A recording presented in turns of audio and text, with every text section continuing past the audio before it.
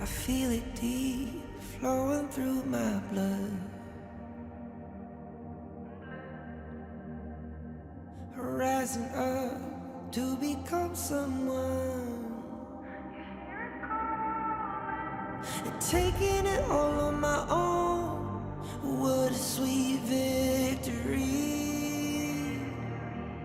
And taking all of my control, awaken something deep in me. Like flames, feel it burning inside.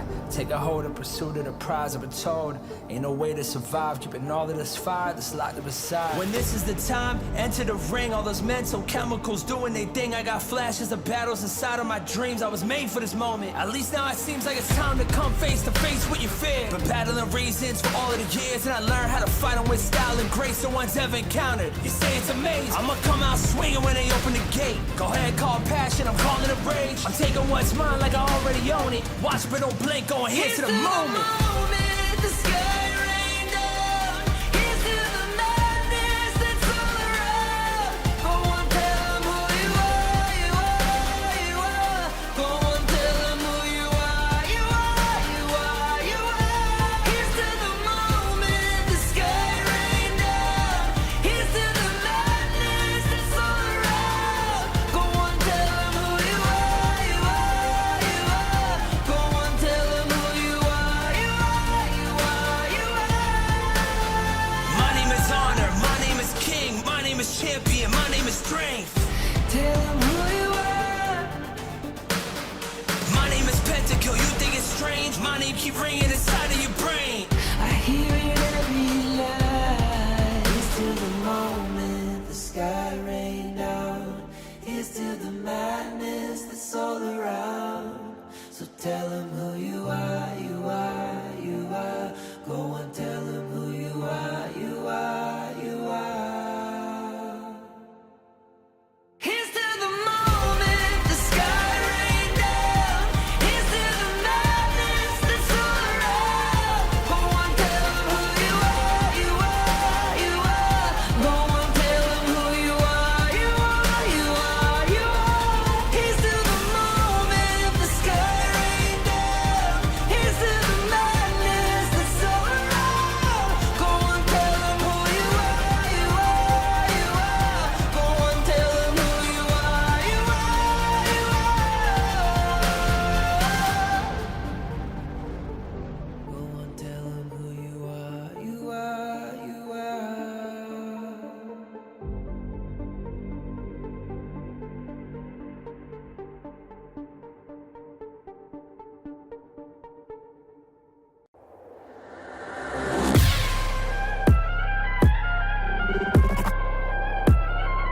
Turn it back.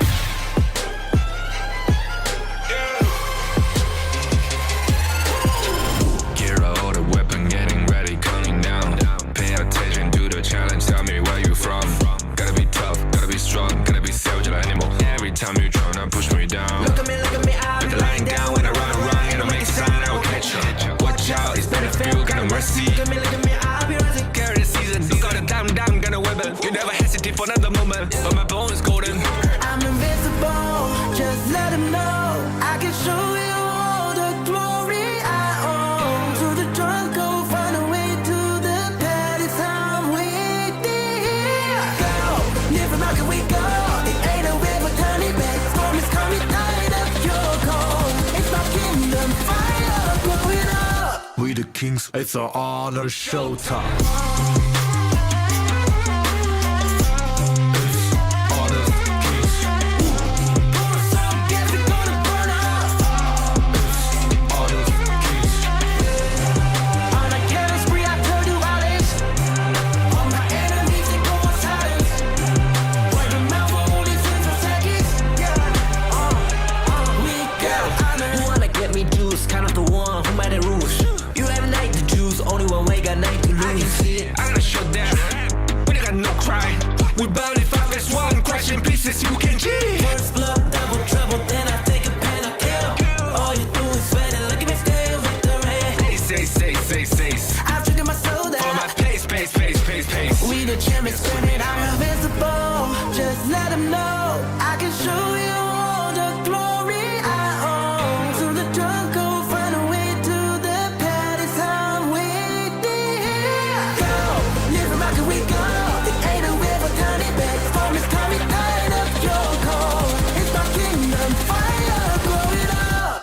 kings, it's an honor showtime.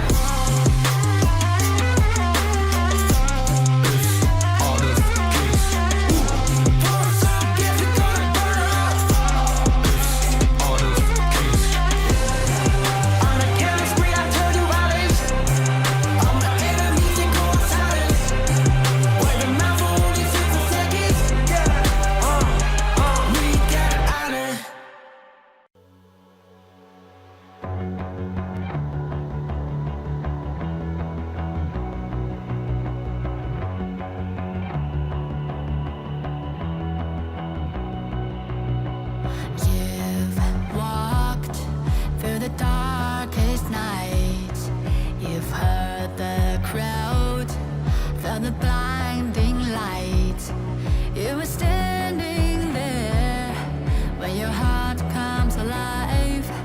It's a dream of a hat, and it never dies. Right here, right now, give it all, get it out.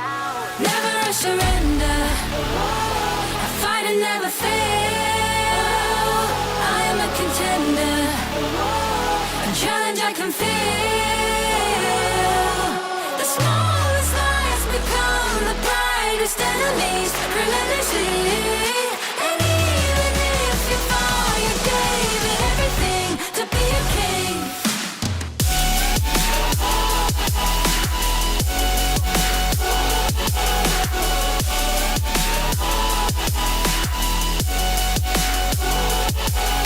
The smallest lies become the brightest enemies, relentlessly. And even if you fall, you gave it everything to be a king. You carved your way with a sharp attack. You watched it all burn, and you never looked back. There will come a day when your fears will rise. You protect your crown, so it never dies. Never a surrender, I fight and never fail. I am a contender, a challenge I can feel. The smallest lies become the brightest enemies, relentlessly. And even if you fall, you gave it everything to be a king. On my way, on my way, find my way, find my way. On my way, on my way, dream my way, dream my way. Never a surrender, I fight and never fail. I'm a contender, and challenge I can feel.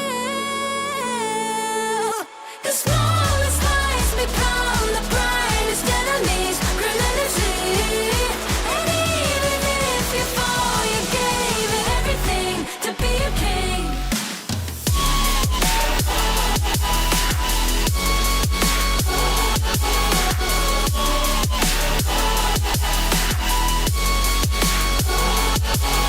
The smallest lies become the brightest enemies, relentlessly. And even if you fall, you gave it everything to be a king.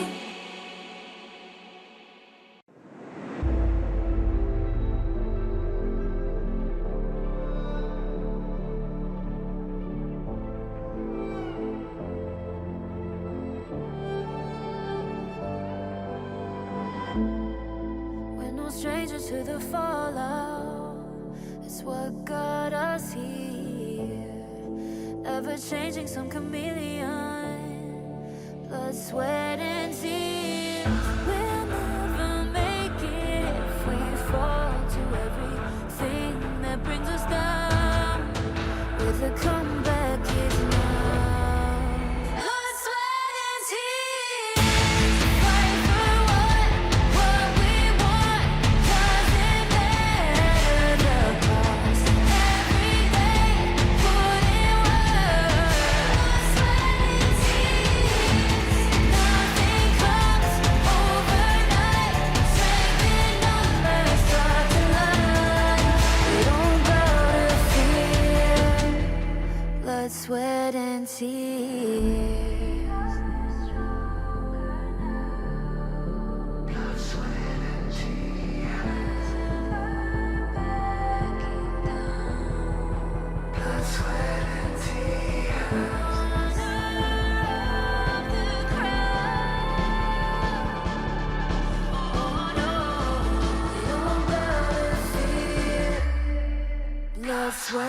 and tears.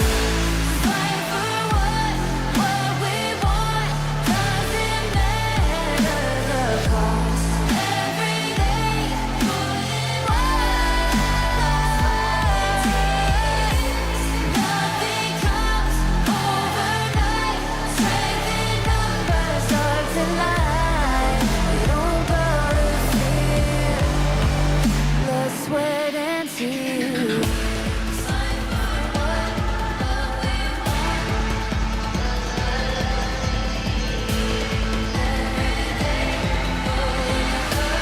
Fight for what we want.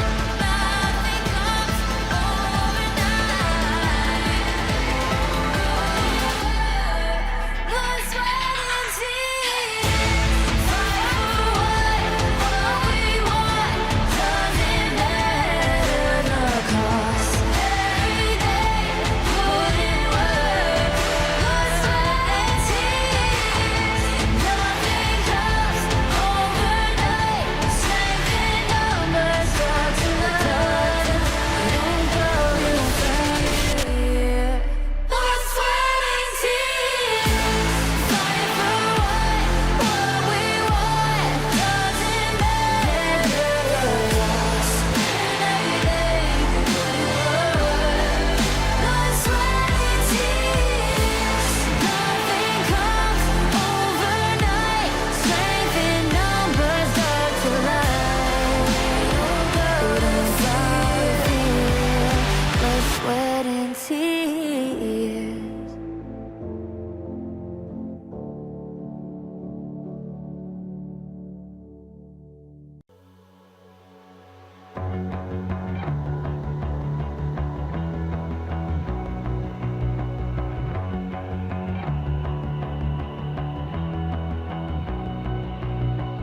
You've walked through the darkest nights. You've heard the crowd, felt the blinding light. You were standing there when your heart comes alive. It's a dream of ahead, and it never dies. Right here, right now. Give it all, get it out. Never surrender. I fight and never fail. I am a contender. A challenge I can feel. The smallest lies become the brightest enemies. Relentlessly. And even if you fall, you gave it everything to be a king.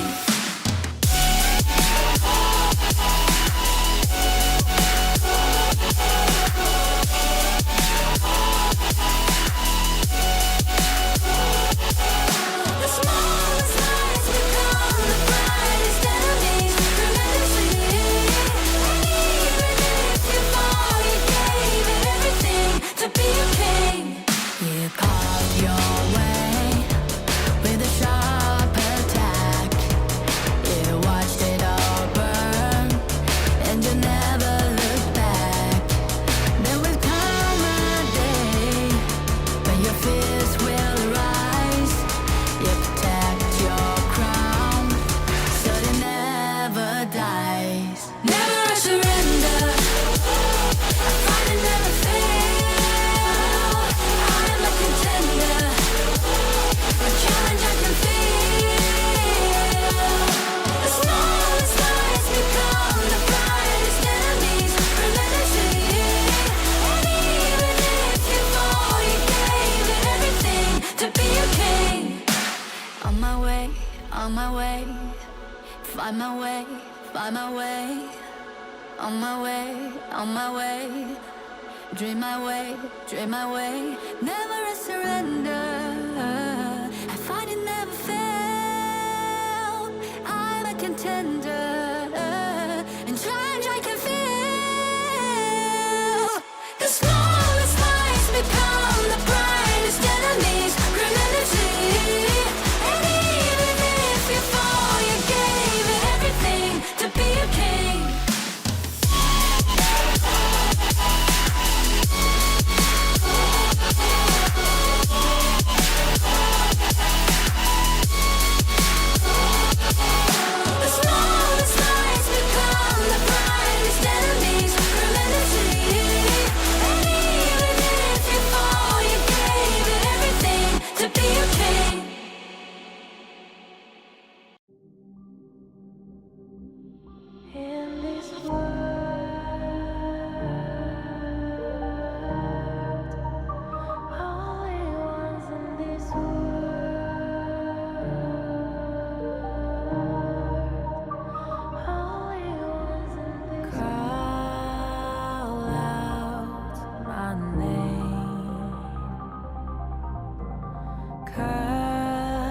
the sound of the rain. No matter how I feed the flame, you know I feel the darkness and the pain. All of the ways we tried to break free from the night, you know we made it out, we found the light. I fly so high, light up the skyline. Let's do it this time, like it's a whole new vibrant world.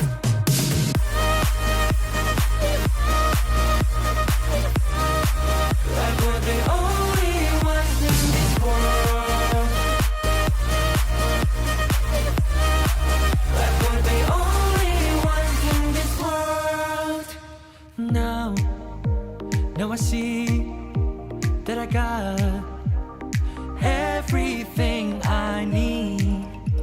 It's alright, I'm on fire, I'm alive, 'cause now I fly so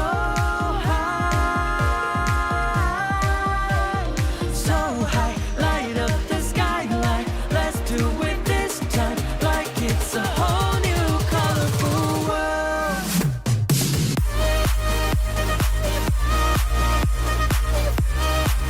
Like we're the only ones in this world.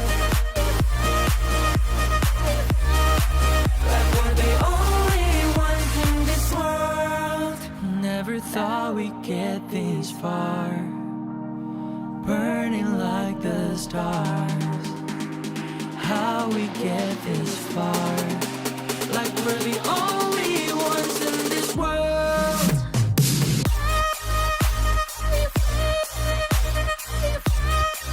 Like we're the only ones in this world. Like we're the only ones in this world.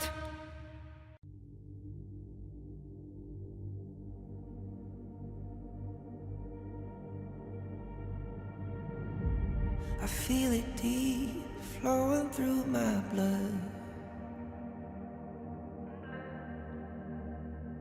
Rising up to become someone. And taking it all on my own. What a sweet victory.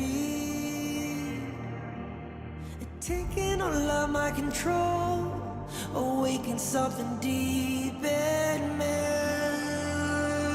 Like flames, feel it burning inside. Take a hold and pursuit of the prize. I've been told, ain't no way to survive, keeping all of this fire that's locked up inside. When this is the time, enter the ring. All those mental chemicals doing their thing. I got flashes of battles inside of my dreams. I was made for this moment. At least now it seems like it's time to come face to face with your fear. But battling reasons for all of the years, and I learned how to fight them with style and grace no one's ever encountered. You say it's amazing, I'ma come out swinging when they open the gate. Go ahead, call passion, I'm calling it rage. I'm taking what's mine like I already own it. Watch but don't blink, going here to the moment.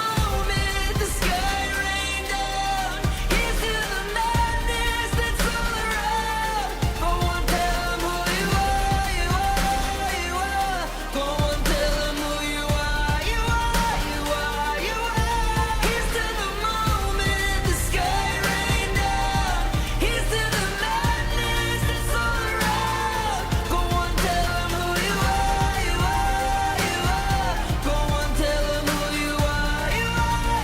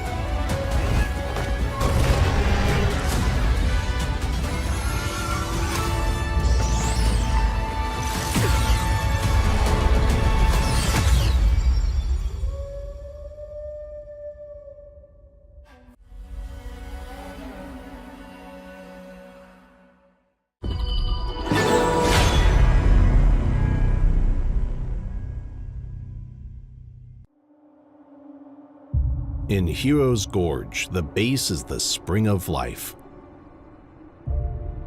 In the real world, every forest and plant is the Earth's spring of life. The base nourishes the gorge, just as Earth's ecosystems sustain all life. If the base is exhausted, heroes will lose their home. If ecosystems are destroyed, all life loses their habitat.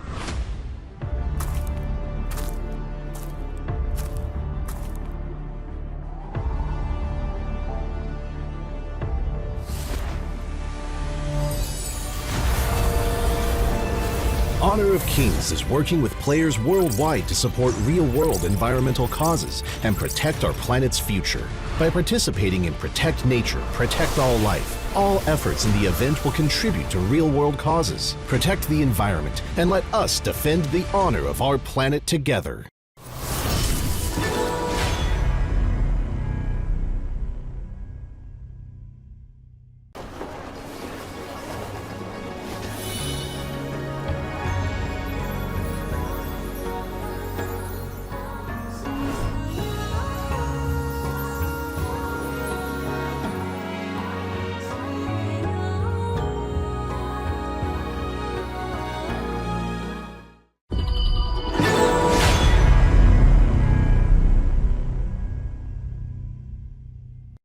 Excuse me.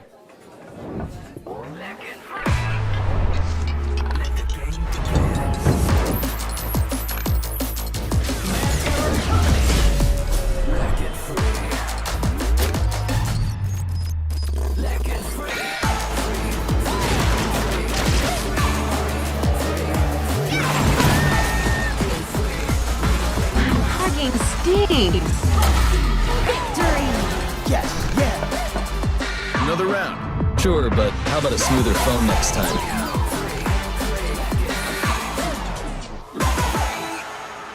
Realme 14, performance beyond limits.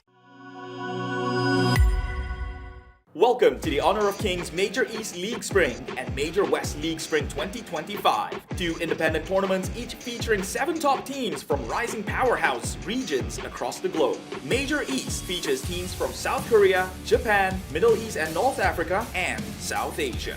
Major West brings together talents from North America, Latin America, Europe, and Turkey. Each league has a $50,000 prize pool and a clear goal to qualify for the Honor of Kings World Cup KWC. The majors will be split into 4 phases, a single round-robin best-of-3 format. While it is less punishing in a best-of-3, teams still need smart drafts and broad prep from day one. At the end of ranking week, the top 3 teams move to Group S, while the bottom 4 head to Group A for Survival Week.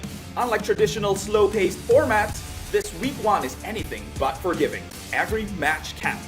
Survival Week ups the ante with double round-robin best-of-5 matches. Here, the global ban and pick rule really kicks in, and teams are put to the test. Hero pool depth, draft strategy, and flexibility becomes essential. There's no hiding behind comfort picks. Only teams that can adapt will survive. In Group A, it's a ruthless fight. Only one team advances while the rest are eliminated. One stumble could mean missing the knockouts entirely. It's fast, high stakes, and decisive. In Group S, the top two reach the upper bracket while third place drops into the lower brackets of knockouts. The final stretch is the knockout stage, featuring a double elimination best of 5 bracket. Each league's champion qualifies directly to KWC, meanwhile runner-ups get one last chance in the major last call, a final best of 5 to secure their World Cup slot. This format rewards consistency, creativity, and composure under pressure. Catch every moment live on our official channels. Every game is a chance to prove your region's strength and your team's readiness for the global stage. The path to honor starts now.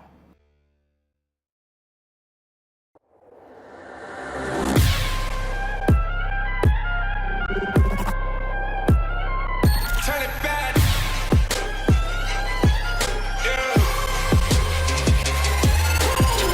Gear out the weapon, getting ready, counting down. Pay attention to the challenge, tell me where you from. Gotta be tough, gotta be strong, gotta be savage like animal. Every time you tryna push me down. Look at me, I'll be lying down when I run, and I'll make it stand, I'll catch up. Watch out, it's better feel, got no mercy. Look at me, I'll be rising. Carry the season, you gotta down, gonna wibble. You never hesitate for another moment, but my bone is golden.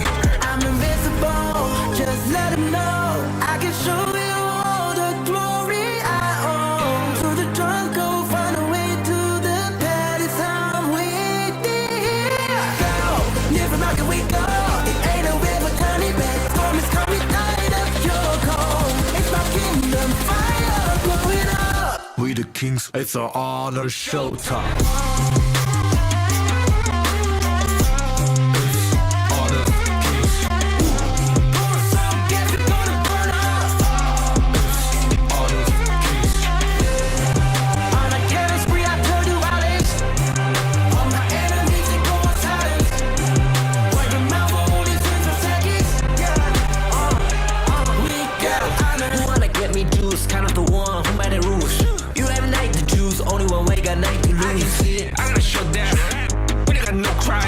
We bout it, 5 vs 1, crushed in pieces, you can cheat. First blood, double trouble, then I take a pen, I kill. All you do is sweat and look at me stay with the rain. Say. I've treated my soul that Follow my pace. we the champions, screaming, I'm invincible. Just let them know I can show you all the glory I own. To the drunk, go find a way to the palace.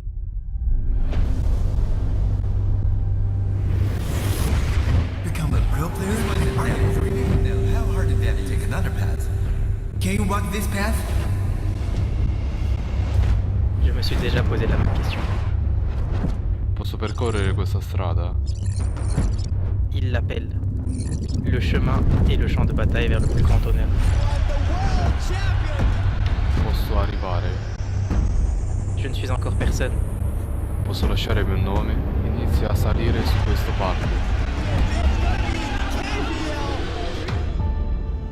But the moment I tapped my first skill button,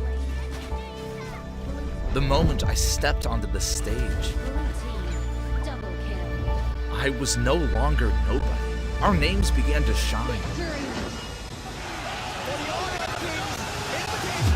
In facing the tension of adversity, in facing the frustration of defeat, in facing the uncertainty of the unknown, nothing can block the path I choose.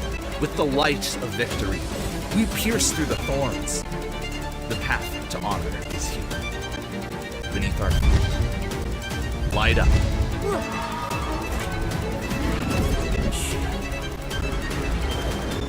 When our footsteps awaken the dawn of the gorge, to walk this path is to walk toward honor.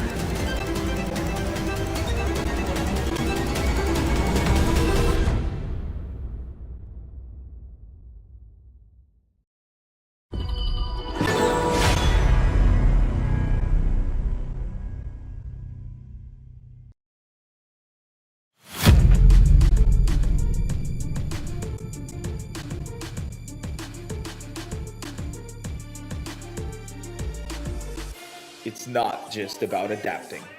It's about creating your own path. Siamo pronti a sconfiggere chiunque si metta sulla nostra strada. To work down this path, we need to do it together.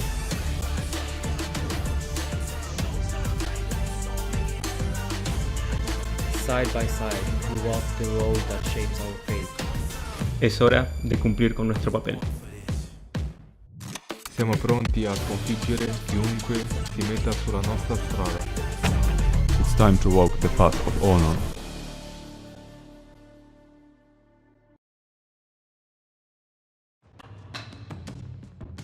Welcome everyone to the Honor of Kings 2025 Spring Major West League. We are officially into the knockout stage. The pressure cannot be any higher. It's day one, and we've got two massive best of fives today here. First up, we got 9ZG versus Virtus.pro, and this game is do or die. Loser goes home. Yikes, how you feeling today? Feeling good, Phil. Thanks for having me today. It's gonna be fun. I mean, this is gonna be our knockout stage, as you mentioned. This is pretty much do or die for both of the teams, especially for our first, series of the day, 9Z Globant versus Virtus.pro. The loser is gonna be pretty much out of the tournament. But before that, let's talk about the prize pool here. $50,000 in the line for these teams to collect. The champion is gonna get 10,000, second place 8,500, third place 7,000, fifth and fourth place 6,500, fifth to seventh 6,000. Fourth place we already know the teams as fifth also and seventh also. So this is gonna be up to the players today to kind of see how they're going to be able to manage to get themselves in the best spot to get the championship money, which is $10,000. But looking at the bracket here, we have the winners bracket up top, OG versus Twisted Mind. That is going to be our second game of the day. But the first match is going to be lower bracket round one, 9Z Globant versus Virtus.pro. Super excited for this one, Phil. How do you feel? Yeah, they're starting us off strong here. This is a do or die match, as we mentioned earlier, 9ZG or VP. 9ZG are initially from the S group, but since they were the third ranking team in the S group, they got knocked down, and now VP gets a shot at the title here, as they need to win this here. First match today is already crazy. Then OG versus Twisted Mind. They're basically playing for that higher echelon of the prize pool. Everyone here is already top 4 guaranteed. They're just splitting the hairs here. As we mentioned in the prize pool earlier too, every few slots is a few hundred to $1,000. It really matters here getting all these wins. Yeah, definitely. On the top, you can see the gap is going to get a little bit larger. You have your first place 10,000, second place is going to come down to 7,000. So it's already a $3,000 drop here. So these teams definitely going to be fighting for that prize pool money, and also the spot for KWC. So the first, the first place here is going to make it to KWC straight up, and the second place here is going to have to play last call. But yeah, so far, super excited to see what these teams are going to offer. And yeah, definitely excited to see the 9Z Globant and VP one come up soon.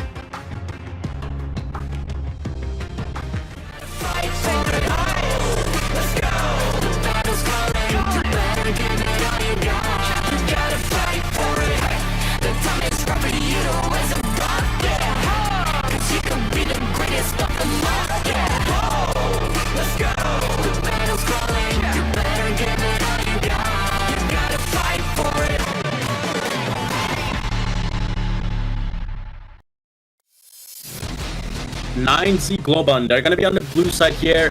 The La Violeta, 9ZG Angra 1 for Clash Lane, 9ZG Sig for Jungle, 9ZG Moon for mid lane, 9ZG Destru for the farm lane, and 9ZG Castle Caposeba for the roam here. So definitely a strong lineup. We've seen these team actually play. They kind of rely on Sig here playing the assassin junglers, being able to kind of, farming the gold, being able to carry up the lineup here. But again, they have a lot of experience. We've seen in different mobile titles. We've seen Angra 1 in different mobile titles.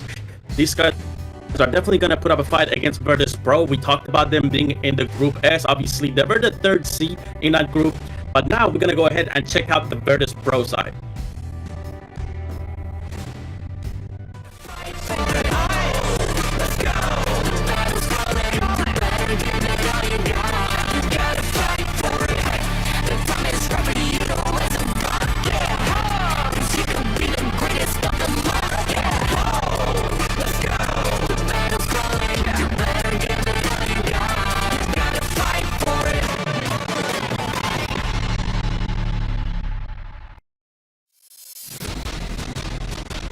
And they are against Virtus.pro, climbing their way up to face someone from Group S here, Virtus.pro, the Bears. We got Sushi in the top lane, Alim in the jungle, Prince in the marksman role, Grizzly Q in Rome, and Red in the mid lane here. Very excited to see how they play here. They've battled their way into this. They've earned their spot into here, whereas 9Z had to, unfortunately, got thrashed a bit in the S group. These guys clawed their way through the S group, beating out everyone, sending home MKoi, Next, Ruya, Alo Gaming to be here, and they are trying to now send home 9Z Globant.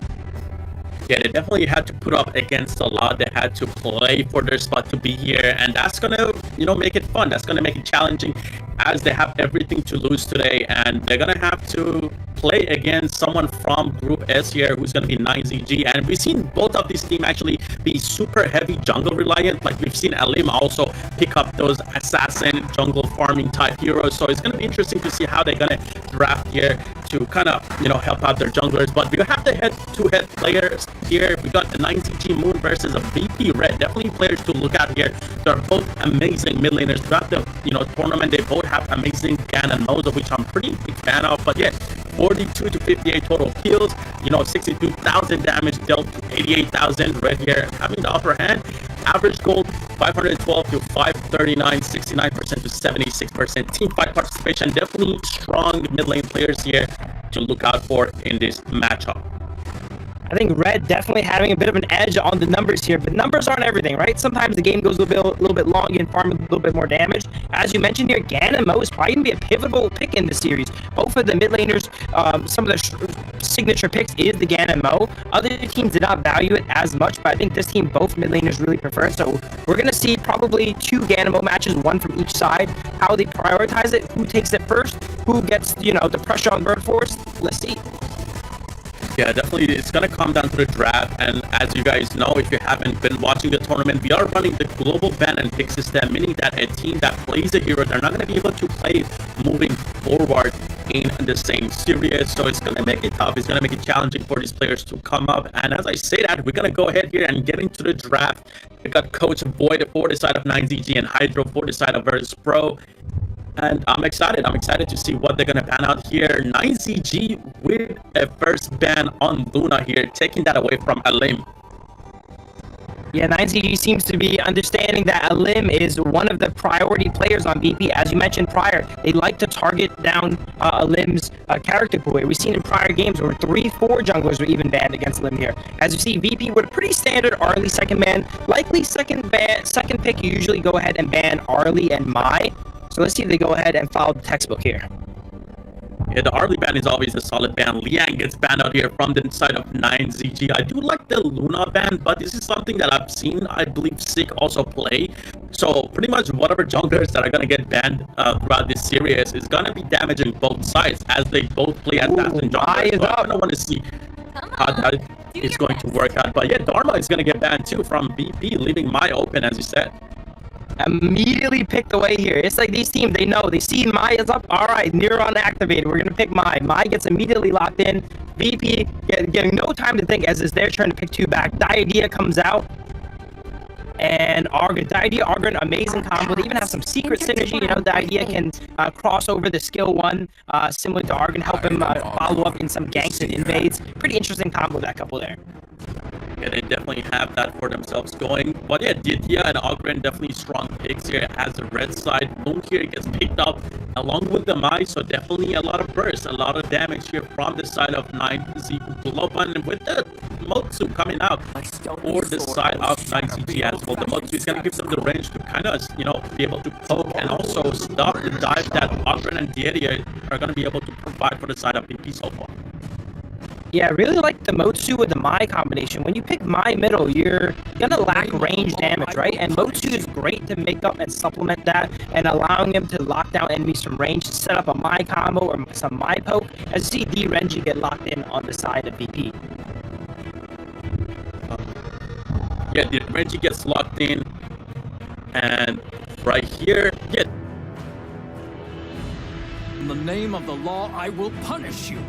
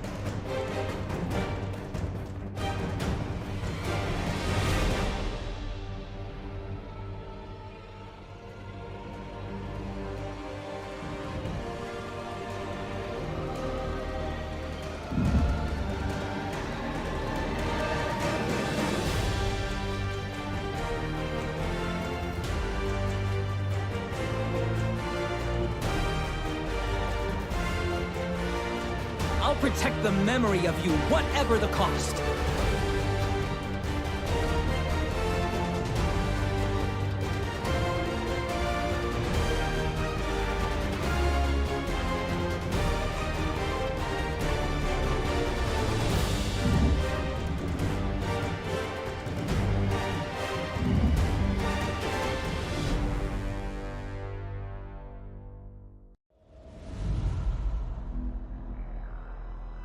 These two babies could knock a bull out cold.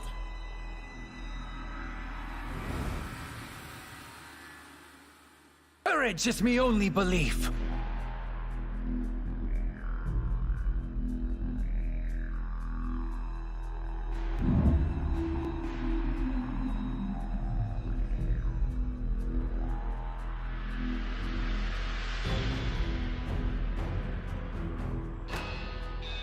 Knowledge equals power.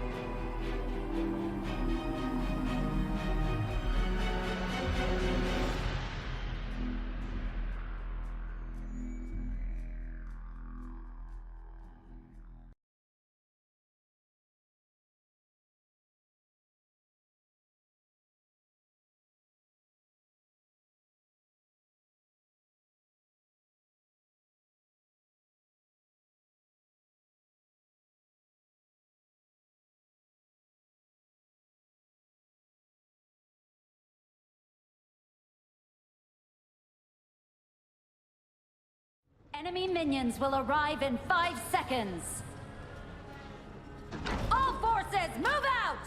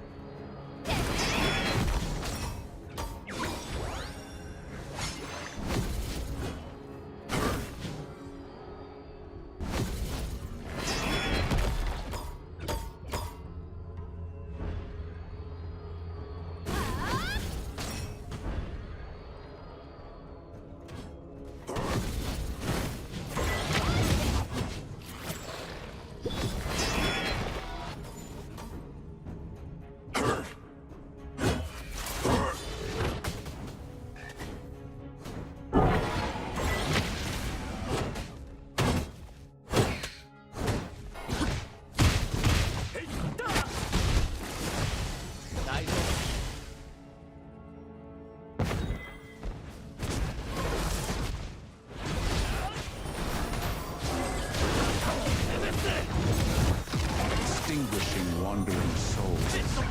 First blood. Things are a little bit safer.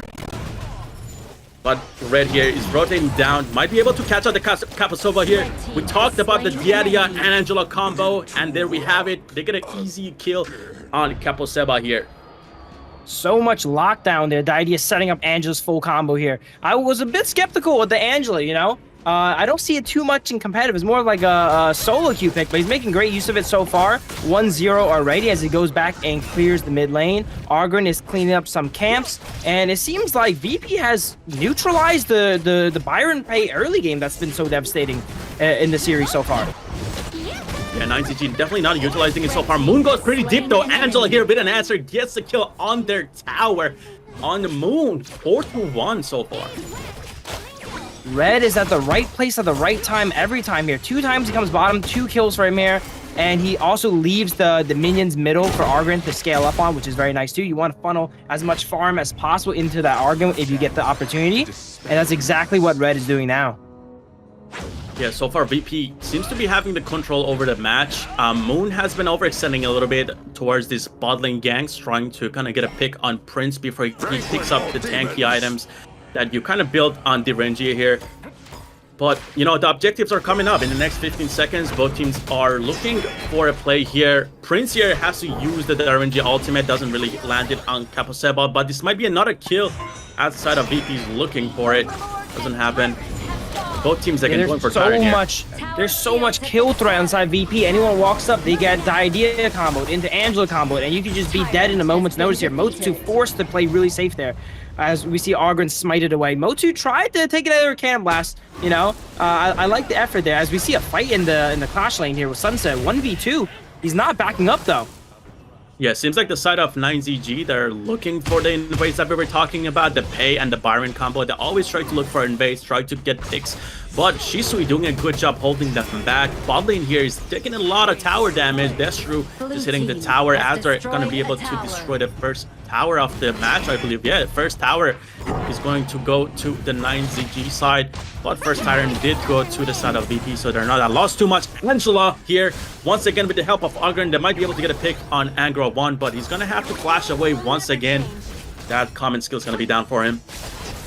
I was looking at compositions, and I was probably going to give 9ZG the edge on compositions, but VP playing this really well, completely neutralizing the early game of the Byron Pay. And if anything, they're actually ahead of it too. They're up a little bit of gold here, and that's all you need versus the Byron.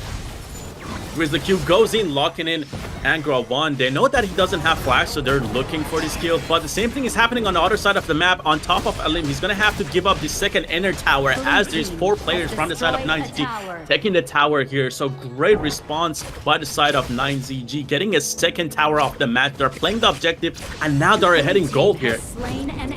Yeah, that's a huge swing there. It's one of the earliest second towers we've seen here at 5 minutes as they fail to dive against a Byron. Now they get another tower mid lane. They're taking towers every minute. Shizu goes in with the set sail, doesn't get anyone. Kaposova goes back in. Destru gets a pick on Alim, overextending a little bit, trying to hold down this mid tower. Doesn't happen. 3-4, 9ZG making a comeback, taking down the objective, taking down the kills now. You cannot take your eye off Pay, man. They were doing really good early game here. VP completely neutralizing the early game, but one misstep, and look at that, 2,000 gold lead almost on side 9ZG. All it takes is one good push, one good gank for him to get back on the game, and he is definitely back on now as he's level 11 on the Pay.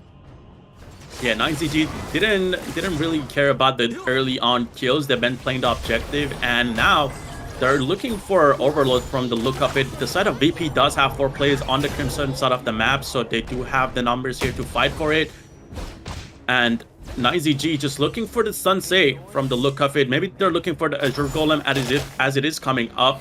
But VP, they do have Grizzly Q here with Red that could possibly stop this invade. We see Venomous Staff being itemized really early for Red. Some anti-heal coming out. Not much healing on the side of 9ZG from their supports, but their Pay and Byron has a good amount of healing built into their kit. So maybe Red building to target the top side of 9ZG's composition, knowing that they've already been doing all right versus the Motsu and the Mai so far. Yeah, definitely a good item to pick up here for the Angela. As we see Grizzly Q go ahead on Kaposeba here. Sunsei here, they still want to get the Motsu here. Not able to lock him in. Alim picks up the kill, so great engage. But again, look at the objectives. Look at Destru picking up the mid tower, getting it all the way down to half HP here. And now they're just going to rotate top, try to get that outer top turret, which is going to be, you know, again, massive for them. They're playing objective. They're still ahead in gold. 9ZG doesn't have a care in the world. So much respect for Kapuseba on the Motsu there. They burned, what, 3 to 4 ultimates on him there? The Set Sail, the Angela ultimate there, Grizzly Q ulted him, dude. He took so many ults here. But it looks like they were not able to really do much during that time. They've just been slowly pushing waves as VP's forced to back up as they do not have their tools available. Another Set Sail comes out, connects on the long. No one's there to respond, unfortunately, though. And they go ahead and stop the push on the side of 9ZG. Yeah, no one is there to respond. And also, Lung has the infinite vastness, use the ultimate to be able to get away at any time. So wasting too many resources on the Lung is not going to matter too much for this side of VP. And they realize that they're just going to back off. But Moon here looking for a pick on Shisui as Sick is taking the Tyrant solo here. As VP is trying to look to defend his tower. Tyrant's gonna go ahead here. Destro here tries to go for a kill. Shisui pretty low. Gonna go down to Moon. Great pick. And, you know, as I mentioned, they gotta just play back. Whenever someone is diving on top of them, all they have to do on the side of 9ZG is walk back and hit them with their skills. And that's what they did on the side of 9ZG. Moon and Destro doing a great job being able to pick up the kill here. Byron is super ahead of the Sunset now, up a 1.5k gold here, just showing the early game dominance that is that Byron pay combo. While they have not taken the tier 2 tower in the Clash lane yet, they've been slowly whittling it down. Next push, even if there's defenders, they might just be able to brute force it and take it, you know, right from on top of them here now, as we see all these tier 2 towers are really, really low. Yeah, and we can see Lung already has Eternity Blade and Master Sword, but Grizzly Q doesn't care about that. He's gonna go in again right on top of Kappa, and they're gonna get a pick right here as Alim is able to lock in the kill. Again, Kapuseba is being the target in these fights. They really don't want to deal with the Motsu CC here as Destro almost having a chance on Alim. Alim is going to be able to use the ultimate here. Get another kill on Sick, overextending. Wow. Sick, a little bit overzealous there, jumping into a 1v4. Sure, they burned all their ultimates on Kapuseba here, but there's still 4 characters on the side of VP you cannot jump into, as we see Arvin execute him there for that mistake. Exactly. Alim is doing a great job so far on the Ogren. He's able to utilize the ultimate here once again. I guess Sick didn't get the call out that, you know, Ogren still had the ultimate, so he just dived in there. But, you know, Ogren having the Conductor of Souls, getting a lot of shield and a lot of healing back from that, he's able to get the kill here. And now this is going to open space for the side of VP to be able to secure the Overlord, which is what they want here. This is a very deadly area to walk into here, as we see Diadea and Angela setting up in the bush. Anyone that comes in will definitely get comboed. The Limb secures the Overlord now. This is the enhanced Overlord here, so they're able to summon the Shadow Vanguards down any lane at a moment's notice. So Pei here is probably not going to get that wave pushing too much longer in the bot lane. Yeah, it seems like they already dropped the Shadow Vanguard in the top side of the map. Shadow Vanguards, when they do get dropped, they're going to clear out the wave, and the big one is pushing up on top, so they're going to have to answer that pretty soon. And VP, this is going to allow them to put up a lot more pressure here as they're going to try to go for this mid lane tower to open up space for themselves to be able to invade for the side of 9ZG. So we're going to see a play here probably. Sick here. Like Pei's once again soloing the Shadow Tyrant here, if I'm not mistaken here. Yep. He's using that pressure from the minions constantly pushing in the bot side of the map to just solo these Tyrants. You know, they know the enemy cannot be here right now. They're forced to clear the minion waves. So he's been safely able to solo 2 Tyrants. Yeah, that was definitely a great pickup, as it's going to give him a little bit of a more chance here to fight this year. But the Renji is going to pick up the tower here with the help of teammates. Angro 1 going all the way in with Moon on the back line, being able to kill the Angela here. Great pickup at the side of 9ZG as they're going to back up. That's all they wanted. But Pei, look at Pei here, taking the jungle camps, farming in the back as they don't know where he is. Seems like VP were all trying to disengage them. They didn't notice that Angela got picked off while they were doing it. As Moon comes in, clutches that out, and gets away. Yeah, definitely a great call by Angra 1 and Moon here, but seems like we're going to have a bit of a more skirmish here as Crimson Golem is being fought over here. Sensei here trying to go for a set sail on the Loons, doesn't really work out. Crimson Lasts his burn though for long. He's going to be a little bit more vulnerable than before now. Yeah, and LM is going to get the Crimson buff, but he's going to have to back as he did take a lot of damage from the Long. We are getting to the part of the match where Long is going to have all the items, and he's going to be able to kind of do a lot of damage with the 3 stacks he's going to get on the flaming ability here. Yeah, well, 9ZG has a great early game core in that Byron and Pei. They also have a contingency plan, right? In Destro on the long, scaling up. If they can't end the game early, which it looks like this game is not going to end too early, they still have a great marksman that scales into the late game here to take them out. The Renji, I would not say is that strong in this game. Sure, late game he can lock down and shred the Byron, but long is definitely going to provide a lot more value in fights. Has destroyed a tower. Yeah, the Renji is more of a more defensive side of the marksman here. He does have a lot of CC and also cleanse, so that is a good part about picking up the Renji, but it's not really working out for them as they haven't been able to land any of the Imperial orders here. But it seems like Ogren here trying to get an engage on Destro. Destro is going to use the third ability here, riding the wind, knock back the Ogren. Just get away with that. Yeah, if we look at the towers here, 9ZG has 6 towers to the side of VP's 2. They're only up about 1,000 gold, so VP's doing a great job of farming. But 9ZG definitely has the map here as they're up 4 towers. Grizzly Q diving right on top of Moon. Moon almost getting caught out. Doesn't happen though. Angro 1 here going back. Red gets to pick on Destro on the back line. Alim here in the front line with the help of Grizzly Q. They might be able to pick up the kill here on Angra. As he's getting pretty low, he's going to go on the back line. Angro 1 gets a pick on Red, but it's going to fall here to Alim.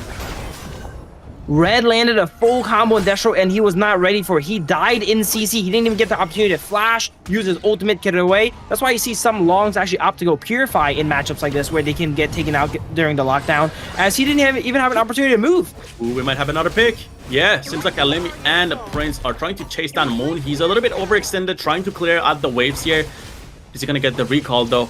Yeah, seems like VP side, they're just gonna go ahead here and take down the Overlord, the Shadow Overlord. Is gonna give them a little bit more pressure. Again, we talked about this. They don't have the range to push out these towers, so definitely going for the Overlord here is going to be the best play for them. And Moon here looking for a steal. Not gonna get it though. Interesting about these numbers here. Pei is up 3,000 gold on Ogren, but Pei is 0-2 and Ogren is 6-1. Shisu doesn't get the set sail here. That could have been a kill on Moon. Moon is being super aggressive. Angro 1 is going to go on top of Alim here as he's trying to get the Azure Golem. Doesn't happen though. Alim has to back off as he's pretty low. Both teams setting up for their final team fight, looks like here. This next fight is going to be crucial. It's going to dictate a lot of the game. Either VP is going to catch up in towers or 9ZG get some high grounds. Yeah, definitely. I mean, VP, they need to look for these towers at this time. I mean, you said it. They have 6 towers on the side of 9ZG. Grizzly Q here, though, engaging on Destro, but he's going to back off. All they wanted was the double mid towers in the mid lane, and they're going to back off. And we can see Pei again doing a lot of invading in the back outside of VP's trying to get these towers. Sik here being actively present on the side of VP's jungle. He's able to take down the farm, take down the minions. He'll already push out the lanes, meaning that Shisui had to go answer there, and that's why they're doing the Tyrant now, trying to force the fight here.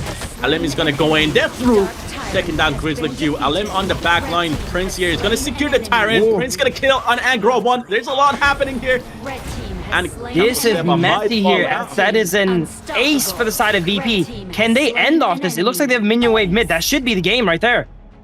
Yeah, double kill to Shisui, and Alim was able to pick up the last kill on Kaposeba as well. Great fight from the side of VP. You know, 9ZG, they had the right idea. They tried to kind of push out the waves, tried to play by objective, but VP are going to be the victors here as they win the fight and as they have minions here. Game 1 going to VP here, Phil. Yeah, 9ZG not able to get a good, strong foothold on the game here with that Byron Pei early game here. And it got up to the mid-game area. They took one bad fight, and they got wiped for it here. And that's all it takes. You know, you lose, you get aced at 15 minutes. The enemy team is going to push you down and win. Ogren also doing a great job. Sure, he didn't have as much gold as Pei, but his stats were really nice. He kept himself afloat, and he did not get destroyed by Pei, which was very important as he outscales him. Yeah, Shisui with the rotations on the Sensei, he was able to kind of join the fights a little bit later, and at the end he got a double kill right there. And again, it kind of helped, you know, Alim to kind of scale with the CC that he was able to provide, and VP played that comp perfectly. I mentioned it in the drafting phase. VP has to kind of play the diving comp here, as they picked a lot of dive heroes with the Ogren, with the Diadia, with the Sensei here. I mean, 9ZG, they tried their best to kind of play for objective here, but they were not able to, you know, maximize the poke and the damage they had. A lot of these fights did take in like close distance, so that's why VP was able to take them down here, and they secured the Tyrant too. So Prince doing a good job securing the Tyrant right there. Yeah, I was a little bit skeptical of Red's Angela pick at first, but he played it really amazingly. As you mentioned, it combos great with the idea, and it's a pick that, you know, is not really considered a power pick, right? He still has all his power picks available for him going forward. We mentioned that 9ZG kind of pulled out all the stops here. They picked everything, and when you win, that's really good, but when you lose, and now you lose 5 power characters that you can no longer play because this is the global pick ban format, this is not looking that good for 9ZG. Yeah, 9ZG, they did pick up a lot of top heroes, as we talked about. These are heroes that are, you know, picked and banned.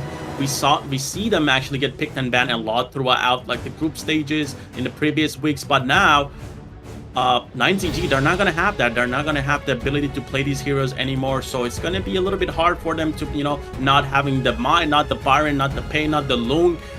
So we're gonna see how they're gonna have to draft in the upcoming matches. But again, VP played super well here. We can see Alim 813. We talked about Alim on these assassin junglers. Whenever he's able to be the player, the highlight player in their team, he's able to carry the team. And right here we can see he did 61,000 damage on the Ogren here. The side of 9ZG again, damage almost.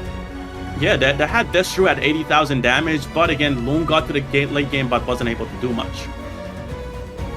Yeah, interesting note I was trying to talk about in the game there, but there's just so much action going on. Pay, even at the very end of the game on the losing team, is still up 2,000 gold on Argren here, and Argren is 8-1-3. It just shows that in this game that kills don't really amount to that much gold. It's what you do with kills, right? You have to get the kill and then convert it into stealing jungle or pushing a tower and getting some towers. That's how you build that gold lead. Pay was 0-2-3, you know, not a desirable score at all, but he still had 2,000 gold on the enemy jungler there. That was 8-1-3.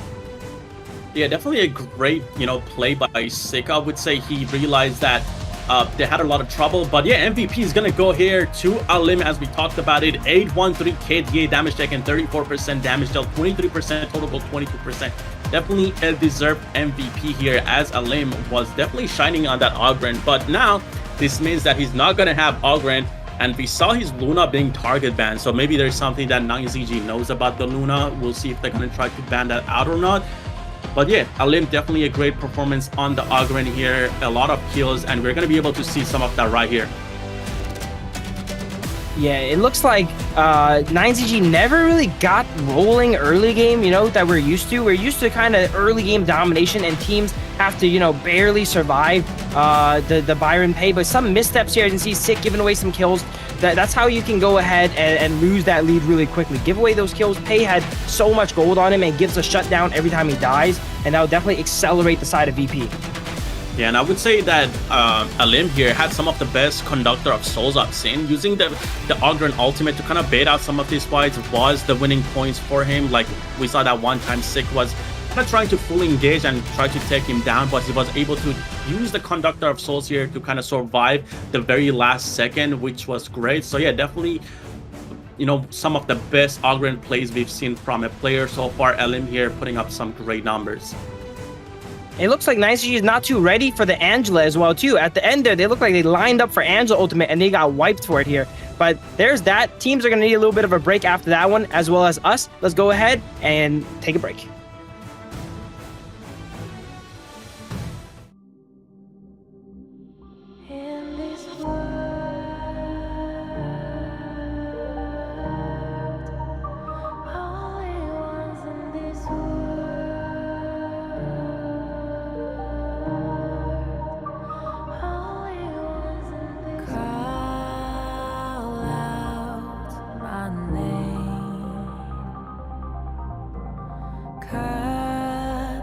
Sound of the rain.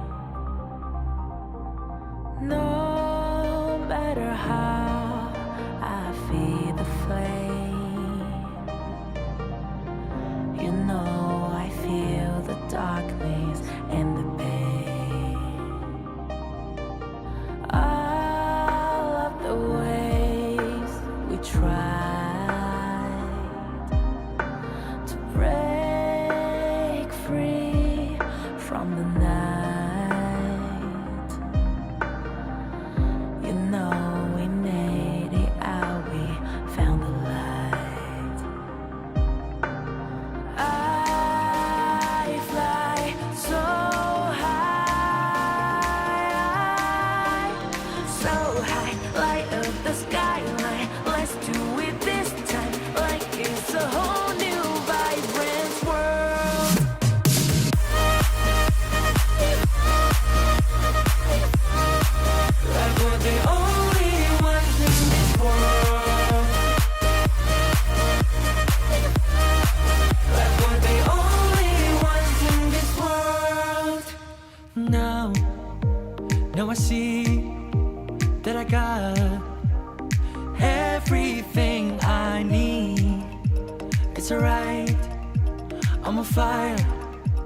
I'm alive 'cause Welcome back, folks. We just saw the first game of a do or die best of 5 between 9ZG and VP here, and it was a pretty intense game, but 9ZG used a lot of power picks and unfortunately lost for it here, so they got himself in a bad spot, I would say, draft-wise. It's still anyone's game. It is a best of 5, but they gotta lock in, man. Loser goes home here, yikes. Yeah, the loser goes home. There's a lot on the line. There's a lot of cash and there's a lot of pride. And also, they gotta fight for that first spot that's gonna get them to KWC. But yeah, I mean, 9ZG, they did lose a lot of the top tier picks here. So we're gonna have to see what they're gonna work with now. I mean, they still do have the R lead. They still have a couple of picks here that they're gonna be able to kind of make a comp around. So we're gonna find out in just a bit. But looking at the global ban and picks here again, 9ZG, they're not going to be able to use the Byron, the Pei, the Maisher, Noe, the Loon, the Mutsu. And on the side of VP, they're not going to be able to use the Sensei, the Ogren, the Angela, the Renji, and the Dieria. But, you know, again, we talked about this. 9ZG, they exhausted a lot of the top picks here. Yeah, maybe they go ahead and take a page out of VP's book here, right? Get the Diadea Angela combo going. You get to early pick Diadea if possible, and then Angela is likely not to be contested later on, and they can try that combo out for themselves here. The more I look at VP side, it actually makes a lot of sense. You know, the D-Renji can help convert a Sunset combo as well as an Angela combo, right? Diadea can also help them lock down a lot of single target CC there, and 9ZU is not ready for it. It seems like they're also not ready for the Angela in that final game. In multiple fights, they kind of lined up for the Angela ultimate, and then Red just ripped them to shreds. Yeah, definitely. I mean, we saw Moon try to kind of engage and go on the backline a couple of times, but, you know, Prince on the Renji here was able to kind of cleanse a lot of CC, get out of a lot of the fights there. And then the answer from the VP side was Red on the Angela, just ulting Moon on their tower. So definitely a couple of counter picks here from the side of VP that worked out for them. And I believe we got 9ZG on the red side this time around. Yeah, 9ZG coming out from Group S. They're honestly probably a little bit beaten and battered. You know, they had to play against OG and Twisted Mind the whole time, and now they're against the top group of Group A here, VP, making it out, sending three teams home, actually, and they're looking for their fourth now as we get into the draft. Yeah, I kind of like this from 9ZG choosing the red side here, as they did exhaust a lot of top picks. We see Ogren get banned immediately by the side of VP. He's gonna make things a little bit tough here, I would say, for the side of 9ZG, as VP is on the blue side this time around. Mai's gonna get bound, as they did play it on the side of 9ZG, so that's something they wanted to ban, and it's a good ban here, I would say. Lim just did work on Ogren and does not want the enemy team to have the chance to replicate that, as he instantly bans it out. Dharma banned once again for side VP. Seems like something is up with Dharma here. Either they don't want to play it or they're really afraid of it, but it is banned out 2 games in a row. And we see Luna get banned, so that means Arlie is up now for VP. Yeah, Dharma is just a strong pick, especially in 5v5. They're able to set up a lot of these fights, be able to, you know, CC chain someone, stun someone for a couple of seconds. It's super strong, and it seems like, you know, they're scared that Angra 1 or Shiso is gonna get their hands on it, so definitely they don't want to give that away. I mean, we saw Luna get banned out last game as well. We know LM is known for his Luna throughout the tournament. A lot of times it has been banned because he does play it a lot. So definitely a great ban coming out from the side of 9ZG, but that leaves Arlie open for them, which is gonna make things quite rough. We've seen Prince on the Arlie. He's been having a lot of impact on it, so gonna see what they're gonna answer with on the side of 9ZG here. The idea getting picked up is pretty solid here. They don't want to give VP the chance to ban it out in the second rotation. And it also leaves his team open to maybe do some counter picks and such. Meiyin also locked in. Lim, a lot of teams pay him respect, but are you willing to ban the Luna 4 games in a row here, you know, to come back? Right? Lim still has the pay here. Look, they go ahead and take the pay Byron combo. 9ZG played it last game. They didn't quite do well with it. Now VP's like, let me teach you guys how to play this composition. Yeah, definitely a great duo to pick up. We've seen it played a lot, you know, pay the Byron here. And VP is going to just lock it in so it doesn't get banned out on the second run of the bans. 9ZG here banning the Main and the Idea is a lot of CC, is a lot of combo lockdown target they have here. And the constant U here is going to get picked up for the side of 9ZG to kind of counter the Arlie here.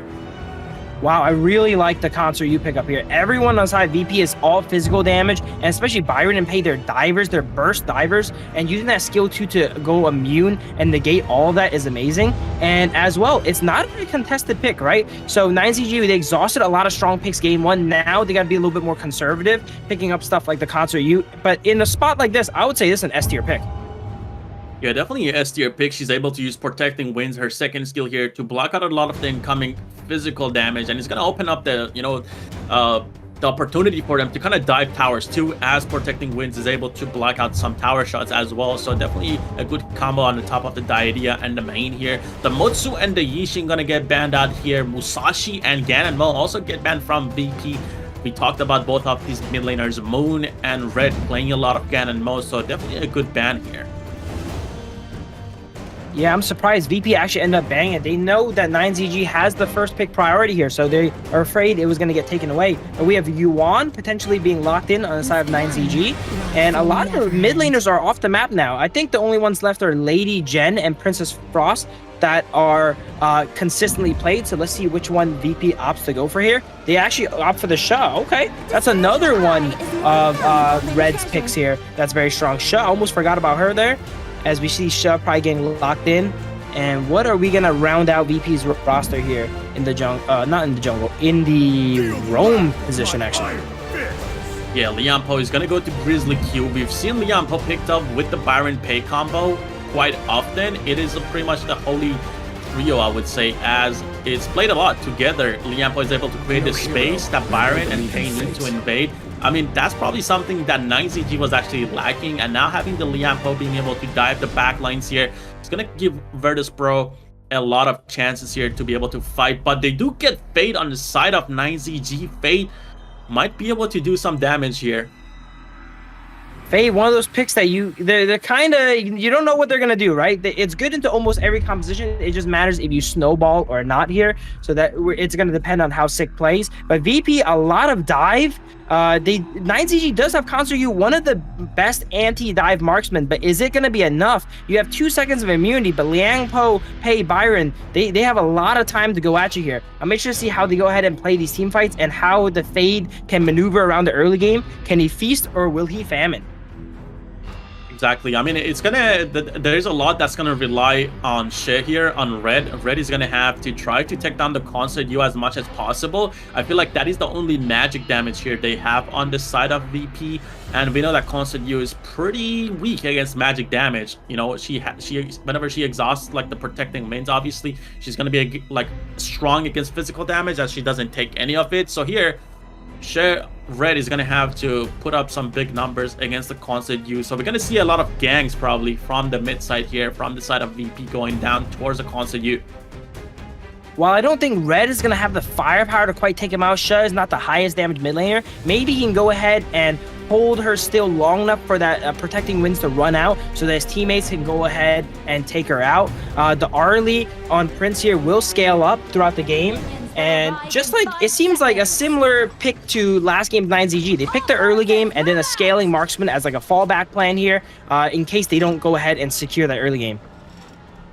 Exactly. I mean, the Arlie does have a bit of magic damage here that could be useful, but it's not, you know, as much as you want to. She mostly does physical damage, but we'll find out in just a bit as teams are on the gorge here.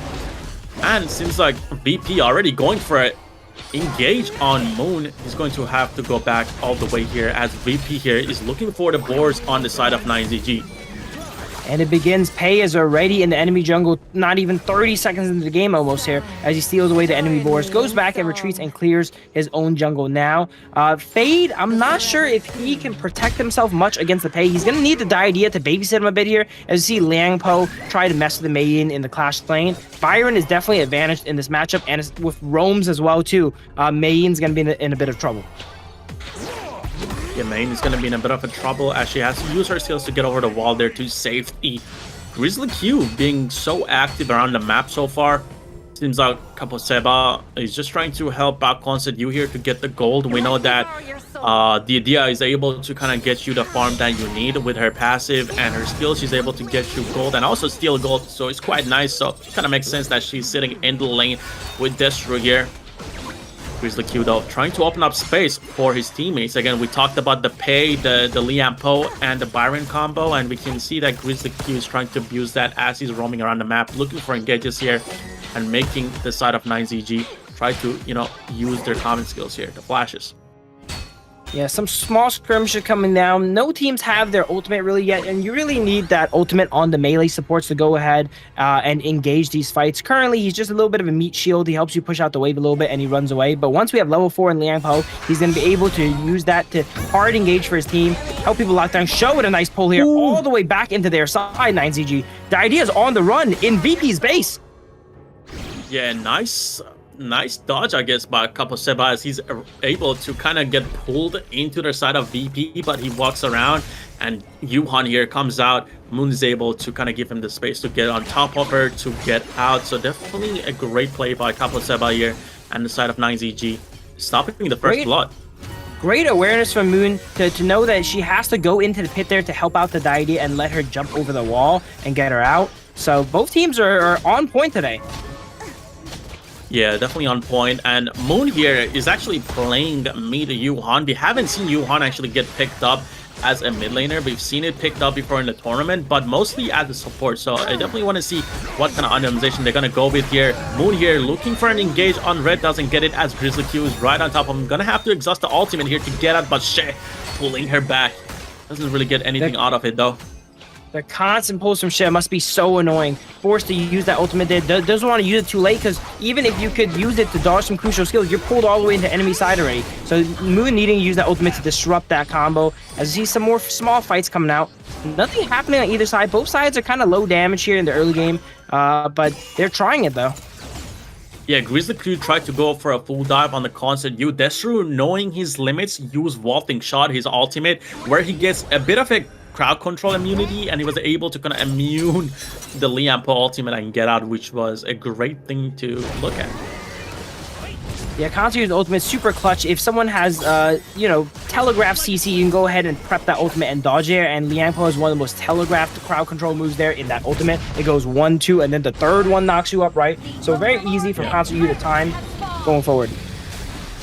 Yeah, but as we go into this fight, Grizzly Q is not going to have the ultimate. He actually just came back up as they're taking the Tyrant here. But again, VP seems like they do have a lot of control. This is what we wanted to see from the side of 9ZG with the Byron and Pei, but they were not able to get it because they didn't have the power that Liam Po is providing them. They didn't have the presence that Grizzly Q is having so far in the match, which sucks. But yeah, the side of VP definitely using the Pei, the Liam Po, and the Byron combo as they should be, and I'm expecting some more engages on the top side of the map as they do have Byron too. When we first saw this composition come up, it was kind of like a cheat code. Teams didn't really know how to deal with it. They kept getting invaded and they kept losing to it. But now that we're deeper into the series, teams are rewatching the games. They're studying up on Byron Pei. Every team has played Byron Pei at least once to this point, so they know how it works, and they're better at going ahead and protecting their jungle and their junglers from it. Yeah, definitely. I mean, these are the top 4 teams. They definitely are here for a reason. They know how to counter these invades, and that's why we've seen a lot of teams just go for the boards instead of the Crimson buff. We saw a lot of invades on the Crimson buff in the early groups, you know, the early stages of the matches of the tournament. But now they just, you know, just settle for the board here. As we might actually see an engage here on Moon. He's going to have to force to use the ultimate. Might get cut out, so he's going to have to flash here under the tower to safety. Once a U here, gets dragged by the shit. Alim is able to pick up the kill. Sig gets the pick on the top side of the map on Shisui. First blood though going to the side of VP.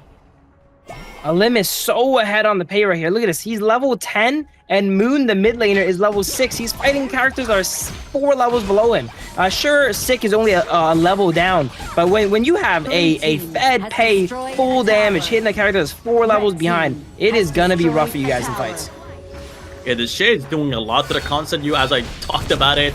You know, Constant U is weak against magic damage, and Shay has a lot of CC. Even though she doesn't have the burst to like one-shot or kill Destroy here, she's able to kind of just drag him 2-3 times towards his teammates, which is going to lead to the kill, and we saw that right there. So definitely a great play by BP. And I mean, great answer by 9ZG as they were able to take a kill on the top side of the map and also get a tower too. It is 6 minutes in here, and Pei has Master Sword, Axe of Torment. He's on track to one-shot almost anyone here now, as he goes ahead and clears up his own jungle. 9ZG looking for a bit of an ambush on him, it looks like. They're tired of getting bullied by the Pei. They're trying to catch him off guard, maybe. No, there's no customers for him in that bush, unfortunately, as they just scout around and sit in these bushes, making sure that they have good vision control. Yeah, they're definitely looking for a pick as they send 5 players down towards the bot lane here. Maybe the Pei. But now that means they're going to have to give away a free tower to the side of VP. VP has 4 players here now looking for their own answer here to try to fight and open up the second tier tower here. Sick here. Going with the tank bait here. Shisui tries to go for engage. Doesn't connect though. They're going to have to back up. There's a fight down in the mid lane here. Seems like Pei gets a solo kill on Main. Destro trying to answer. Gets a double kill. Alim here.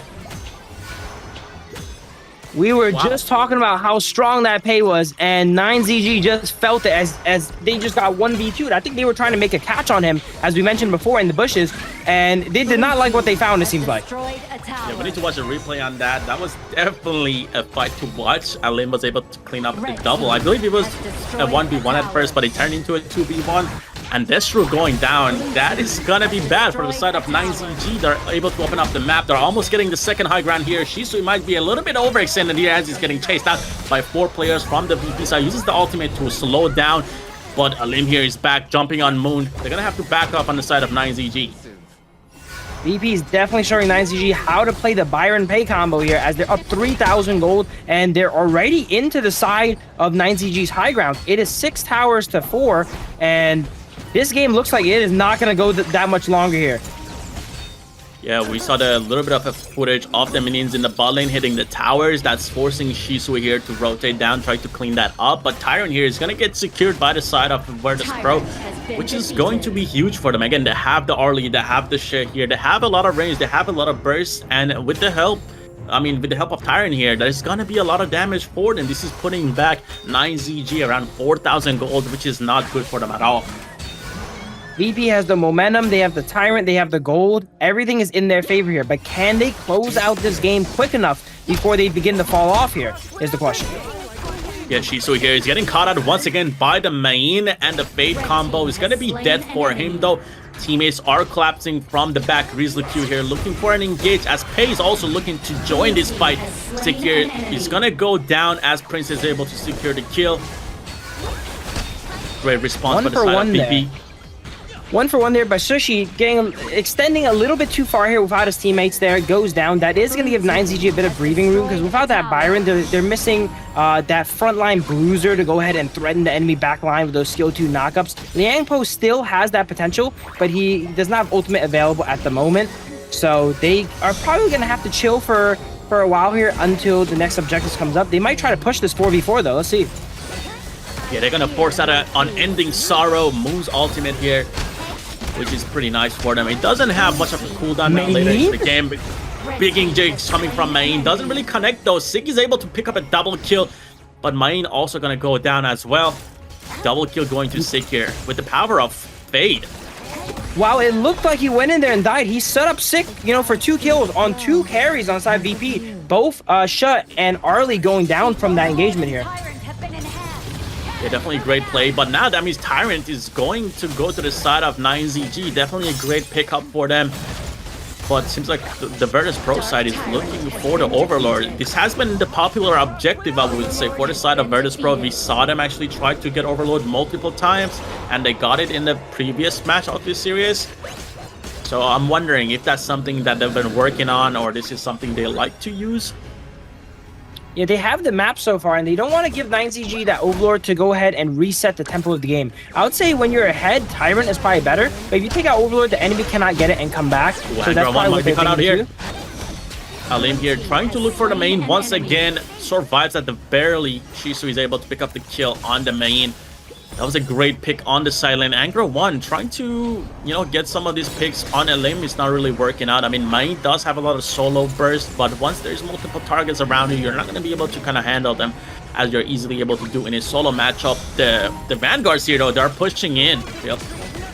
Yeah, Angro 1 here, the plays seem a little bit desperate. Sometimes they work out, but sometimes, as you just saw, it doesn't really go well here, and they're going to lose some towers here, or they're going to be forced to fight a 4v5 as the Overlords are pushing in. We see the Shadow Vanguard going bottom here. That is going to hold one person's attention at the least. Byron is messing with Faye down here. Let's see what happens. He goes ahead, he walks with the Shadow Vanguard.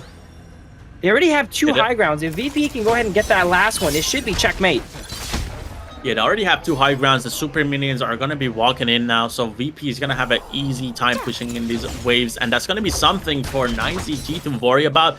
There is a 3rd high ground standing, though. This is what, you know, Virtus.pro has been trying to do and trying to get with the Overlords, probably, and, you know, they weren't able to get it so far. So this might be, you know, the next Overlord might be the objective once again for the side of VP.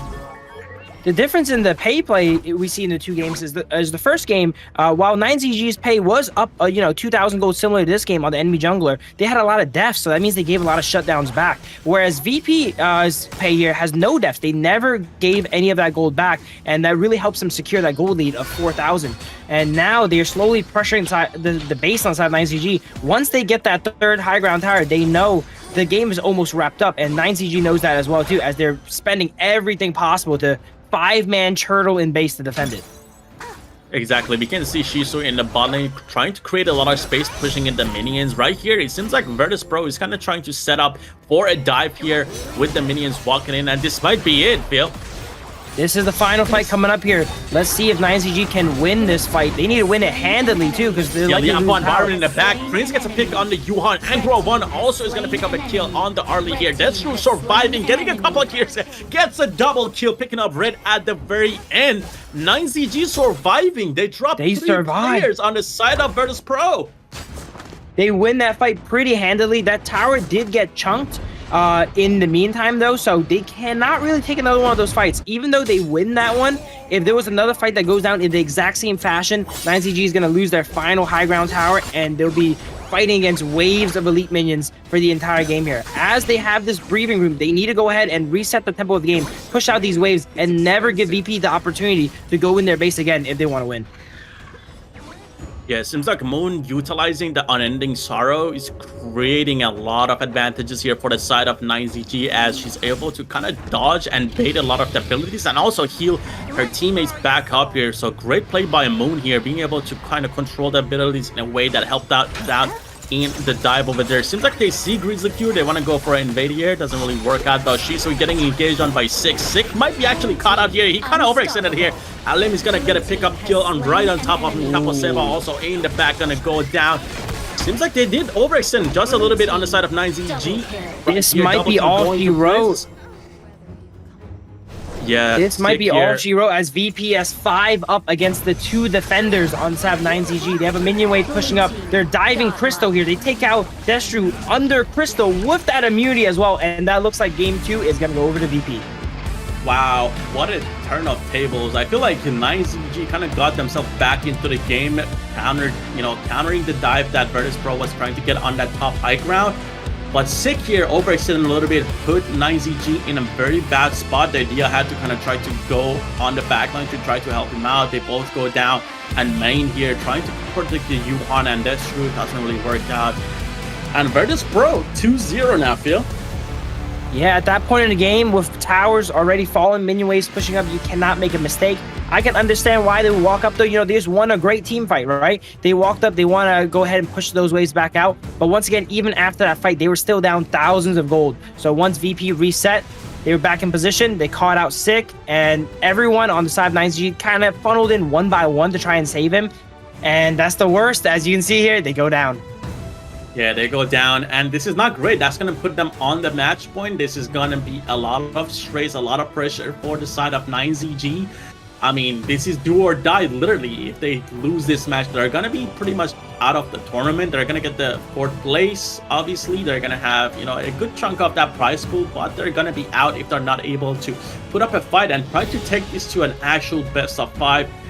But here, going over the kills here, we can see that Alim again was doing great. We talked about this guy being the key jungler here. Whenever he's fed, his team is able to play off of that and do a lot. We saw Prince also get a couple of double kills there. That was huge for them, for the Arlie here. But yeah, 604 for Alim here. Looking at the damage charts, Alim here, 80,000 damage on the pay here.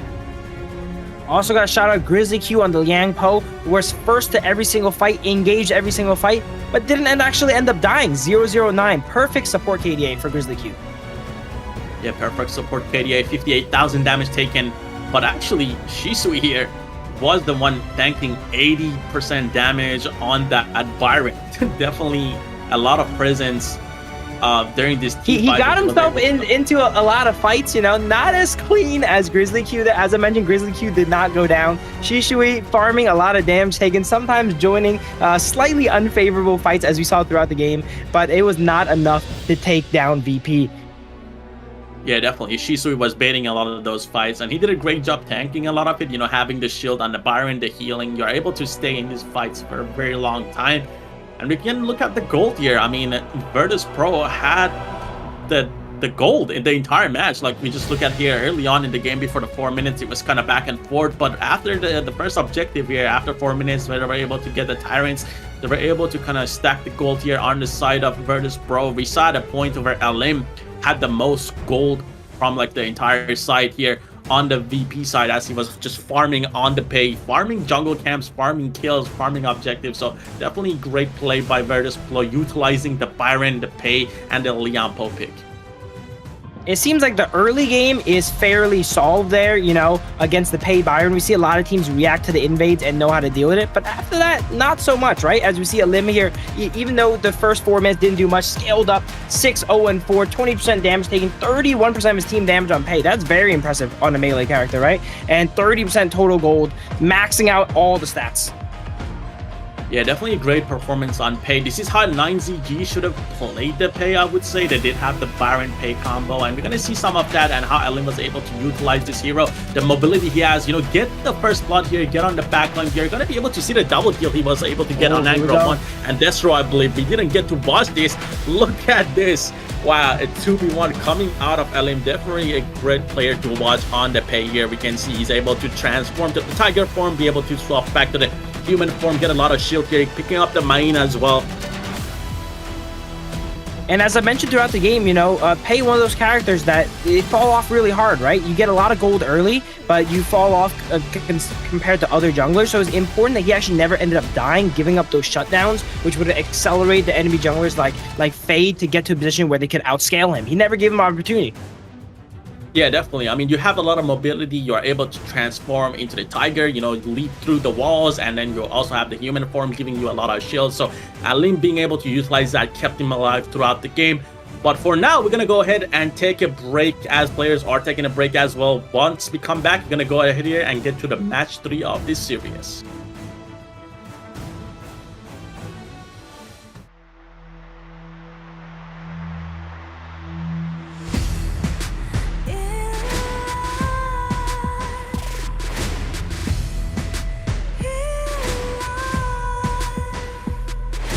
What's a life without its worth? Compromising with what hurts inside. When you let fear decide your fate, you don't choose which path to take in life.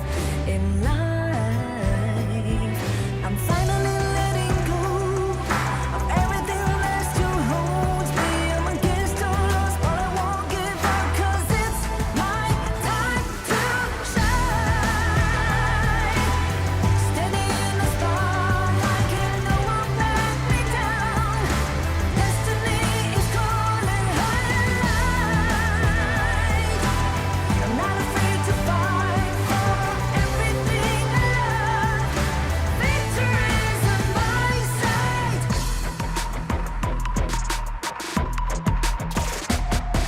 The more we lose, the more we gain. The more that nothing stays the same. In time, can love ever, can forget. What you see is what you get. Sometimes,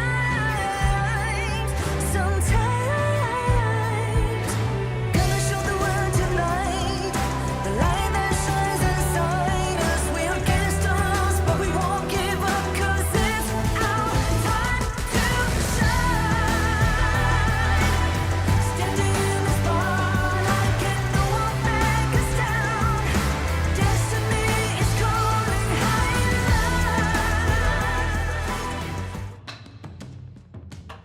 Welcome back, guys, and the danger levels are approaching maximum here. In our first best of 5 here, loser goes home. VP is actually up 2 games on 9ZG here. It's make it or break it right now. They need to win this game or else they're going home.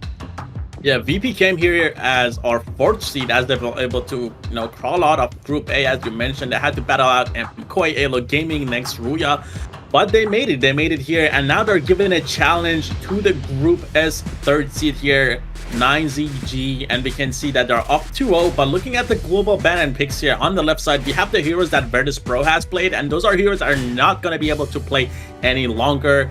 On the side of 9ZG, you can see those heroes are the ones that picked up by 9ZG, and those are the heroes that are not going to be able to play either. I mean, so far it seems like VP that have utilized and played their best here with the heroes that they were able to get. They were able to get the Pei and Byron this time around, and played a lot better than 9ZG did here. VP is showing they deserve to be the best of their group, and as I mentioned prior, they sent 3 teams home already. It looks like they're about to send 4. They have the momentum on their side. They're 2-0 versus 9ZG in a best of 5. All they need to do is close it out and take 1 more win to seal the deal here. 9ZG is definitely not happy with the position they're in here. You can see the players, they're a little bit stressed, because they're on death's door right now. Next loss, they need to reverse sweep this to get out of this. Yeah, and it seems like 9ZG here going back to the blue side as they want to get a priority pick here and don't want to get counter out anymore, just like they did last game. But I mean, shout out to Virtus.pro. I mean, we saw them struggle a little bit in the ranking weeks, but so far the 2nd and 3rd week now, they have been putting up the numbers. Grizzly Q has stepped it up a lot here. We've seen a lot of the Liam Poe, the Diadia plays. He's been great on the support role here. Alim has been pretty active in the jungle, grabbing a lot of those MVPs. So definitely a great step up from the side of Virtus.pro. And the bans here, again, looking like Luna is going to get banned on by 9ZG. They really don't want to give that to Alim here. After what we just seen Alim do with Pei, they're still banning out Luna. I'm not too sure what Alim's Luna can do, but 9ZG does not want to find out. It looks like they're probably going to ban out Luna for the entirety of the series here. So that could mean this final game, or if they do well, the next game's coming up, Mai actually being banned on side of 9ZG as well too. They know they already picked it once, so VP is not going to go ahead and ban it, and they don't want to give VP this chance to play. Yeah, they definitely don't want to give Mai to Red. We've seen him have a great performance on Mai previously. Dharma gets banned out here. Ogren gonna get picked up for the side of 9ZG. We've seen them have a really good performance on Ogren every time they get it.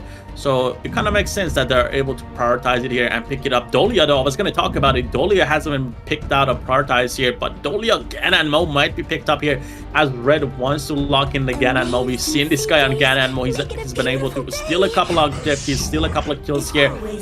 And we're going to see a lot more of that because he's going to get that Dolia here. Yeah, Dolia, now that a lot of picks have been exhausted by both sides here, the lower tier supports, you're going to see some use here now too. We've seen the Diadia, the Liang Po already. Now we might see some Dolia Dune combos potentially. In the survival week too, right? We didn't see too much Dune, whereas in rankings week we saw a lot. So maybe VP goes ahead and busts out here the Dune Dolia combo. Yeah, they could try to do the Dune Dolia combo, but again, Alim doesn't really play that. Alim doesn't like playing tank jungler, so it doesn't really make sense for them to pick that up. They do pick up the Alain here, though. We've seen a lot of the Alain Dolia combos here. But again, Lung is still open as well. This is something that VP might be able to pick up here.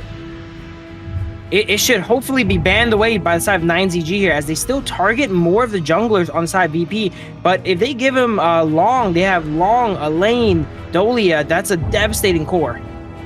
Yeah, that death at Suns and resets, they're going to be quite annoying. We saw Virtus.pro against MKOI. I believe they were able to get a lot of that, and it did put a lot of pressure on the side of MKOI when they did play against the combo. But again, Lung didn't get banned out here, so that might be the pick here if Virtus.pro wants to play it. And Yixing again is going to be a good pickup. The respect being shown to Alim here. 2 more jungler bans here, 3 jungle bans total. Alim having to work with what he's got here. It looks like he locks in the Lamb.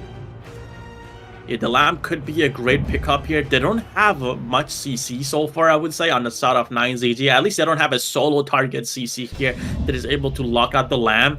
And, Alim sees that, and as an assassin player, he might be able to do something with that. 9ZG flips the script here and picks a composition that I don't think we've seen yet. Guan Yu, Sunbin, Yi Xing here. So there's definitely switching it up. They noticed that what they're doing so far has not been working out. So they're going to try something new here with the Sunbin and the Guan Yu. Long gets locked in for VP. They know 9ZG cannot go ahead and pick it, so they can safely save it for last pick. And it looks like VP is going for match point now. Yeah, Long gets locked in. I talked about it. The Dolia Long Elaine combo. This is another triple combo. Like they got the Lian Po, Byron Pei. So definitely VP been doing their homework. They locked these triple lock-ins, and they're gonna get the combo here. I mean, the Dolia can even reset the Ganon Mo. You know, Ganon Mo is able to reset, refresh, his own skills. But imagine a Dolia on top of that in some of these fights. So definitely gonna have to look out for Grizzly Q and how he's gonna be resetting these heroes that he has on his team. But I think this should be an easy game for Virtus.pro. I mean, they don't have too much of a CC lockdown on the side of 9ZG. The Lamb is definitely going to have a free time. And the Alain as well, being able to utilize the double Death at Sunset here with the help of Dolia. That might be a problem for 9ZG. Usually that composition on VP side is rounded out with a Dune in the jungle, but as you mentioned, it's not really a Lim style here, so they're probably going to be lacking a little bit of front line. Elaine, while he is tanky, is more of a diver there, so the back line on the side of VP might still be a little bit threatened. It is Long, though, one of the hardest marksmen to dive, but we're going to have to see how both teams play it. Yeah, I mean, definitely the double infinite vastness might be a problem. I mean, you do have an Ogren that wants to get close, that wants to do a lot of damage. Long has a lot of life still, he's able to, keep up and also fight knockback targets. So Long has a lot of utility that is not good against Ogren. They definitely should have banned it out on the side of 9ZG, but who knows, maybe the Sunbin here might be able to help them out, being able to utilize the time flux here, being able to kind of turn back the time and get some of their health back, might be able to negate the poke that the side of VP and the damage they have. But we're about to find out as we get into the match here. Also, Guan Yu on the side of 9ZG, one of my favorite characters to, watch and cast over here, but it's a character that's, it's make or break depending on how the player plays it. He feels like he's good in every composition. It's just mainly gated about if you can find those engages, if you can find those flanks on it. So I'm interested to see how he goes ahead and does with it this game. Yeah, sick here. He's looking for an invade on the board, starting with the path of passing here. He's able to secure that right away. So definitely a great initiation by him trying to invade right here. But as you said, Guan Yu definitely been a hero that has been picked up in these 5v5s, has been having a lot of impact, but mostly when Keke is playing it from the OG side. We've seen he's a great Guan Yu, but we're about to find out what Angro 1's Guan Yu looks like here. Yeah, I love watching some Guan Yu gameplay here, so very excited to see how he does in the mid game. Early game, we missed it, but Lady Sun got chunked out in a 1v1 against Prince actually here. Usually Lady Sun's definitely advantage versus the Long, but maybe got caught a little bit off guard here as they're losing some trades in the bot lane. Yeah, definitely a bit of a better matchup level 1 for Lady Sun, as she has more of a range and is able to poke out the Loom, but I guess it didn't really happen here. The side of VP playing super safe here with the Dolia. They're able to help out Prince to get the farm he needs. I mean, we've seen Prince be able to kind of get a couple of kills early on, especially on the Loom. And if we see that here, that might create a lot of problem for the side of 9ZG. Yeah, a little bit of trades going off on both sides here. Not much is going to happen, though. Early game, neither side has enough damage to convert any kills. Mainly just looking for some trades. Throughout that, though, 9ZG has actually built himself a little bit of a gold lead here from, I guess, good wave management, as we see no kills come out yet. Yeah, I mean, we did see the invade on the boards from Sick. That's obviously going to be a little bit of a gold, and they have been able to farm a little bit more, I would say. Last hitting also matters, so the side of 9ZG definitely playing the game very patient and calculated so far. They're, again, we talked about it. This is their last chance. If they lose this match, they're going to be pretty much out of the tournament. And we see Red here coming down, trying to take them out of the tournament. Doesn't happen, though. Capo Seba is going to back out here. And that's true. Going to just recall as he knows he's super low. Board comes out, does not quite connect. More of a defensive maneuver there just to keep them off. As Red seems like he was first to act and got down there. Both mids just making sure they respond to these fights so nothing gets out of control. Guan Yu is actually in the mid lane right now. Not much going on still. Pretty passive game on both sides. Yeah, we saw Shisui try to utilize the teleport calm down, try to use a death at sunset twice with the help of Celestial Melody, Dolia's ultimate, but they were not able to get the full dive dive on it, so he's gonna have to back. Anchor 1 here though goes mid lane to try to kind of respawn and try to take a bit of pressure out of, you know, his own team, 9ZG pushing out the mid lane. But again, things are kind of going back to normal. Both teams are playing safe here. They're all getting ready for the objectives as they're going to be coming up in the next 40 seconds.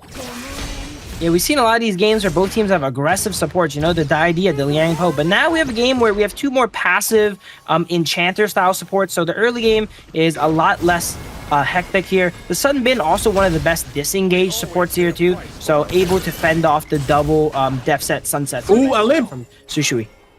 Almost pulling Sick under the tower. I thought Alim was actually caught out because the Guan Yu was able to push him out a little bit and Sick was able to slow him down, but he goes behind Sick, is able to use the ultimate to pull him down into the tower.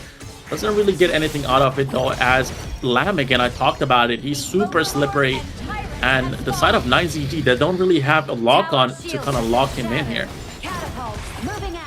Yeah, the Lamb, another one of those characters like Fade, you know, it's very feast or famine. Can you get ahead with it early game and get rolling? If not, it's not going to look very well for you in the late game.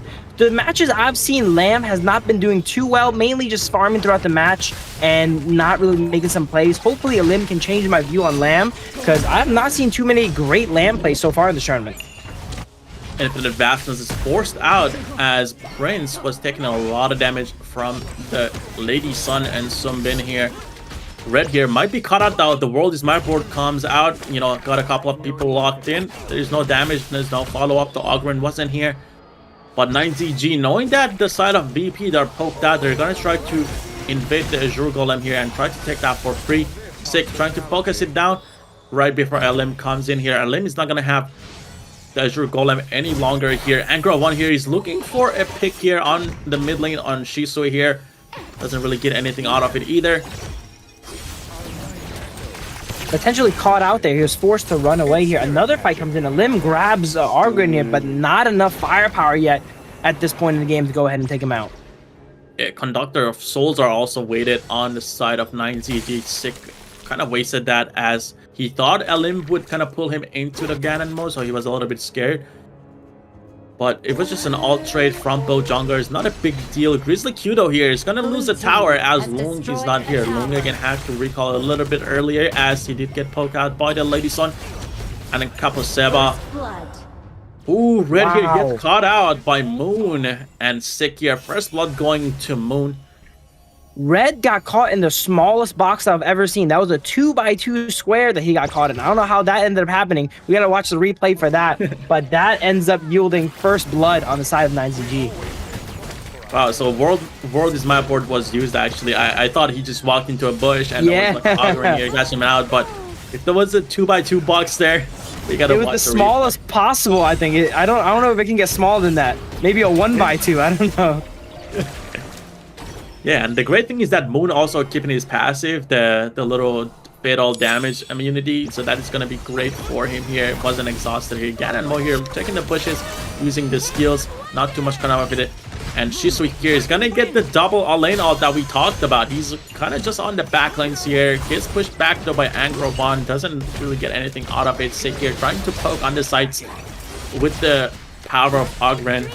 Nothing comes out of that either. Both teams are just going to back off. Single-handedly disrupted the side of 9ZG there, but as I mentioned, Sunbin is a great disengage tool, speeding everyone up, giving them the move speed to run away from the lane there, even though he had 2 ultimates available, was amazing. Being able to reset the damage he did from the first one too was nice. The Sunbin pick is actually really working out this game. Yeah, the Sunbin is pretty strong, the mobility, the silence from the ultimate, so definitely helping out that Kaposeba is playing the hero here.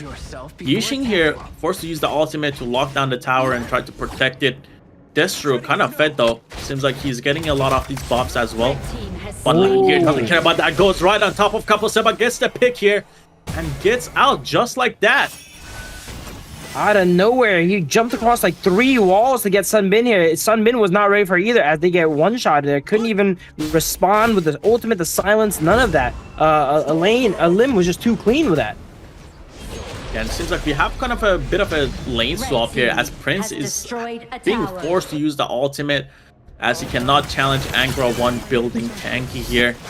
And Lamb here getting a pull on Sick, being able to push him back here. The kill is going to go down. Shisui is going to pick that up. The double death at Sunset is going to come down as Shisui is diving the backline. The team is going to follow up here. This might be death for the side of 9ZG as Alim picks up another kill. Moon is able to get a kill on Shisui here, overextending and being caught out. Alim here trying to go for a kill.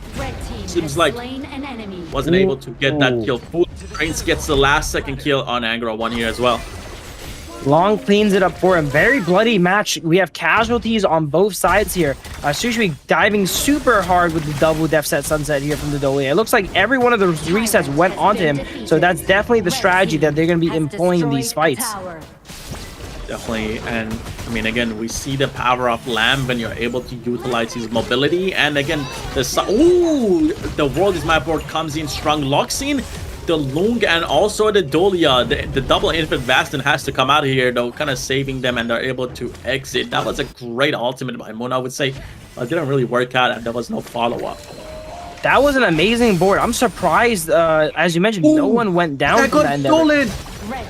Red Who got it? Did Red get it? Yes. He stole it in the middle of the Ogren execute animation. I thought Ogren actually got it, but yeah, he barely got it there with the 4 blades. Red not getting much love from the Dolia, but maybe later on in the game, we're going to see some resets on Red, and those are going to be lots of super high damage blades coming out. I mean, he probably doesn't even need that anymore, as he does have the golem here, but that doesn't matter as he was overextending. Six able to pick up the kill as the World is My Board connects here. And Angra 1 a little bit deep, but Alain here going with the double ultimate. Celestial Melody comes out, doesn't really connect though. That is gonna be a 1-4-0 trade to the side of 9ZG. Definitely a great pickup. The ults from Moon, they've been kind of nice recently, I would say. Moon has been landing some amazing boards. Not all of them convert, but if you land enough amazing boards, they're bound to here. Speaking of amazing ults, another board comes out. Grizzly Q is caught this time, but there's not enough follow-up to take him out. Yes, Sick. I mean, the board did connect. Grizzly Q was pretty much on the edge. Sick wasn't, he didn't have enough damage to kind of take down Grizzly Q. He's a support building a lot of tank items here. But yeah, definitely great board once again. Seems like Virtus.pro is trying to aim for the Overlord once again here and try to secure that. Use the power of the Overlord and the Shadow Vanguards here to push these towers, as this is the last 3 towers standing at the high grounds here. Yeah, VP has amazing momentum, prioritizing the Overlord, not giving 9ZG a chance to reset the tempo of the game with that enhanced Shadow Vanguard to clear out a wave. Even though I don't think it's the best when your head is not as strong as a Shadow Tyrant, being able to deny it from your enemy so that you know for sure they're trapped in their base is going to be amazing. Yeah, definitely going to be amazing. And they have it now. They drop the Shadow Vanguard down in the bot lane. He's going to have a lot of health and a lot of damage. Destruction is going to be coming up very soon. And Shisui here is looking to dive this possibly. There is no team though, so he's just going to back off. He's just applying a little bit of pressure. Showing your presence right now is massive for the side of VP. They do have a lot of items. They're pretty fit. But we should have a pretty good fight coming up shortly as the Vanguards are walking in here. This is match point and is not looking good for 9ZG. It feels like they've come the most unglued in this potential final game here. They're down 5,000 gold. We see a Shadow Vanguard pushing in from side of BP. This could be it. Yeah, Shisui is going in. He knows that he has Celestial Melody going on top of Sick here. Sick is super low. The Conductor of Souls doesn't connect with anyone. But the VP is able to clean up the tower and also Alim in the back being able to kill Sick here. I think they're alive. The kill as well. I think they're alive here. They clean up a limb here and kill most of the Vanguards pushing on the side of VP. They're alive, but let's see for how long. Yeah, they're gonna keep themselves in the game, trying, pick up the kills and defending the tower. They only drop 1 high ground here, which is not too bad, but the super minions, they're gonna be pushing the bot lane here, which is gonna be quite annoying for the side of 9ZG. And now they're gonna have to play for the Tyrant here. It looks like they're setting up a potential ambush here. They're really far from their base, probably not where VP expects them to be here for a sec. Guan Yu in an interesting position. Can he find anyone here? It goes to actually clear up the bot wave. This next fight is likely to decide the game here. Both teams are extremely cautious. VP don't want to give 9ZG a chance to come back, and 9ZG don't want to give VP the win. They definitely don't want to give them the win. This is their match point. This is their game to lose. If they lose it, they're pretty much out of the tournament. And VP knows that. They're playing it safe. They're, you know, applying a lot of pressure. They know that they don't want to make it 50-50 or coin flip any of the objectives here. So they're just playing safe. They do take out the Tyrant here. And Elim again, he needs to kind of pick up Sage's Sanctuary, try to get that revive if he's going to be diving like that on the back line on Destru. But that was a pretty good pickup, you know, kill pickup on the farm laner. You know, Destru has the most of the damage here on the side of 9ZG. VP playing extremely methodically, or very disciplined, slowly pushing into the side of 9ZG. They don't want to mess this up here, as these could be potentially the final fights. And look at Shisu in the back line using the double ultimate here, going on the back line here. Sick is gonna have to respond here with the help of Sumbin. A lot of the damage gets reverted with the time flux, but nothing comes out of it, though. They do get another high ground on the side of Virtus.pro. As now there's gonna be 2 high grounds down. The only high ground standing here is going to be the mid lane one. But again, the power of the Doliash and the Alain here, they're able to constantly reset those ultimates, be able to apply a lot of pressure to the back line. And that's what's getting them these high grounds right now, Bill. That combo is like impossible to deal with. He dives you once. One Elim ultimate is hard enough to deal with as a carry. God forbid you get hit with 2, and that's exactly what VP is doing. Every single one of these pushes, while they're not getting a lot of kills, they're taking these towers, and these towers are permanent. Once that third one goes down, if it goes down for 9ZG, we're going to see 6 elite minions come in for every single wave here, and that is going to be too hard for them to hold. VP playing it super safe. Once it backs up, gets another enhanced Overlord, and we've been saying it could be potentially the final fight. Now, this is really potentially the final fight here, because if that high ground tower goes down, even if they don't win, it's almost as good as over. Yeah, the last fight is coming up with this Shadow Vanguard spawning. And this could be it, I feel. This could be it for the side of 9ZG if they are not able to kind of hold themselves into this fight and be able to get up some picks here. They're going to be out of the tournament, and we see Red already attempting to pick out Moon here. Moon super low, Alain going on the back. Shisu here chasing down Moon. Moon is going to go down to Elim here, and we got Shisu is still in the back. Destru is going to pick up a kill on Prince here. Double kill to Elim as he picks up Angra 1 as well. So far, it's just a back and forth. It's a back and forth, but we see that 9ZG has to clear out these minions here. The Shadow Vanguard here does end up going down. They don't get much damage on tower. Sick. He gets the 1v1 kill. He goes back in onto top of Destru. Alain here gets a double kill. One more could be coming out. This is only on Kaposeba. He's not going to be able to hold that the looks towers. like game. That is game for Virtus.pro, beating 9Z Globant 3-0. Going to round that was convincing. The lower bracket. Wow. I was about to say VP were the underdogs here, coming from Group A, right? Whereas 9ZG, you know, they perform better in the rankings group, week. They're in Group S, but they dropped down, whereas VP were forced to fight through Group A and make it out, and it shows they are ready to play. Yeah, it seems like they did their homework. They knew what to draft. They knew what they wanted to play. We saw the triple combo, the Byron, the Pei, the Lian Po on the second match. And now we saw the Dolia, we saw the Lung, and we saw the Alain. This is the combo they have been abusing, and they were able to draft it against 9ZG, who was the 3rd seed from the Group S. But yeah, definitely well played by Virtus.pro. We've seen these players step it up on their side pretty massively, I would say. I mean, now they're pretty much the 3rd seed in the Major West League now. So shout out to them, and they're gonna make it to tomorrow's game, which is, you know, it's gonna be against Twisted Mind or OG. We're gonna have to find out very soon as we're gonna get into our second match right after this second series of the day.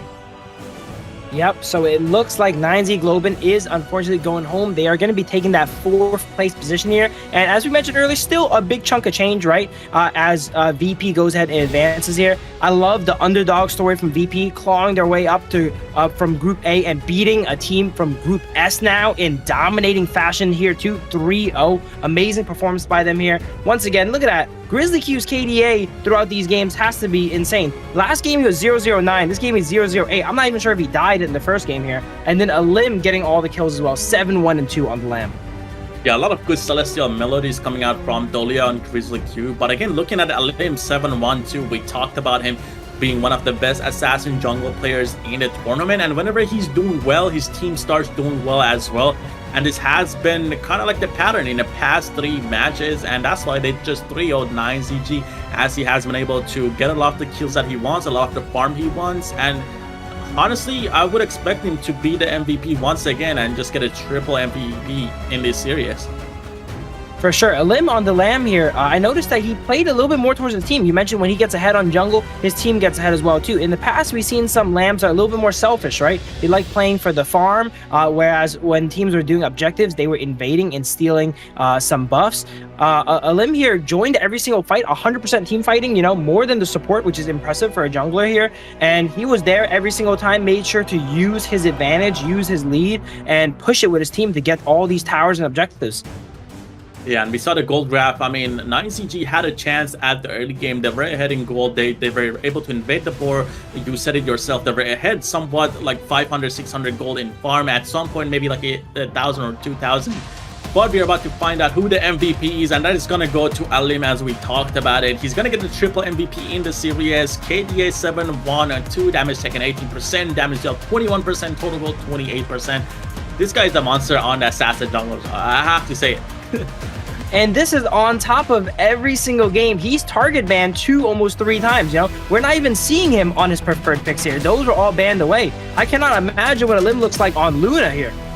Yeah, just look at him just diving on the backline at the perfect time. He knows when to engage. He knows who to pick up. He's able to pick up towers. He's able to pick up kills. He gets the kill on Sick here.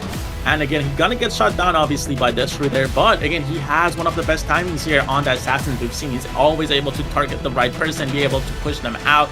And Elim, once again, definitely deserved MVP. Was able to get a double kill here, which is insane. And at this time, he knew Sick didn't have any abilities. He goes all in on the Lamb, was able to get the pick on him right here to get Destru as well, just because of that. Again, another double kill. Great plays coming out from Elim throughout the entire series, I would say. I mean, 3-0 definitely happened because Elim was stepping up today super hard on these assassin junglers.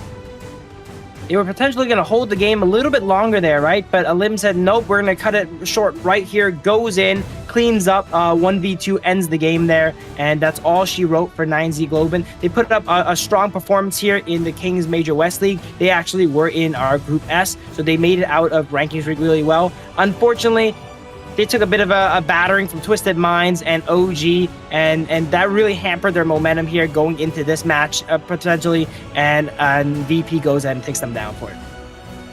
Yeah, definitely. I mean, I'm excited to see how they're gonna play tomorrow now. Like, I mean, VP, again, over the weeks, over the days, they've been getting better and better, and it seems like there's nothing that is able to stop them. I mean, we saw a lot of teams in Group A, MKOI, next Ruya, Alo Gaming, they were not able to stop Virtus.pro. They were able to come out the victors, and now we see that they're able to kind of dominate 9ZG, who was the 3rd seed in the Group S. So I definitely want to see how they're gonna put up a fight against, you know, Twisted Mind or OG. We're gonna have to find out soon and see what that you know, series is gonna, you know, the outcome is going to be. So definitely want to see how VP is going to perform tomorrow. Yep, and our next match on this broadcast here is going to be OG versus Twisted Mind. So the loser of that match is going to be playing VP tomorrow. So that's going to be interesting to see as well too. And also, it's Italy versus Italy here. This is for bragging rights here. They're both from Group S, right? They've been back and forth. Mainly OG has been really ahead, but here's another shot for Twisted Mind to go ahead and take down OG. But before we get into that, we got to get through a quick break.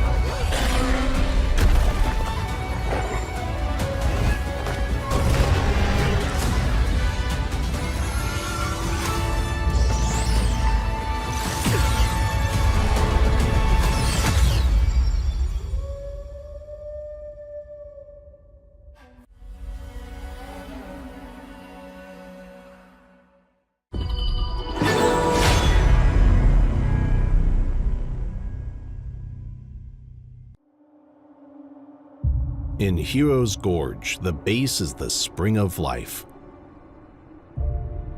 In the real world, every forest and plant is the Earth's spring of life. The base nourishes the gorge, just as Earth's ecosystems sustain all life. If the base is exhausted, heroes will lose their home. If ecosystems are destroyed, all life loses their habitat.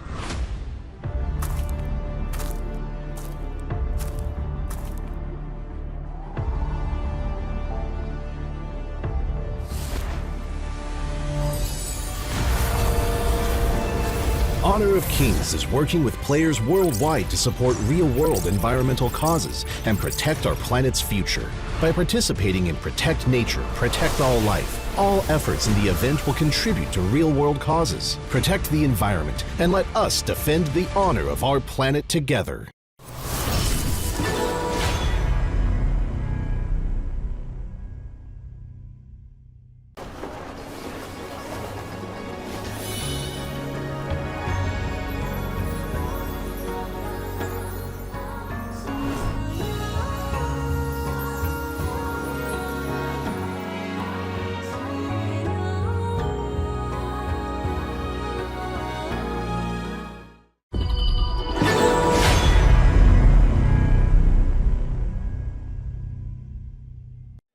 Excuse me.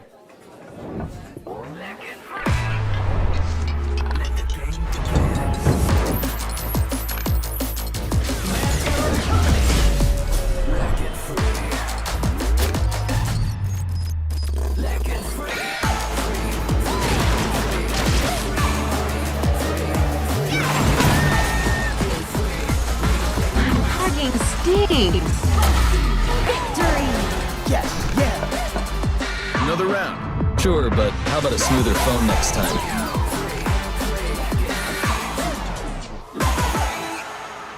Realme 14, performance beyond limits.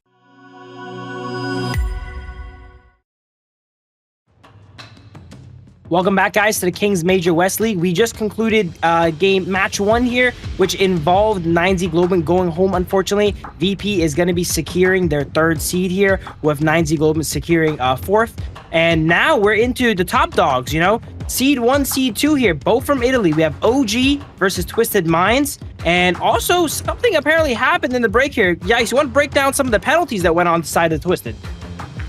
Wait a second, Phil. I'm getting some words that Twisted Mind was a little bit late here. They were, you know, they have a bit of too much confidence. Production just told me that they're losing 4 bans. So OG is gonna go here and have the chance to ban 8 heroes. Well, I don't think they're banning 8 heroes, but only 4 heroes is gonna get banned. Yeah, Twisted is gonna have no bans. We look so excited about this. We're not Twisted haters. It's just something interesting, you know. Like we've seen him go back to back a few times here throughout the rankings week and the survivings week, but I don't think we've seen him play versus no bans before, right? So let's see how this goes ahead and goes down here. We're gonna break out the teams here in a second. Both of them representing Italy, playing for the #1 spot. They've went back to back multiple times. OG has usually come out the favorite, but you were mentioning to me there that Twisted may be using a strategy where they are, you know, sacrificing a bit to get some intelligence here. They swapped out some of their players, you know, tried to switch things up. Yeah, I mean, that's the thing they've been doing. I mean, they actually brought in Zhuye, which is their sub jungler last time, whatever. So what happened was that OG was undefeated in kind of like matches, right? In terms of matches, nobody actually beat them throughout the entire tournament. They tried really hard with Clean on the very first matchup, the best of 5 they had last week. Clean was able to, you know, clean house with his clean jungle. And it was 1-0 to Twisted Mind, but randomly they just sub out Clean here and put in Zhuye. Obviously, OG was able to get a 3-1 win there. But yeah, I mean, Twisted Mind definitely playing a lot of mind games here, you know, having Clean last time subbed out, and this time, you know, showing up a little bit late, losing, you know, 4 bans. So I definitely want to know what, you know, Twisted Mind with their, you know, big brains they're trying to, you know, do here, and we're gonna find out very soon, and I'm excited. I mean, this is kind of like a preview of our grand finals. We saw it last week, as I talked about. It was a 1-2-3. OG won that, and you know, OG has a lot of the top players in the tournament. Like we see Dada being one of the best junglers. He has a lot of them. I think he has the most MVPs in the tournament. Then we have Keke, who plays the Guan Yu, like the heroes that you were talking about you like to see. He plays a lot of CC heavy heroes, and he has a lot of impact. Like, they're the best players that we've seen play the Byron and the Pei combo. They have been the abusers, I would say. They have been able to kind of invade every single team no matter what, as they're super good and, you know, super coordinated as a team.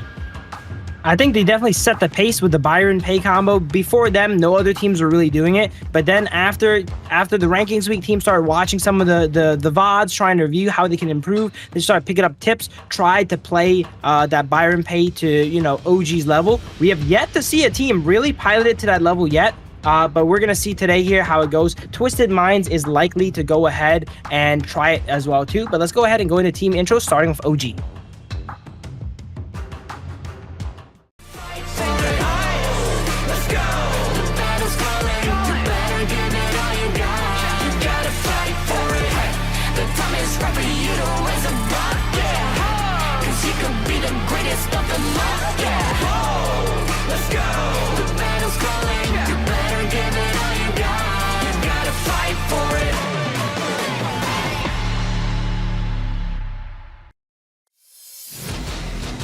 Our first team here is going to be OG Esports. Dream OG are representatives from Italy.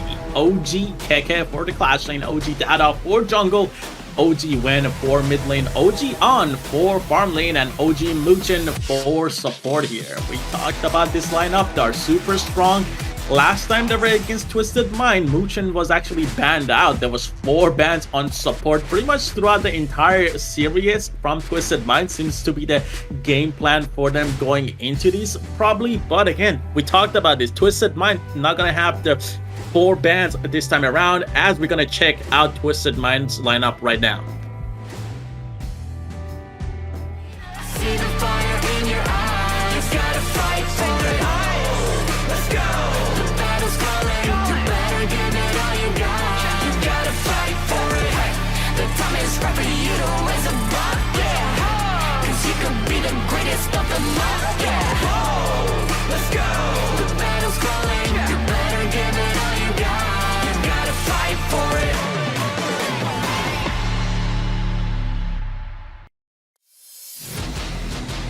OG are not the only teams representing Italy. We have the masterminds here, Twisted Minds. We have Knightley in the Clash lane, Clean in the jungle, Hailang in the mid lane, Shanks in the farm lane, and City Boy on roam. We don't see Zhuye here, their jungle sub. So it looks like he's probably not coming up today. We're not too sure. You did mention they subbed it in prior mid-match, so he could always make an appearance too. They could definitely make an appearance, and you know, this is going to be the upper bracket match. Each one of these teams is gonna have another chance that, I mean, the loser is gonna drop to the lower bracket and they're gonna play against Virtus.pro. So this could be another one of those matches where we're gonna see Twisted Mind playing those mind games, you know, subbing in and subbing out the junglers. This could be a possibility. I mean, now they're going into this without having 4 bans on arguably the best team in the tournament. So we're gonna have to see what that is going to look like. But the head-to-head player here is going to be On versus Shanks. This is gonna be the two farm laners. 79 to 70 kills, 64,000 damage to 78,000. 798 average gold to 789, 65% team participation to 67%. Definitely some good numbers here I'm seeing on farm lane players. A pretty close head-to-head there between On and Shanks. While there's so many star players on OG, sometimes we forget about On in the back, putting out damage on the long, the Arlie here. He does pretty impressive numbers as well too, whereas Shanks is a little bit more played around outside Twisted Minds. They revolve their game plan and win condition around him more, so we see a little bit more damage coming out from him. But both very impressive farm laners hailing from Italy. Yeah, definitely On has been one of my favorites to kind of watch in the farms lane. On the Arlie, the very first day of the tournament, I actually saw him get a double kill as a dive was happening on the Arlie. So definitely a great mechanical player. And also, I mean, macro-wise, the OG is just like unmatched. But we're about to find out, as Twisted Mind has been only, like the only team that has been able to take a match off of them here. We got Coach Andy versus Cat Orange here. And we're gonna get into draft again. We're not gonna see any bans. Dharma's gonna get banned out for a side of OG, and I believe Twisted Mind is just gonna have to let the bans go. Do you have to run out the clock? I think that Let's see what they ban. Okay, well, it gives them a lot of time to think. They're the masterminds, you know. They're gonna use all the time available to think about what character they should not ban here. I'm not sure if it's the entire series or game one only. It's likely probably game one only, but I would say game one's probably the most important game, right? It sets the pace for the series. It lets you build up that momentum here, and let's see if they get hurt by these no bans. Yeah, no bans. Pretty much just nothing on the side of Twisted Mind. OG here, though, they're banning out what they usually ban against Twisted Mind. The Dharma, the Zhang Fei. The Zhang Fei opening up a lot of space. We know City Boys has been really strong on the tanks. His Lian Po, his Zhang Fei has been like some of the best tank picks throughout the tournament. So definitely makes sense. And we also see 90, you know, put up a good fight against Keke, who has been one of the most favorite clash laners in the tournament. We've seen a solo kill actually by 90 on Keke last time that we saw these two teams play. So it's going to be always, you know, fun to watch these two go at it and see what kind of matchup they can go with.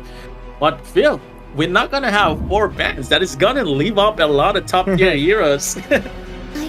Yeah, in the global pick ban, sure, it's bad to not have any bans, right? But it's not as bad, right? If you were going to remove some of these power picks anyway, right? Maybe removing none of them leaves more on the table, you know? It adds a little bit more variance. I would say Twisted being number 2 seed is probably at a little bit of disadvantage. So they could use some of that chaos to their advantage as they go ahead and pick up D Renji and Dolia. Interesting combination there. Being able to reset the D Renji ultimate to lock someone down a lot. And OG with the classic Liang Princess Frost combo here. One of the solid pickups that OG's been really playing a lot.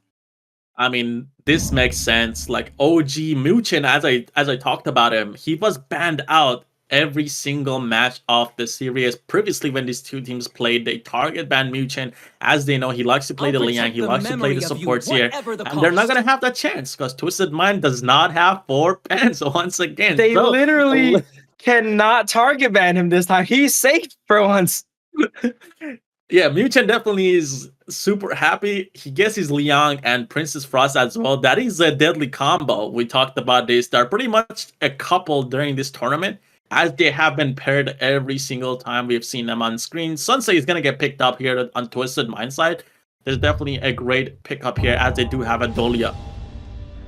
We're likely to see potentially the Argrin come out here too. Dao likes playing the Argrin when he gets the opportunity with the Princess Frost. You know, being able to take that mid lane here, or they could bust out their classic Byron Pay combo. They have a lot of options available on side of OG. Yeah, interesting ban coming out. Langling is going to get banned out here. Seems like Clean has been playing some of that Lang in scrims perhaps, and they got that intel, so they're going to ban out the Assassin Jungler here. Has a lot of impact, and it's pretty much I feel like that is a good counter to the Liang and Princess Frost being able to kind of go invisible and just show up, be able to stun them out of the ultimate or just assassinate the backline. So definitely a good ban here on the Lang Ling, as we know Clean has been clean on the junglers. Yep, OG is going to take full advantage of all their bans here, using all their bans on more targeted bans, right? Like, they're likely to not play the Prince of Lanling, the Zhongfei, right? So they go ahead and ban those out and just remove them off the side of Twisted. They don't want to ban any priority picks because they can still go ahead and pick them and not give any advantage to Twisted here in the draft. Yeah, definitely. And here, She gets banned out. Nuwa here gets picked up for the side of Twisted Mind. That's definitely going to be a great pick for Highlang. We've seen this guy be a star player on the Twisted Mind side whenever he's given the top heroes, and Nuwa is definitely one of those heroes that's going to have a lot of impact throughout this match. Being able to toss out those CC and damage from distance on Nuwa here is going to be big, as they do have Liang and Princess Frost on the side of OG, but Byron and Luna seems to be getting locked in. I'm kind of surprised that we're not seeing a pay here. Today is a bad day. Yeah, Byron got a new partner in the Luna here. Interesting to see what they are, thinking with that. Maybe they noticed that their composition needs a little bit more late game here, so pay falling off a bit more. They rather pick up something like the Luna. I do think this game is guaranteed to go a bit later here. The Nua with the Dolia being able to reset that ultimate, double ulting down waves is going to be very hard to push again against here. So this game might go longer than traditional OG fashion. Yeah, definitely could go long, late game here, but, they do have Liang and Princess Frost on the side of OG. There is a lot of pick potential there. Paired up with the Byron and the Luna. Luna has a lot of mobility. There is no lock on CC here on the side of Twisted Mind, which was a problem for 9ZG last game, actually, as they were not able to stop the Lamb. So, are we going to see the same thing happen here? Is the Luna going to be slippery this time around, as Twisted Mind doesn't really have that lock on CC? I believe other than, Imperial Order, they don't have much that can lock down the Luna here. Yeah, so he has to choose between locking down the Luna or using the Imperial Order to go ahead and shred the defenses of Byron here. Or honestly, with the Dolly, he can actually stun up both of them, but it's going to be pretty hard to go ahead and maneuver that in a fight, as Yuan gets locked in for jungle on the side of Twisted, if I'm correct here. So we've seen Yuan mid, support, and now it's being played jungle. One of the most flexible characters. I think the only role we have not seen it play is the obviously farm lane, but clash lane as well too. We have not seen yet, even though it traditionally could possibly be played in the clash lane. Yeah, definitely an interesting pick. If it does go to the jungle, Unending Sorrow could be pretty massive, as you're going to be able to have that Azure Golem. Oh yeah, it does seem like it's going to go to clean here. So with the Dolia also here, City Boy on the Dolia, the Celestial Melodies are going to be able to reset those Unending Sorrows. So it could be, it could deal a lot of damage, but they do have Liang to answer that on the side of OG. If the Liang is able to get on the top of the Yuhan here, be able to kind of lock her and prison her out of Unending Sorrow, it could be a big play. But we're going to go ahead here and talk about EWC. This thrilling season of Major League is made possible with the support of EWC, helping bring top tier competition to fans worldwide. So definitely shout out to EWC. Also, our players are geared up with the Realme 14 5G, built for performance, made for gaming, smooth, cool, reliable, just the way esports demand. Ready to level up, get yours now and feel the difference. And the difference has been felt, as Keke is going to go down right away to 90 and clean here. Again, Twisted Mind getting the first block here. I talked about this. They might be playing some mind games, and it seems like the mind games have been played, are being played here, as Keke goes down to a 2v1 very early on to the clean and 90 gank. I don't know how no bans adds up, but OG somehow, Keke, that's probably his earliest death I've ever seen, a 40-second death here. They end up cheesing him with Nightly and Yuan, and he is not going to be happy about that, as we see Dao come in for revenge. Ooh, 90 already used Flash here, trying to escape, but gets pulled back in by Dao. Insane on the Luna, picks up the first blood for the side of OG, actually. And just like that, the game is all even again here, as not much invading is going to be going on this game. We don't see the pay here that's usually seen in game ones. Shanks providing a lot of pressure, pushing on and Muchin under tower here, as Arlie at this point in the game is definitely not that strong. A kill comes out. Kill. Princess Frost. Princess Frost gets caught out mid. It definitely gets caught out here. On here is going on Shanks on the back line. Nuwa here gets pushed into the tower. We talked about On being deadly on the Arlie. That was a great knockback. I cannot believe Hailang actually took that teleport. I thought that teleport was just for vision. It was placed directly on top of OG's tower here, and he actually took it. And it seems like Ano's just as surprised as us that he goes in and pushes them under tower. Seems like 90 here is engaging on KK as he knows he does have the support of Clean coming up. But they're not going to give away a kill anymore. KK knows that there's going to be a lot of ganks on him. It seems like Twisted Minds side are targeting the Clash Lane side as they know KK. Whenever he's ahead, he does have a lot of impact. He's able to freely roam around, so they don't want to give him the opportunity to do that. But going back, the Ottoman Storm over there was super massive on being able to push back the Nuwa back into tower, getting the kill. Definitely a misplay from Hailang there. Throughout the weeks, it looks like, ooh, speaking of misplays here, walks into a bush and gets caught by a full combo. Does not quite, I wouldn't say it's really a misplay. It was out of vision, but it does not quite kill, unfortunately. But that was an amazing combo from Muchin and Wen. Yeah, Muchin and Wen, these guys have been playing that Liang and Princess Frost combo a lot, so they know their limits. They know how to catch off, you know, people here. And City Boy was the target there, but having heal, having Dolia, who has a lot of healing itself on the character, she's able to get out. They don't get any kills out of it. But here, Dada trying to jump on top of Clean here. Nothing really comes out of it though, as Clean is just gonna walk away on the Yuhan. Again, he has the Unending Sorrow that makes him like invisible to any kind of damage for a couple of seconds, the immunity, so it's kind of massive, and it's gonna play a huge part here as long as she's not close to Muchin here on Liang, who can suppress her. Yeah, Yuan's actually a pretty solid pick into Luna, you know? Luna needs those resets to keep going in a fight. And a crucially timed ultimate and going untangible could stop that completely for Luna and get her caught out in the enemy side without any dashes to get out. Zakeka here gets caught out once again as Clean is able to pick up a kill with the head of 90 here on the Sensei. And Tyrant is up here, the side of OG's focusing it down. Dado gets it instantly, gets out. Iron secure for the side of OG here. I think this is the most we've seen Keke die in the early game here. Usually he plays a whole game without dying, and 4 minutes in, he has 2 deaths already. Has Twisted Minds figured out OG? Yeah, I mean, it could be definitely a possibility. And so here we can see the same thing happening on the OG side. They're able to lock down CT Boy once again. A crazy Liang and ultimate coming out from Princess Frost as well. Hailang here trying to chase down the Princess Frost, doesn't happen though. Gets the kill still with Annihilation, using that range and ultimate from Nuwa. Twisted doing a great job of neutralizing OG's early game pressure that they're known for here. They get a pick with the Liang and Princess Frost combination, but right back, they go ahead and take it back with the Nuwa ult. And it seems like we have a bit of a lane swap here as the Direnji and the Dolia are heading towards the top lane against the Byron. The bottom tower here actually drops as Sensei had to give it up. It kind of didn't have the range, and they did drop a target. City Boy died in the bot lane, so definitely a great pickup by the side of OG, opening up the buy side of the map here.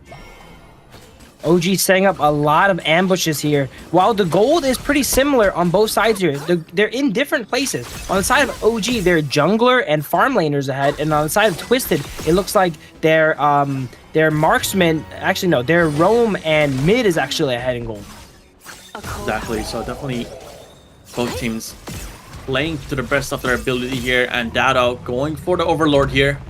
Pretty nice pickup for their side as the Overlord Vanguards are going to be pushing out, helping them with these towers. They did have, you know, they did pick up the bot tower already, which is quite nice for them. But they might be playing for the top or the mid tower here as they're going to be pushing out pretty soon. Twisted Mind though, seems like they want to go for this top tower. There could be a possible dive here as they do have 3 players. And again, Nuwa always has that teleport. She has the emergence that she can use, but right here, Liang gets his pretty nice suppress down on the Sensei. 90 is going to use Sail to get away. Barely getting away there. On does not have quite enough damage on the Arlie yet. Arlie needs a few items of Doomsdays and such to go ahead and get enough damage to burst them out, but that was super close, and we can start to see On starting to get out of control now here. Yep, exactly. And now both teams looking towards the mid lane here. Try to defend it on the side of Twisted Mind, the side of OG. They were trying to get it, but they're just gonna back up. Boar's gonna go to Dada though. Again, Dada pretty fast with his assassinations on his jungle camps. Is that gonna transfer to players anytime soon? 7 minutes in this game is super even. OG is up a little bit of gold. They're going to extend their lead a bit here once this tower is taken, but it's still anyone's game here. Once these waves pushes out, we should see the gold equalize as we see a big engage coming out mid. Dada going on the back lane here, forcing Shanks to flash here. Clean. Again, having to use Unending Sorrow here to get away. Nighty Boy uses the set sail to try to close up the distance. He doesn't have the set sail anymore. When here using the freeze on the top of himself as he thought Nova was going to teleport back down. Might be caught out once again though. KK here to clean up here, trying to help a little bit. Wen has to flash out. Nothing really comes out of it, but a flash is burned. Wen has to recall here. Both teams extremely dissimilar here. Full on 5v5 and no casualties. That's not something you see every day. As Twisted still has the momentum. A 4-man ultimate coming out from Dao Dao. Yeah, Dada goes in, trying to pull everyone together, trying to deal the damage, but obviously there's no follow-up. Wen had to recall, so they're not going to get anything out of that. Sunsei here looking for a set sail. Not going to get anything out of it, though, as he's going to have to go to back lane. Wait! The Twisted Mind is looking for it still. Nighty connects that. They're going to be able to get kill on the Wen. Clean picks up the kill here as they didn't have flash or ultimate. Wen didn't have anything.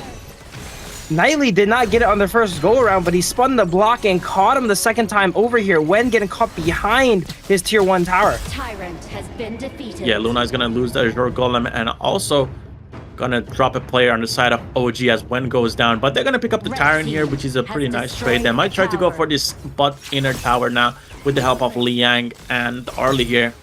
As Dado is just clearing town, he's just, you know, actively farming the jungle on the side of Twisted Mind. And I know Twisted Mind gonna be showing up here soon, so they're kind of setting up a bit of a camp. But they're gonna have to go here and defend the mid tower. Nighty again going for a set sail. Connects with Wen. Is Wen gonna go down clean? He's gonna be able to catch it up one more time. Insane set sail so far. Clean with the Bruiser build here. The Frost Scar auto at the very end there, taking out Wen. He does go down as well. They're not able to unending the spell out as they just stood on top of his body. This is the closest game we've seen all night so far. Yeah, definitely the closest game. I mean, On was able to pick up a double kill right there as well on Clean and City Boy. They kind of overextend a little bit trying to save Clean here as he was using Unending Sorrow. He did overextend to try to kill that kill on Wen. But on the Arlie, as you mentioned, this guy definitely, you know, he's been in the shadows, just farming, getting kills, and we're gonna have a replay here with the set sail on Wen here. We get the kill, and if you look at On here, he's on the back, he's getting the kills, popping out the frenzy here, going back to the parcel here, getting the kill on City Boy, and right away getting the kill on Clean as well. So definitely a great Arlie play right there. That was super clutch. We mentioned that On, you know, he's not the flashiest player on the side of OG, right? They got Dao Dao, they got Keke making all the flashy plays, but he's always a consistent farm laner, and it looks like this game is his time to shine here, as he's gonna be crucial to the victory for OG if they want to win. Yeah, it seems like we're gonna have a trade on the objectives, but Keke doesn't want to let that happen as he goes in, uses the ultimate on Byron, kind of zoning out the enemies. But they do have the Tyrant now on the side of OG. We've seen OG do a lot of work when they're able to get Tyrant. They're always going to try to look for fights with the little bit of a damage boost they get. And we kind of see that right here as, you know, Dada is trying to go for these pushes.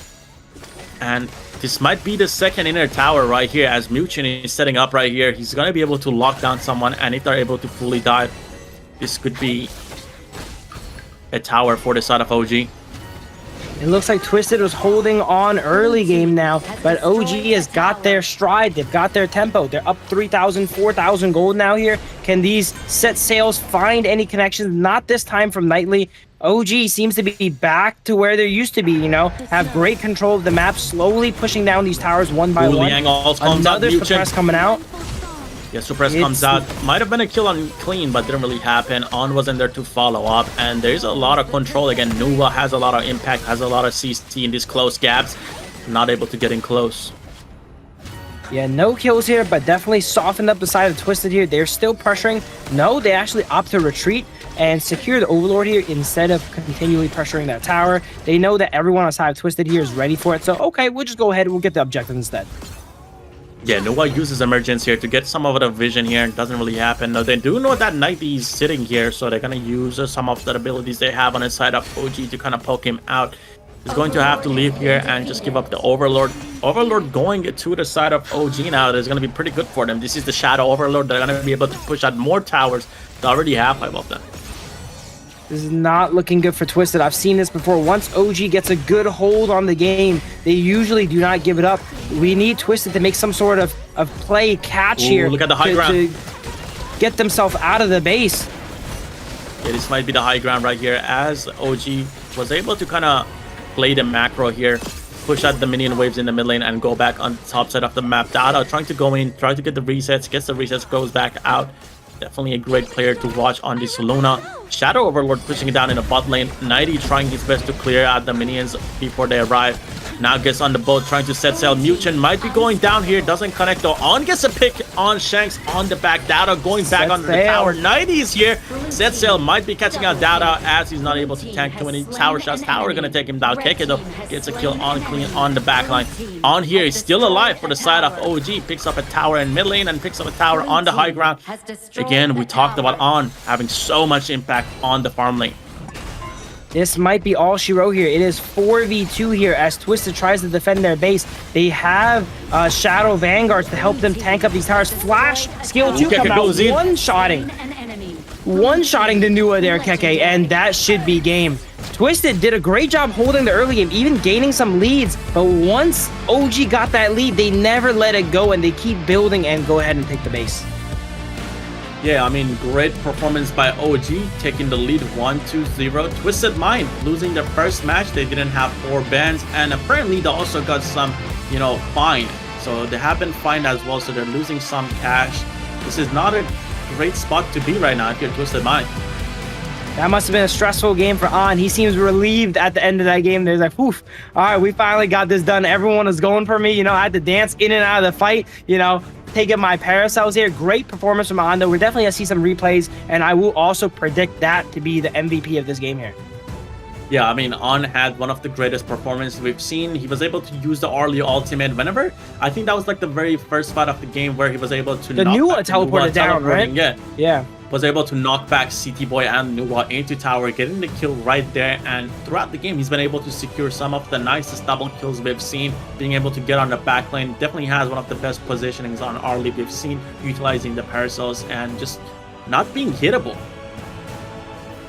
Yeah, before that play from Nua there, Twisted was actually ahead. We see Keke get first blooded in the top lane. This game was actually probably one of the weaker performances from Keke here, since he's such a strong player. We're used to him being, 5-6-0 at the end of the game. He actually started this game 0-2, so it seems like Twisted went ahead and figured out how to play around that top lane, but a bit of a misstep here from Highline, teleporting almost under the tower of OG, gone ahead and gave away that lead. Yeah, 7-0-1, 12,000 gold almost on here. Definitely the best farming player and also the best killer on the team on the side of OG. Had the most impact, was able to take down the key targets in these fights. I mean, we expected a lot from the Liang and Princess Frost, but it seems like on the early again, being able to prioritize the first pick on the early has a lot of impact for the side of OG, and that shows 70,000 damage coming out from On here. The closest person here, I believe that's going to be Wen, or I would say Clean. On getting the spotlight he finally deserves. Like, as we mentioned, he's always in the shadows, always, doing his job in the background where other people were the stars of the fight and the game. But this game, I've seen some of the most tame KDAs on the side of OG. Dao 1-1, Keke 2-2. They've definitely got the top side of the map figured out. Now they have to learn how to deal with the bottom side of the map with On. Yeah, definitely. Twisted Mind, they've been kind of trying to play towards that clash lane or try to ban out Muchin, as I mentioned, but they haven't been able to since they got fined, and they also received 4 bans for the first match as they did show up a little bit late.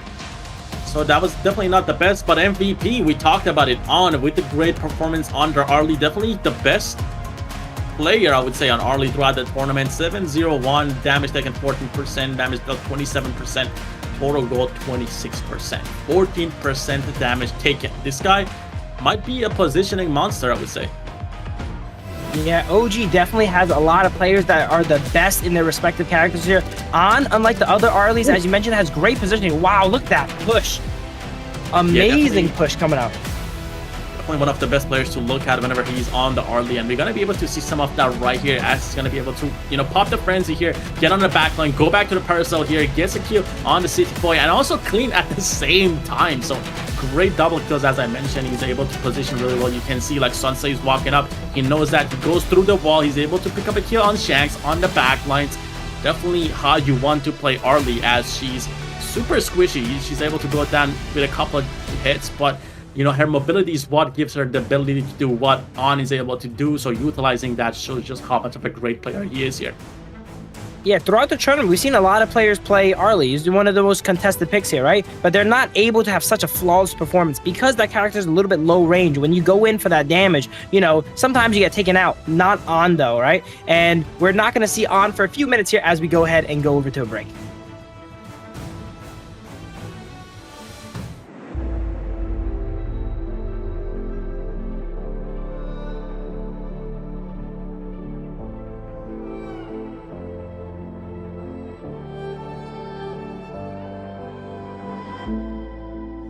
Stranger to the fallout, it's what got us here.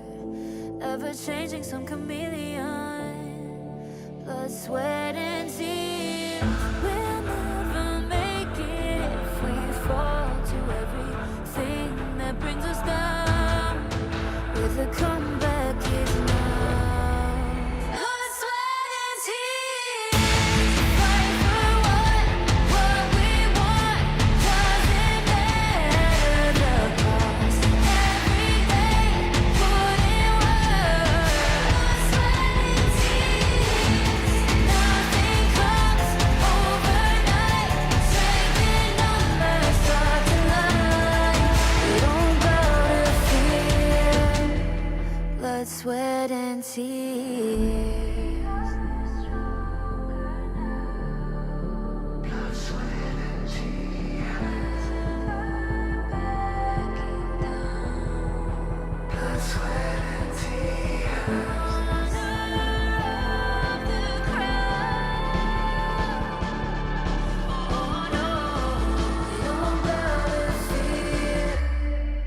Blood, sweat, and tears. Fight for what we want. Doesn't matter the cost. Every day, put in work. Nothing comes overnight. Strength in numbers start to lie. We don't bow to All right, guys, we are back. We just concluded game 1 of a best of 5 with probably the strongest rivalry here in the Kings Major West League. We have OG versus Twisted Minds, both teams from Italy, both teams neck and neck, first and second seed. OG does go ahead and take game 1, but is it because they play better, or is it because Twisted gone ahead and lost all their bans? I don't know, but we should see Twisted get unleashed here in game 2 as they are allowed their 4 bans again. Yeah, I mean, it could have been the 4 bans. We saw them that ban out Muchen a lot in the previous times these teams face each other, but they haven't been able to ban the Liang here. It got through with the Princess Frost. That's what OG wants. And we can see that they got it. The Liang, the Princess Frost, the Arlie, the Luna, the Byron. That's not going to be playable due to global ban and pick by the OG side. The Sunset, the Yuhan here, the Nuva, the Renji, and Dolia also not going to be playable by the Twisted Mind side. So make sure to keep that in mind as we're gonna go to the match 2 here. Definitely a lot of strong picks on both sides that are not gonna be playable. The Dolia, the Arlie, the Liang. So we'll see how these teams are gonna have to come up with a proper draft to kind of, you know, play around. I think that's definitely gonna have to switch up the draft for Twisted here. Usually they would go into this thinking they're gonna ban Liang every single game, right? Now they don't have to worry about banning anymore, right? Liang's banned out. Liang was played already and got a win, and since we're in the global ban pick format, any character that's been picked, win or lost, can no longer be played. They're also likely to get the Arlie now, because unless OG bans it every single game, they've already played it, so they might go ahead and pick that up. Mai is still on the table for both sides here, so we're gonna see a more traditional game here in the game 2. Yeah, definitely a more traditional game. I mean, there's a lot of top picks still up. We got the Mai, we got the Pei, we got the Diadia, we got Dolia for the side of OG that they can try to focus now. I mean, definitely going to be a focus on the Arlie, I would say, on the side of Twisted Mind. OG cannot play the Arlie anymore, but we've seen Shangs do pretty well on the Arlie as well, so this could be their chance to kind of pick that up and see how they will play it. But I'm kind of expecting some, you know, Dia and also like Angela picks coming out here, but as we're getting into this second match. Yeah, if I was OG, I'd be thinking, do we ban out the Arlie now? Because if you ban it now, you basically have to ban it every single game, right? There's no point in banning it now and then giving it over next game, unless you have a strategy for it. We've seen them go ahead and ban out Dharma a lot too, so maybe a Arlie Dharma ban here coming out for side of OG. I think Twisted should be able to get side selection now though, because they are the losing team. Unless the penalty reaches into game 2 here, I'm not too sure. Players getting ready, you know. And here we go. I think this should be fine. It was a penalty just for the first game, and Twisted Mind here is going to choose red side. That's what they're comfortable with, and that's how they played last match on the red side as well. So they're going to give away one, you know, top pick to this side of OG here. But it seems like they do want the red side as they're more comfortable on. So they're going to get 2 picks to counter what OG is going to pick here. I mean, OG is probably going to, you know, stick with the Dharma and the Zhang Fei ban on the first phase. So that's going to be something we're going to see throughout the entire series. This is something they don't want to give to the side of Twisted Mind at all. But we'll see what they're going to cook, as one might say. Yeah, with Arlie off the table for OG, second pick is definitely very strong. They don't have to worry about giving away that Arlie anymore. And there's not too many, like, outstanding first picks they could do. The Ogren is still up. The Diadea is still up. But they're able to go ahead and get Arlie +1. So I think second pick is definitely the correct choice. I mean, Mai could be something that they could also pick up as well. I mean, Mai on both of these players, both Hai Lang and also Wen, are pretty strong on the Mai. I don't see that kind of being given to any team, but it could be a potential pick here for the side of OG as they're on blue again. Here we got Coach Andy and Orange here getting ready to start us with the drafts as teams are going to go ahead here and start the banning phase for match 2 here. Again, Arlie gonna get banned out. We talked about On having a great performance on the Arlie. Definitely not a hero you want to give to the side of Twisted Mind. We've seen Shanks do a lot of damage with the Arlie as well, so definitely a great ban. That basically locks OG into banning Arlie for the entirety of the series here now, potentially, because if they ban it now and they don't ban it next game, it'll still get gone ahead and given away. We see Mai get banned out for side of Twisted here, so we see more of a standard draft here now in game 2. Yeah, definitely not the focus that we've seen on Mugen before, as Mike gets banned out here. Seems like the focus has shifted to Wen this time around, and Zhang Fei gonna get banned out here on the side of OG. Twisted Mind under second ban here. I believe we're gonna see some sort of a Dolia or possibly an Ogren ban here. We'll have to see. Dharma could be a chance actually as well. Dharma hasn't been banned by OG just yet, but Dia is gonna be the one getting banned out here, as again they respect Mooch and they don't want him on these supports that are able to lock down the side of Twisted Mind. Loong is going to instantly get picked up here on the OG side. They know that Dolia has been played by the side of Twisted Mind, so they're going to try to go for that double Infinite Bastion with the Celestial Melody that Dolia has. And it looks like Twisted is going to be picking up the Pei Byron combo here. The 2-piece getting locked in. Long also being locked in on the side of OG. We've seen a lot of Long, but rarely locked in first pick here. So OG definitely switching up their draft a bit, locking in the Long first pick. This is going to be a very unique match here, as the first match, there were no bans on the side of Twisted. That is going to have cascading effects on all the drafts going forward. We see a very, like, a ranked setup on the side of OG here. They got Long, they got Ogren, Lady Jen. This seems straight out of one of my peak matches. Definitely straight out like a pick match right here, but Loong, Ogren, Lady Jen get picked up here. I'm wondering why they didn't pick up the Dolia. Maybe they're gonna swap with the Dolia in the very last second, but they're gonna lock it in. Okay, I'm a bit surprised because we saw Twisted Mind already play the Dolia. Obviously, they're not gonna play it, but they could potentially ban it out here as we're gonna get into the second phase of the bans very soon, as Mutsu is gonna get locked in here for the side of Twisted Mind. So it's gonna be something I think Twisted Mind gonna have to ban out here, especially with the Loong, with the Lady Jin on the board here. The double ultimates could be kind of deadly for them. Yeah, great insight. A lot of great ultimates to reset here with Dolia. Let's see if Twisted goes ahead and spots that, or if OG even wants to go down that route. As we see Guan Yu get banned out. We see a lot of times Keke has this pick picked near last, so teams often use their second 2 bans on Keke. Maybe OG's thinking if we don't pick the Dolia, you know, it forces them to ban one less pick from Keke here, as we see Guan Yu get banned out. Guan Yu gets banned out. Definitely a good hero to ban out when you are against KK. But Gan and Mo is going to get banned out from the side of OG here. Twisted Mind not going to have the Gan and Mo on Highline. We've seen this guy on range. Mid laners having a lot of impact, being able to pick up a lot of targets in the back line. Dolia, though, as I mentioned, is going to get banned out by the side of Twisted Mind. They don't want to leave the option open for OG to be able to get the double infinite vastness or double alls from Lady Jen. And it could have, you know, kind of left the window open for the side of OG to play the lane in the clash lane. So definitely not something to leave up here. Yixin gets banned out by the side of OG, though, meaning that Twisted Mind has to pick here.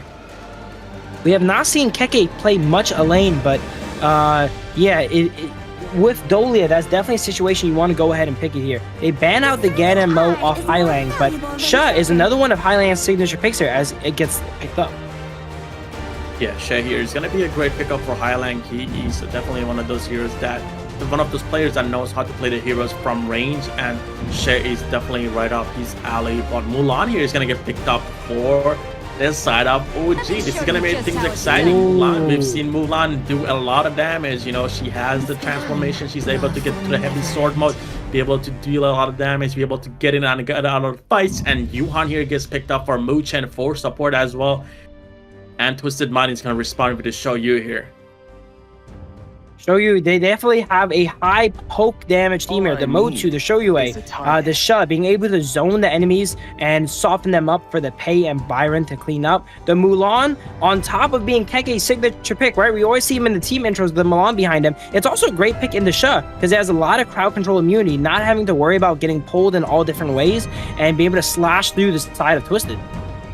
Yeah, being in that heavy sword form and being able to use your skills and get away from CC is going to be kind of massive, as Keke, again, one of the top clash laners in the tournament, going to be able to set up to the point where he's going to be able to take down some of these targets on the back. The Shed, the Shoyue, the Pei might be the targets that are going to fall to Keke here, so we're going to have to see how he's going to play it. But so far, I would say the drafts are a little bit closer this game. It's kind of like 50-50.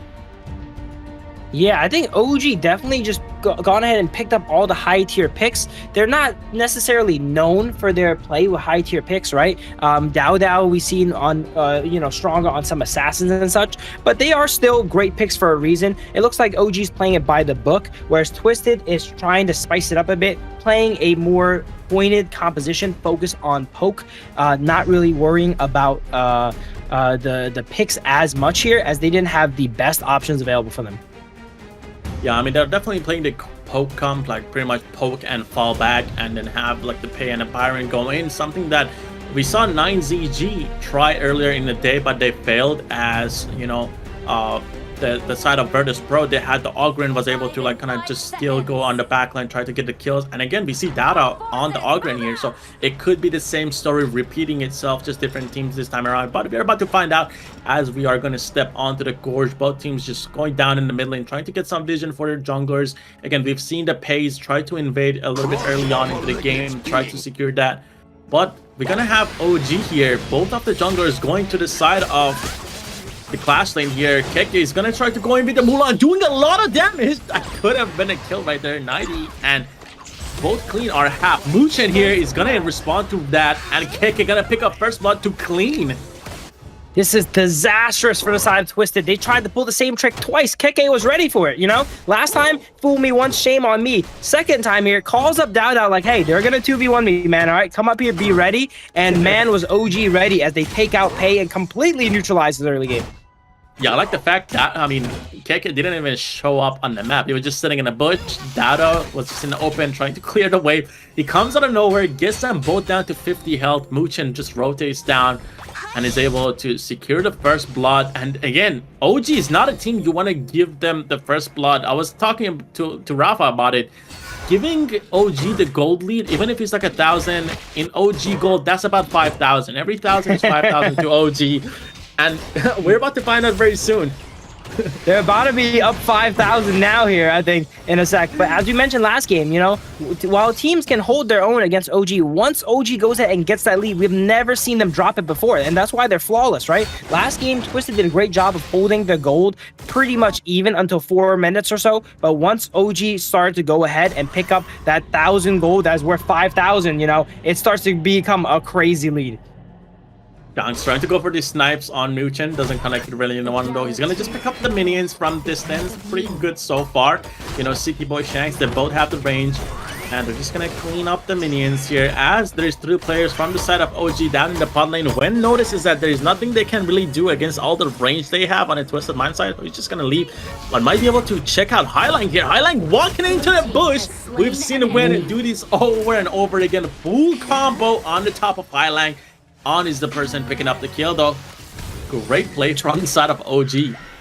Twisted coming a little bit unglued here. They're kind of rushing things, it feels like, right? That top fight, you know, it looked like it was not going to go well, but they kind of tried to force it, you know. They're making some desperate plays. Highline walking down there without vision, without his team having priority, a little bit dangerous, and it gets punished here. For viewers at home, assure you, if you see Shanks actually aim his skill backwards, it's because it draws a line even before it fires. So advanced Shouryu players here point it backwards and then snap it forward to not give the enemy time to react.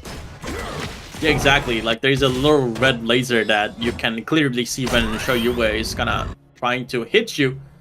And Shanks, being a top player that he is, he's using Wild Wind, the second skill here, to charge it up, get the snipe shot aligned, and then at the very last second he just rotates around and hits it, which is a great thing, you know, you should do as a Shouryu player. Yeah, and when those hit, they look really nice too, because it looks like he's doing a 360 no-scope from back in the day, right? Definitely a 360 no-scope, and we haven't seen any of them connect, so Shanks here, using those on the minions. The poor minions here are the targets, as he's not able to pick up any players so far. He'll get it eventually. He's practicing on the minions here, getting some clips on the minions, all right? But later on, I have faith in Shanks' quick scoping skills.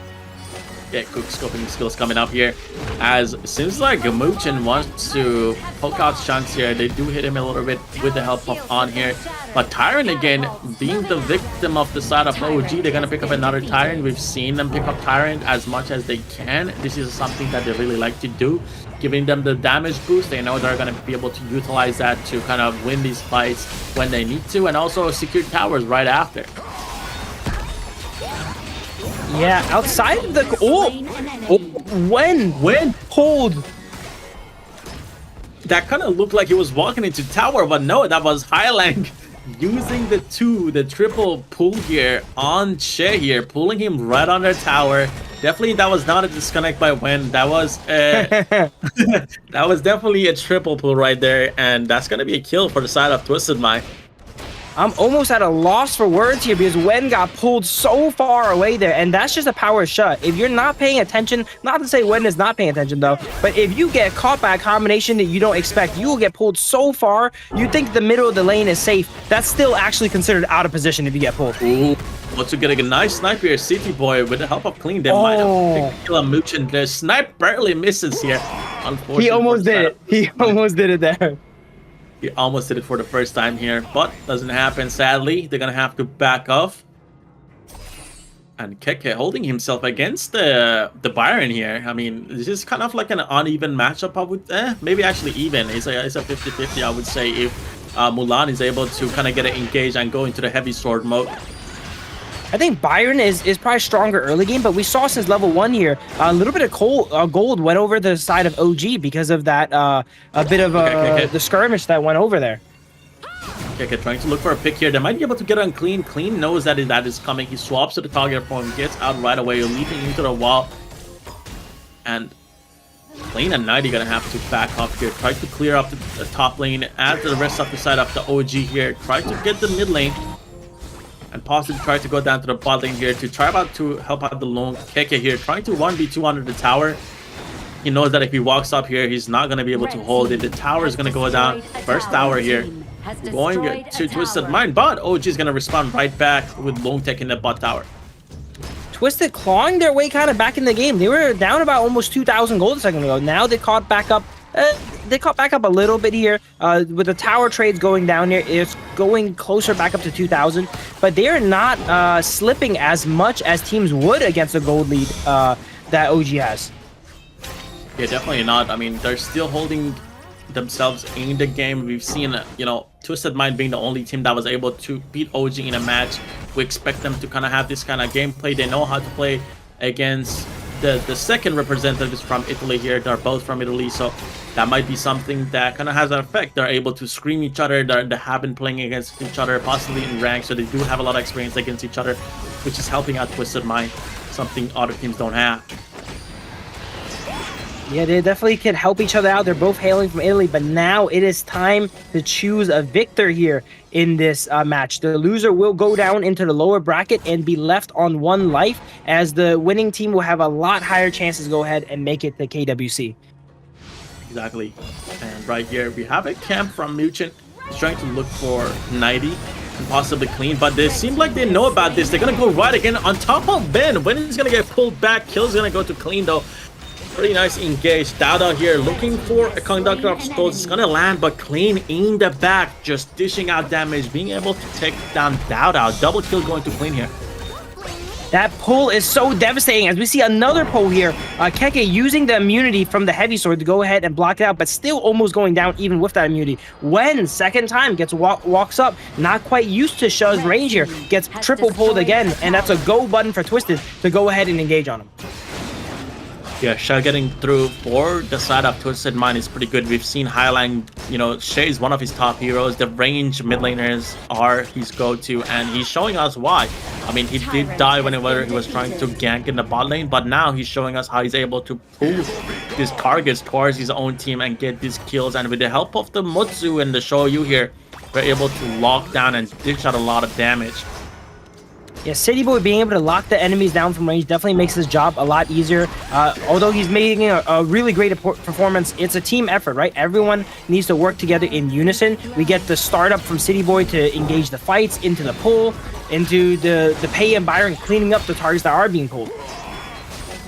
Exactly. And right here, Muchen and Dada tried to look for a pick here. 90 and City Boy, they knew that it was coming, so they just back off. The side of Twisted Mind are playing pretty well, I would say. They're holding themselves into the match, and this could be the top inner tower if Byron is able to pick out here. But seems like we're going to have another fight down in the mid lane, as On is trying to dish out the damage, getting Mutsu down to around 30% health. That was a lot of damage, and we talked about Lung going into late game, that it's going to be a problem. And right here, Dada trying to get a kill on 90, but he does get a support from Highline, making Dada to back away even after using Conductor of Souls. Knightley barely escaping there to the execute of Ogren. Dowdow not quite able to get much confirmations this game yet. Twisted is doing a great job of maneuvering around the Ogren here. Keke is up a good amount of gold on Knightley though, whereas Clean is up a good amount of gold on Dowdow. So depending on how those guys play with those leads is going to decide this game. Definitely is going to decide the game. And now we got Muchen walking down towards the bot lane to help out Keke clear out the lane as Tyrant is coming up. These guys want to push out the lanes and try to get onto the objective, try to get some priority here. As the side of Twisted Mind, they do have a lot of poke and range. They don't want to, you know, get poked out, as if giving them objective control might be a little bit risky here with the comp that Twisted Mind has. City Boy's walking up, shooting Cannon Blast here. Wen needs to be very careful. He got caught twice already and is going to get caught a third time as we see another triple pull. My God, the triple pulls coming out super strong. Shanks here is going to pick up the kill though, as most of the damage again relies on Shanks and Clean here on the side of Twisted Mind. But this pulls, man, the Highline is going insane with the share. I mean, we saw OG ban it in the first match, I believe, and now we know why they keep banning the share. Yeah, Wen is... Oh, another fight here comes out. Keke getting caught out potentially in the 3v1. Knightley goes over the wall, chases him. Okay. It's not quite enough though. Okay. Yeah, he was able to transform into the heavy sword form, kind of negate the CC that was coming out from Knightley, and then fast swap to the dual sword mode and was able to do dashes off Mulan there to get out. Definitely a great use of the hero, as she does have a lot of mobility and also a lot of CC immunity when played right. Yeah. Going on to the prior point there, though, Wen has not been respecting Highline on the shot, walking up and getting caught 3 times. Not used to the range and the kill radius that Shah brings to the table here. As we see Wen having a little bit of a sloppy game here on the Lady Gen. Definitely Definitely a little bit of a sloppy game as he's been caught out a couple of times here before the objectives as well. That is creating a lot of space for Twisted Mind. They have been able to get the Tyrant, and now they're going to be able to possibly get the top inner tower here. But again, another pool coming out. They're able to secure the kill on Mochen. Hylang here is having so much impact on the shit. On here has to use Infinite Bastard as he's caught out. Clean gets a kill on when on the back line. Dado might go actually down as well. There's a lot of damage coming out from the side of Twisted Mind. Twisted Mind coming back to the game. This might be the second inner tower as well, as Keke not going to be able to hold this tower alone. There's 4 players here. Shanks gets a double kill now. Wow. This game is looking real good for Twisted, showing that gods can bleed. You've mentioned prior that the only team to take a game off OG was Twisted, and it looks like they're about to take another one. Yeah, I mean, we might know why they haven't been able to have such an impact in the first game. Maybe the 4 bans, as you talked about it, they lost the 4 bans for showing up late, but now they're showing up early to this game as they're trying to take this win and make it a 1-1. Twisted is definitely unleashed, man. Sha being a huge play in this game. Almost all the kills is because of those pulls from Sha. OG not respecting the pull radius of Sha, getting constantly pulled in and caught out and losing a lot of gold. They're down 4,000 or 5,000 gold now to Twisted. Exactly, 4,000 or 5,000 gold. I mean, we saw OG ahead by 2,000-3,000 gold, but now the tables have turned. Twisted Mind has the lead here. 82 kills as well. I mean, Hylang putting in work with the shit here, being able to pull down targets. They're not able to do anything. They just get pulls towards the Twisted Mind side, and then they get locked in by the Mutsu, and then they just get free hits from the Show UA here on Shanks. And Clean always in the back line, just cleaning town. And this might be the high ground tower for the side of Twisted Mind, as they might be able to push up here and take it. Twisted needs to go ahead and close out this game as quick as possible. This is peak power here for Pei and Byron. Yeah, Shanks almost took down Wen in the back. He just went invisible and just walked up. And seems like On tried to get a pick here on Shanks. Didn't really work out. Has to burn Infinite Bastard, which is not great as the side of Twisted Mind is trying to get the high grounds here. Clean might be going down as he overextended a little bit. He does have Sage's Sanctuary, so he's going to get revived here. Pretty good item pickup here. Keke here. He's going to get caught out now. A lot of CC immunity as we talked about it. The heavy sword form comes out. He's going to survive that. Going to pick up the Vanguards here. And seems like they're only going to lose the top high ground here as the Vanguard was able to just push it in. The Crystal here taking a bit of a damage on the side of OG, but so far, Twisted Mind, they're able to put a lot of pressure onto OG side as they're able to hold the game. Yeah, Twisted definitely has this game in their hands right now. It's up to them to go ahead and close it out. They invested a lot on Clean there, and they just popped his Sanctuary. While that is good, he's just going to go ahead and pick up a Destiny and negate damage anyway here. They're up 7,000, about 7,000 gold here on the side of Twisted. They need to close out this game. The Ogryn is so behind, down 4,000 gold. But if you let OG go ahead and stall this out, I think their composition does outscale Twisted's. Yeah, they're gonna outscale. They're gonna outscale definitely due to having On.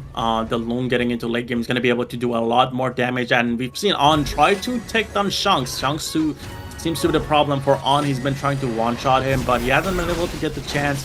So Twisted Mind definitely have to end the game early here. As you see, they're trying to get these high ground towers to try to spawn those super minions and try to end the game. But OG again doing a great job juggling the damage, being able to clear the waves here. But Overlord is spawning in 60 seconds. OG's defending, but every wave that comes in is a little bit more damage onto those towers here, and they once they go down, they are permanent. Let's see what happens here. This is the fight that probably decides the game in the mid-high ground. Yeah, they're gonna be able to get the mid-high ground here. The bot high ground is gonna stay alive, and Twisted Mind is happy with that. They're gonna back off, and they're gonna try to prepare for the upcoming objective, which is going to be Overlord. They're gonna try to use that, put the Shadow Vanguards down in the bot lane. Or the second option here is try to kind of coin flip a fight and try to dive this tower as the minions are walking in. If I was Twisted here, I would be pretty confident in taking down the Tempest Dragon if it does go that far. We have high grounds down in Clash and middle, so they're pretty assuredly gonna have the numbers advantage, but they know a fight is gonna be taken here as OG dives gonna get a kill. on when in the backline. KK is going to pick up a kill as well on their own. They're going to kill Highline here. Overextending, trying to pull someone that didn't really work out their way. But Shanks, again, he has the range. He has the damage. Show you where we haven't seen him played out a lot. But when played right, as he's being played on Shanks, you can see that he's doing a lot of damage here. And, I mean, Augment Data can't even walk up. Just 4 or 5 auto attacks means death from the Shoyue here now. Yeah, Shoyue, one of the strongest late game marksmen as well. You know, every point into his ultimate increases his range. He's able to tag you from so far away. And if he turns on the Sun Pool as well, he's probably tagging you off of screen, actually. Exactly, a lot of damage coming out from Shanks. Nobody can get close. KK here taking a lot of damage from Shanks. Has to buy Stage of Sanctuary to get out. Doesn't really pop though. They're going to have to back off here. Again, Overlord is being prioritized by Twisted Mind as they do want to get that high ground tower in the bot lane and get the 3 high grounds and just end the game. They're going to pick that up. It's going to be hard. It's going to be really hard here for the side of OG to try to hold all of this. They do have the Loom though. They might be able to get a couple of kills. They kind of have to take that Shanks. If they're not able to take that Shanks here, that's going to be a problem for them. And the second problem here is being Highlang. Highlang does have Splendor as well, so he's going to be able to pop that, go into the invisible status where he's not going to be able to target it, so we're going to have to watch out for that as well. This should be it for OG here, but if there's anyone to pull a miracle, it is OG, as we see Enhanced Shadow Vanguard pushing down the bottom lane onto the final high ground tower of OG's base. We see the Shoyue landing snipe softening up the side of OG. Yeah, definitely softening it up, and they're looking to engage right here as City Boy is walking up further and further, landing those fire cannon balls here. But KK doing a great job utilizing the heavy sword mode of Mulan, trying to do as much as damage possible. 90 in the back though, almost getting killed on, might be able to, not so far though. The last high ground is going to go down here, and Twisted Mind could be looking for a full dive here on the Crystalline, trying to secure this game here. Mulan here goes in a little bit. And Dada goes with an ultimate on top of 90. Doesn't get too much out of it though. He's able to sustain. He's getting a lot of health back here. Might be able to kill him, but 90 again has a lot of life still on his own. Shanks here trying to walk up, clear these minions from range. They have all the high grounds. Tempest Dragon is going to be coming up in another minute. This is going to be a big problem for the side of OG, having to handle all these 3 lanes. I am surprised Twisted did not try to make a play for the win there. They're showing OG so much respect. They had 3, almost 4 sanctuaries in the base of OG, all high grounds down, Shadow Vanguards in the base. They could have easily went for a fight there, but they're playing very disciplined. They know, hey, if we play it out 30 more seconds, we get the Tempest Dragon, we're going to win the game anyway. But if OG can somehow end up doing a miracle steal, it could maybe break them out of base. Yeah, we definitely saw a lot of Sanctuaries on both sides. I mean, KK had to resell Sanctuary and buy Destiny now, as Sanctuary is on a cooldown. But Tempest coming up in 10 seconds. It's going to be the next objective. Twisted Mind definitely going to try to play for that. The side of OG, they're going to have to clear these minions. Look at all these big minions walking in. These are super minions. Super hard to kill, do a lot of damage. The moment they get to touch your crystal, in just a couple of hits, they're going to go down. So OG, knowing that they have to deal with them, they're playing a little bit more passive. But again, the Tempest Dragon is up. Pei on the top side might get caught out here as he's trying to clear the waves. But Clean, realizing that Dada is up there, probably with KK, is going to back off. They're going to create some space for them to start the Tempest Dragon. I believe they do have the debuff as they took the Tyrant right before the Tempest came out. You can see there's a 20-second timer right under Twisted Mind. So they do have a debuff as they're going to do less damage to the objective here.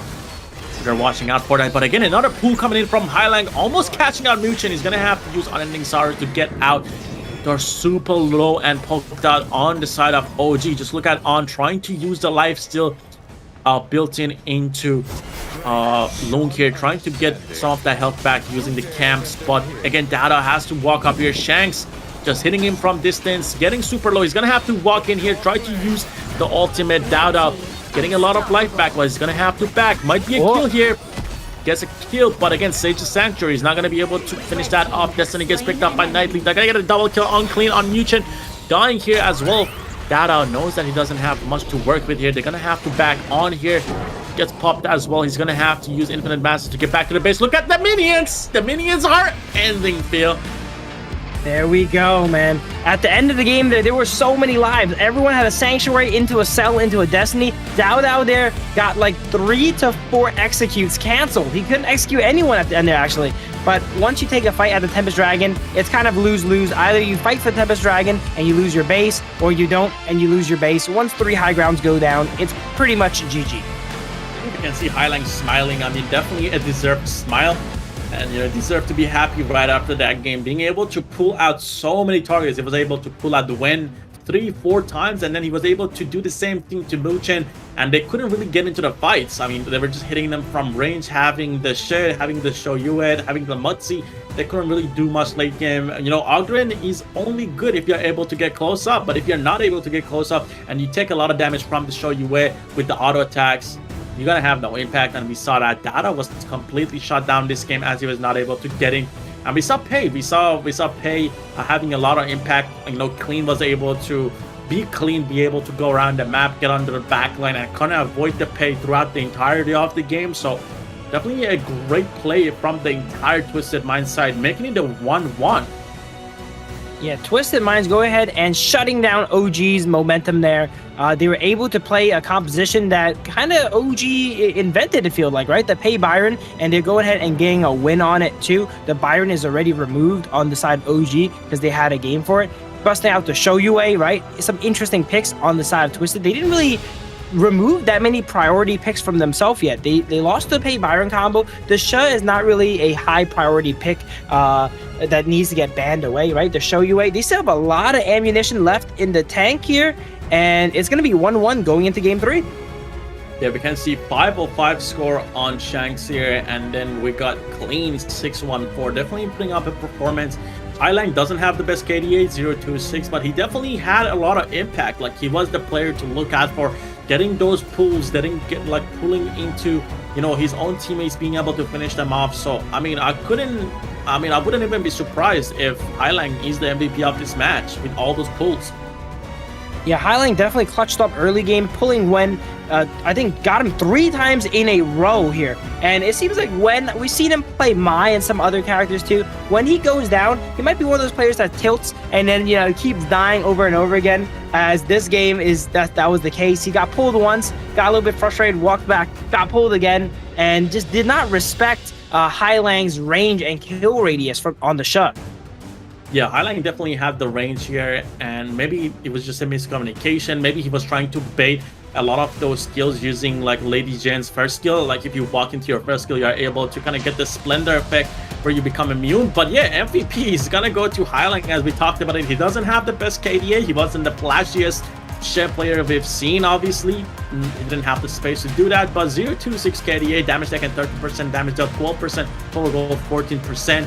The only reason he's getting the MVP is just his team play. He was able to kind of pull in the targets, being, you know, do what he has to do as a Shea player. So definitely a great performance on the Shea here, pulling in the targets, being able to get a lot of these kills for the Shoyue to get to the late game and do the 200,000 damage that we saw. For sure, Highline really good on these utility/supportive mid laners, you know? Outside of the Gan MO, all his other mid laners are very supportive in nature, and he helps out his team. And in this game, I would say City Boy is probably more of a mid lane damage dealing threat than the Sha. He was mainly there just to pull his targets, apply anti-heal and debuffs, and let Shanks, Clean, and Nightly go ahead and run the game.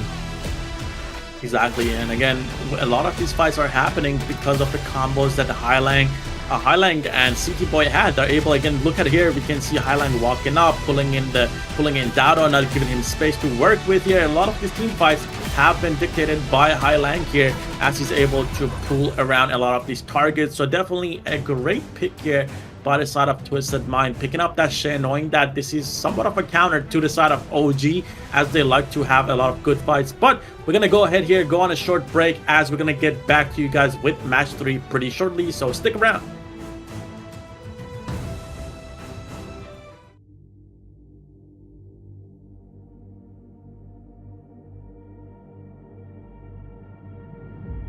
I feel it deep flowing through my blood.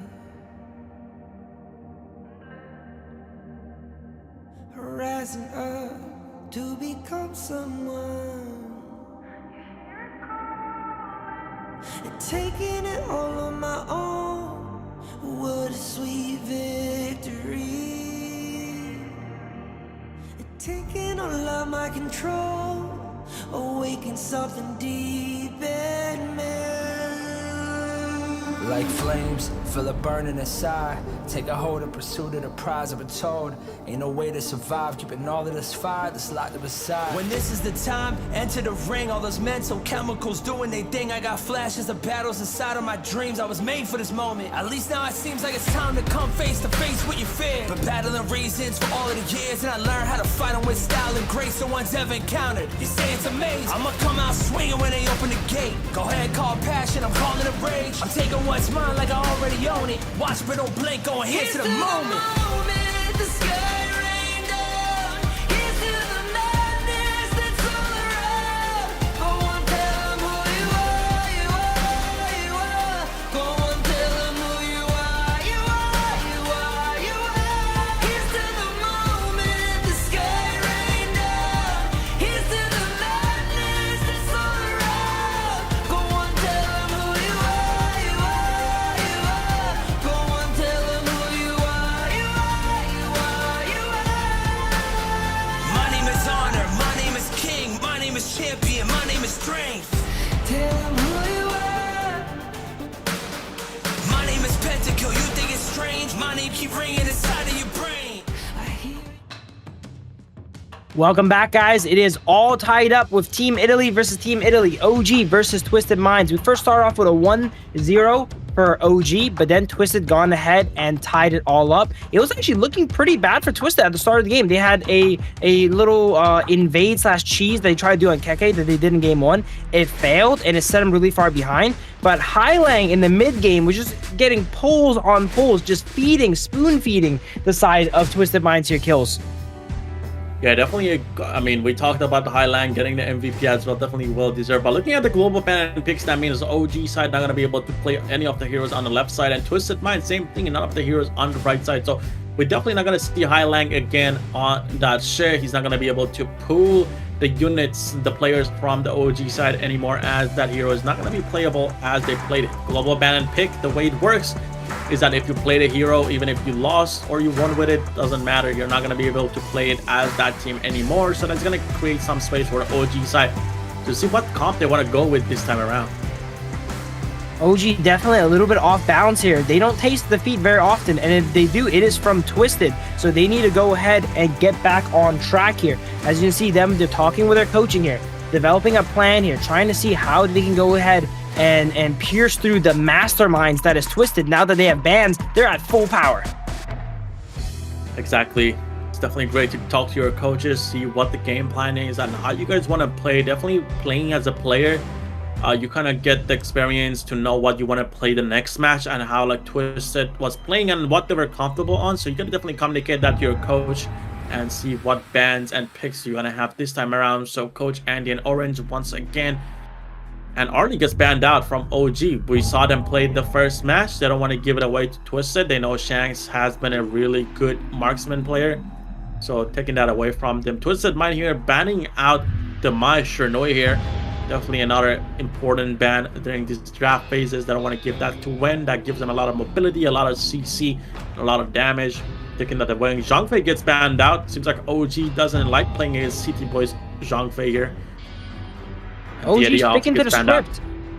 OG sticking to the script here, banning out the Arlie and Zhangfei. They're likely to be banning out these two for the entirety of the game here, not allowing City Boy or Shanks to get these characters. As we see, first pick Dune coming out. Finally a Dune season appearance. I love me some Dune. It was played so much in the rankings week, but it seems like in the best of fives, they kind of forgot about him. But not today, as OG remembers and first picks Dune. Yeah, Dune is coming out here. First pick though, we haven't seen it often. There's definitely a lot of more priority picks on, you know, rather than the Dune here. But Yixing also getting locked in for the side of Twisted Fate. They want to play that range heroes, and Leon Paul is gonna get locked in here as well for CT Boy. Definitely strong pickups. A little bit of a different draft that we normally see, to be honest. Yeah, as we get deeper into the series, you're going to see kind of weaker and weaker picks get first picked, as the global pick ban format is not going to allow them to pick the really strong picks anymore. Dune gets locked in here. We see Nua and Dolia. Dune usually gets paired with Dolia here, so we see Dolia getting picked up. So this might be Keke later on the lane if it does not get banned out by the side of Twisted. I think the Dune is gonna go to Dowda. He's gonna definitely play it in the jungle, and with the Dolia, they're gonna try to get those resets on the Dune's ultimate and see if they can double CC chain someone. And Luna here getting picked up for Twisted Mind. We've seen Dune with the Dolia combo work on Luna previously from what we've seen during the tournament. But Guan Yu here getting banned out once again, not giving Keke his comfortable heroes. We've seen this guy have a lot of impact on the Guan Yu. And definitely a great ban.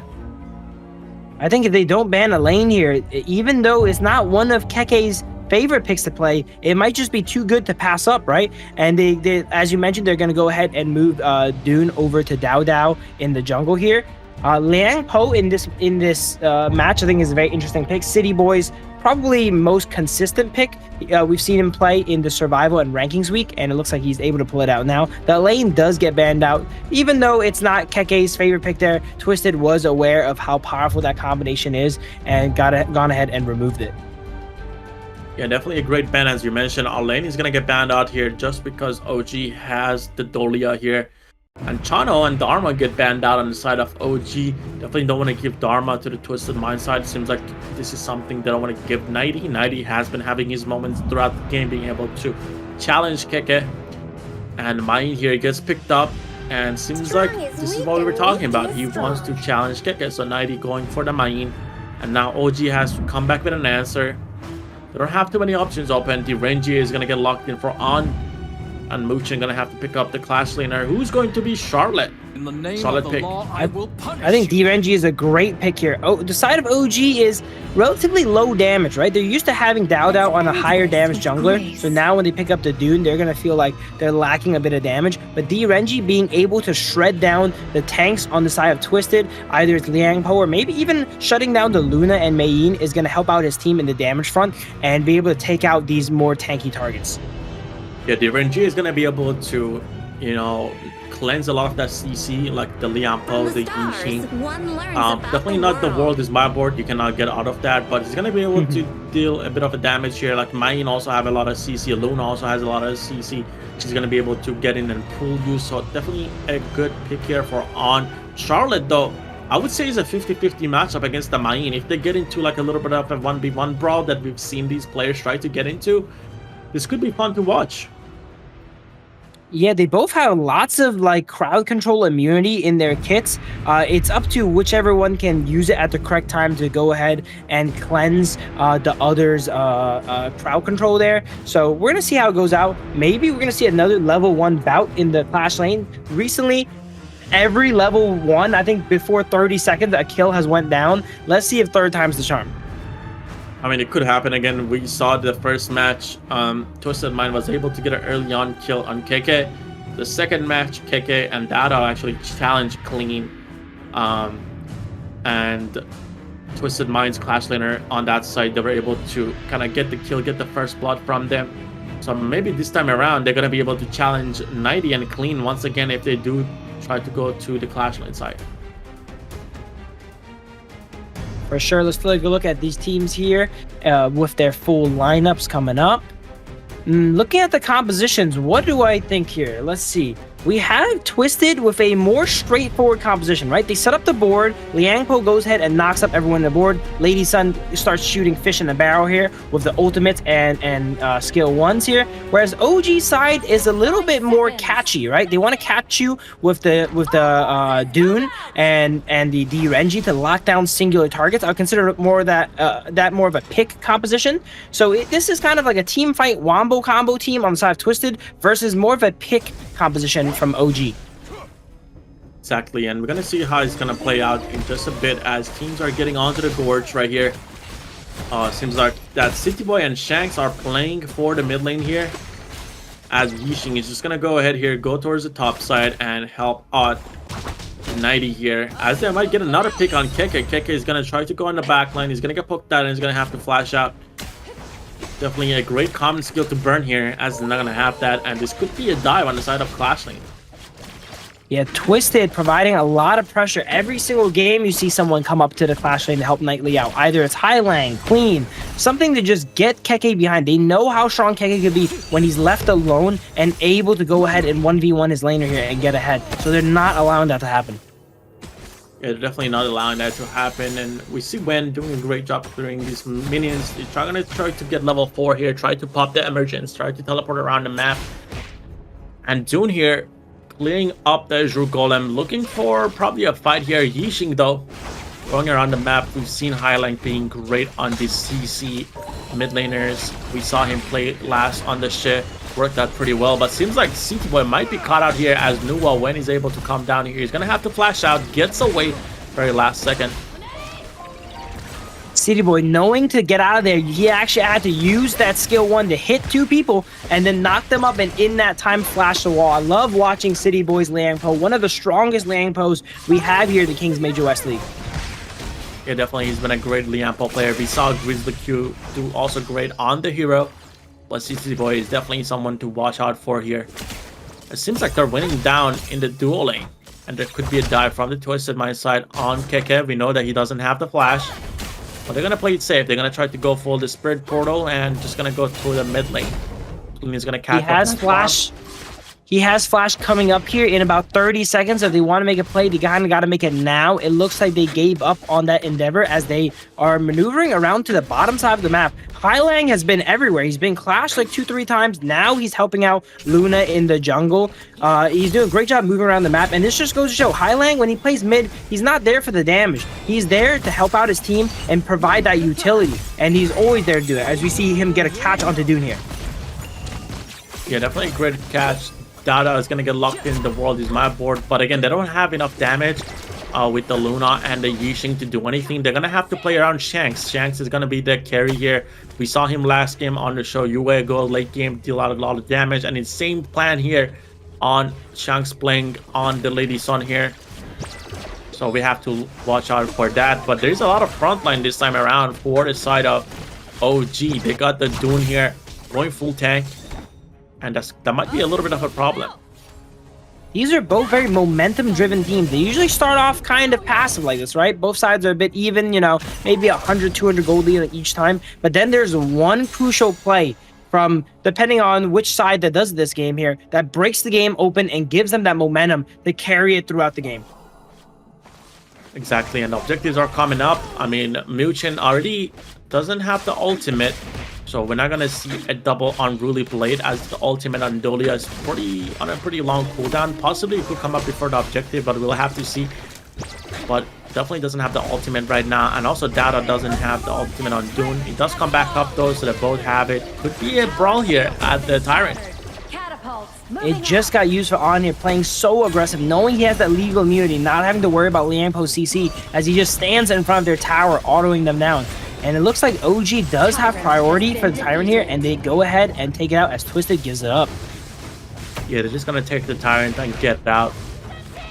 That's the safest thing to do for them here. Highland here in the ball lane though might be able to land. The world is my board, gonna land it right on top of Muchin. Muchin gonna go down. First blood going to Shanks. On trying to avenge him here, playing so aggressive this game here on the D-Renji. This is kind of out of character, it feels like, for On, you know? Ever since that first game on Arlie, he's been playing super aggressively here, and it's been working out. Ooh, seems like the Azure Golem was stolen by Clean here, but he's gonna pay for it as when he's gonna get the snipe, and Annihilation goes through. They might be able to get some more kills here. Not really though, as Knight is gonna be able to spit through the map and get out. Blue team has destroyed a tower. Yeah, pretty even on both sides. Twisted up a little bit of gold here. OG catching back up from that kill here. It's almost even right on the dot now here. We're looking for that one pivotal play here that changes the game. Let's see what happens. Is it gonna happen here? I don't know. Yeah, we got the Imperial Order resets coming in for On. Doesn't really have, you know, much impact as they're not landing on anyone, but so far they're really trying hard to get the mid tower now, as they've got the mid tower on the side of OG down in the bot tower. So bot tower is already taken out, as you have the Rengia here. Clean though, looking for the Azure Golem spawning. Could be a fight here as Dada is also looking for it. He did lose the Azure Golem to Clean previously, so this might be the chance for a revenge. Gets locked in though. Dada cannot get out here. Gonna be locked in. He does have Unruly Blade that he could use to get out. Might use it to engage now though, as Main is gonna get caught out on the back. When gonna get a kill right here. Dao getting caught, but that's probably the best person for OG to get caught. He's their tank, right? Dune with that shield on is like a brick, and as you notice here, Twisted, they couldn't really engage on him. He walked to the edge, and he was actually relatively safe. Nightly tried to get a flank off, and actually got caught in the act, and got taken out during that. Yeah, got taken down as Main was chasing down. When again, dealing a lot of damage. I mean, so far he was able to also get a kill on Clean invading. So it's 3-1 now for the side of OG. They're picking up these kills, which is quite nice. Does it? Oh, I think Luna stole that Crimson there, yeah. Yeah, Crimson buff got stolen. Doesn't go to On, so definitely not the best here. And this could be a dive on Keke. He's overextending a little bit. Clean is here, uses the Overlord to reset on top of Keke. Keke did not do anything about it though.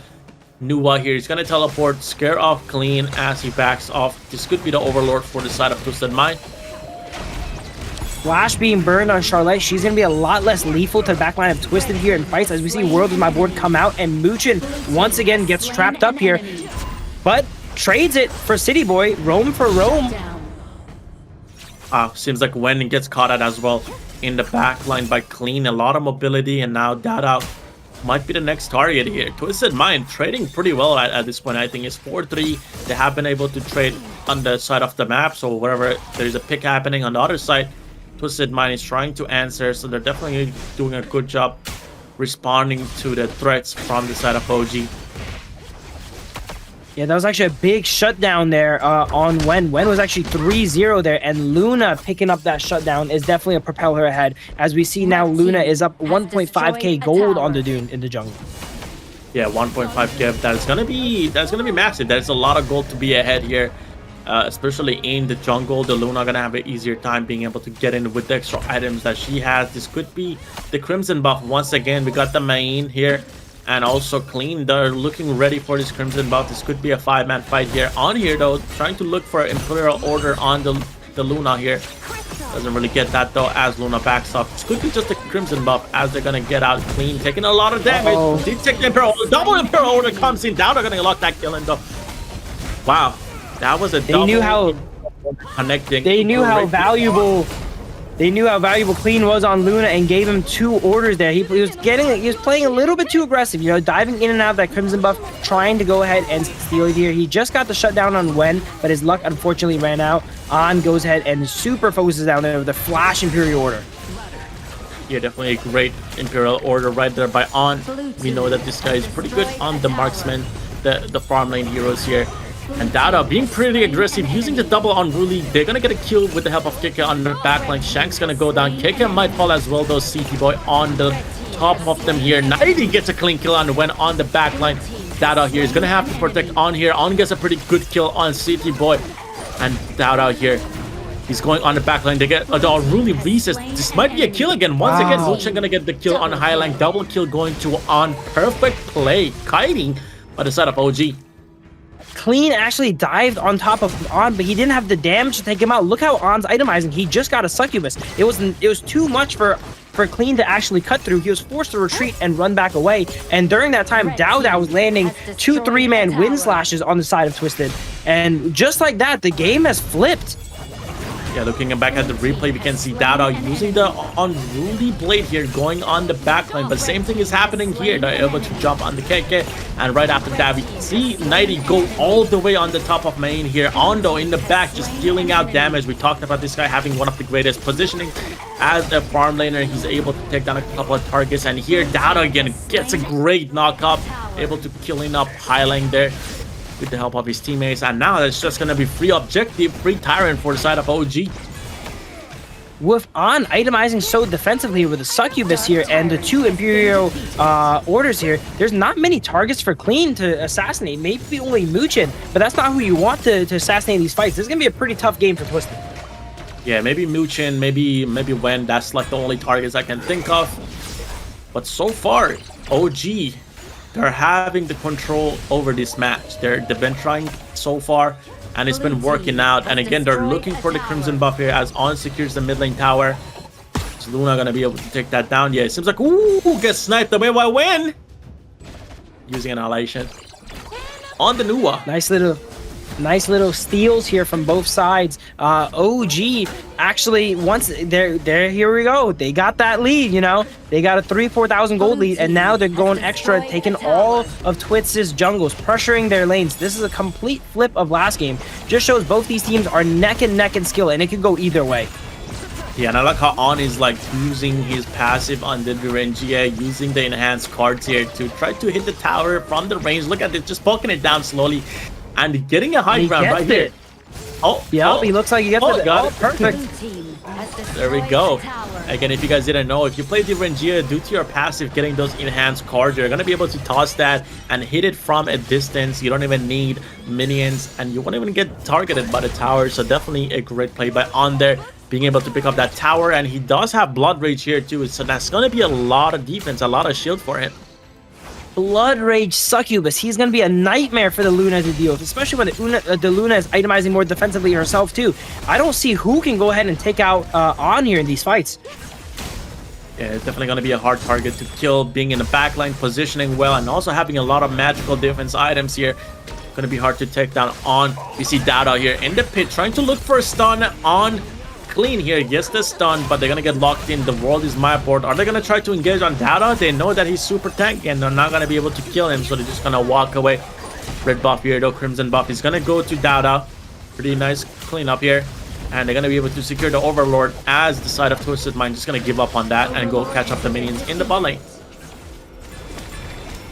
Yeah, OG just completely walking through. We just saw On face check the side of Twisted. He's like, I don't have to worry. I got Blood Rage. I got Succubus. Who's going to kill me? Face check City Boy. And he was right. City Boy was scared to engage on him.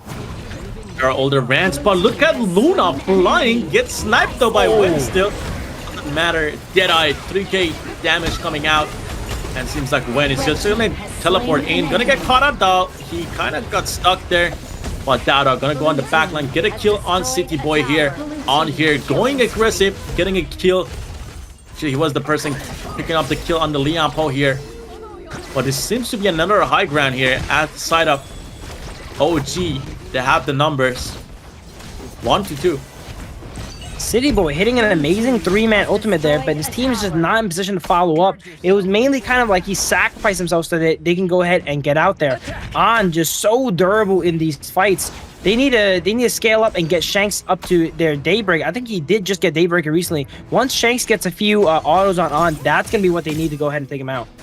Yeah, Shanks is definitely the person to kill On here. I would say that would be the only person, as On is kind of prioritizing the magic defense items and not the usual physical defense items that you would see. And that's because they have a Luna, they have Highline here as well on the Yixing, so there's a lot of magic damage. Did that get sniped? Maybe not. I think Shanks picked it up actually. But it's going to be Tyrant for the side of OG. They do have a lot of pressure and they do have the numbers here around the objectives. With the 2 high grounds taken, that is a lot of pressure that Twisted Mindside is receiving here.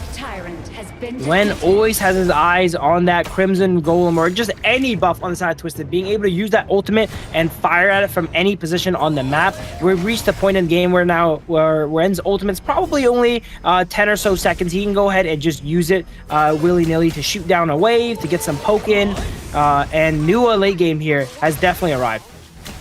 In Nua late game, he does have also Azure Golem, the blue buffs as well, and also Dolia resetting the ultimates as well, so does have a lot of resets. It seems like the ultimate is constant here, being popped out. Yixing though does get a couple of people in the world is my board, but seems like the tower is gonna go down. Again, we talked about On the Direnji having a lot of range, and with the fuse of his passive being able to hit the towers.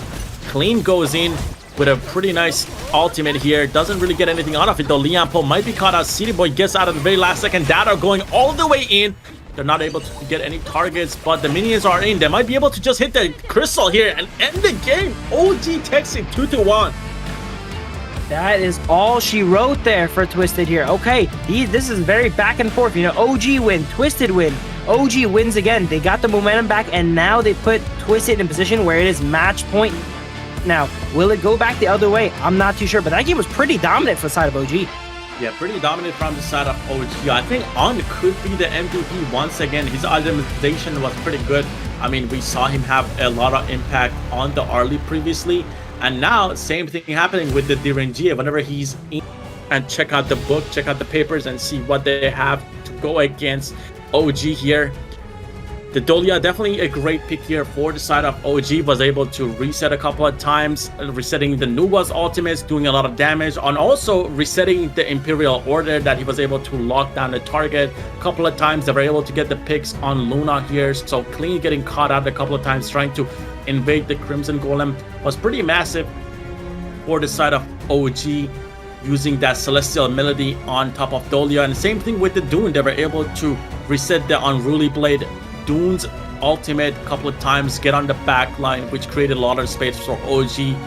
And Twisted Mind here, they're gonna have to come up with a plan. Again, as I said, they're gonna have to check their books, they're gonna have to see what comps they can come up with, try to battle this out. And again, Dada with the 209 score here on the Dune jungle. We've seen this guy whenever he's in the jungle on these tank junglers. He has a lot of impact, tanking 120,000 damage. Looking at On's damage though, 110,000 damage, pretty strong here so far. Shanks here though did have a lot of damage, 125,000 damage almost, but was not able to get any of that damage, seems like, onto On to kind of try to finish him up. Just because the way he was building, he did have a lot of protection against both physical and magical items, so definitely a great itemization by On as we speak. And I kind of, you know, I'm gonna just toss in a prediction there and just say On is gonna be MVP once again. You know, he did have a lot of damage, he was able to get those Imperial Orders out.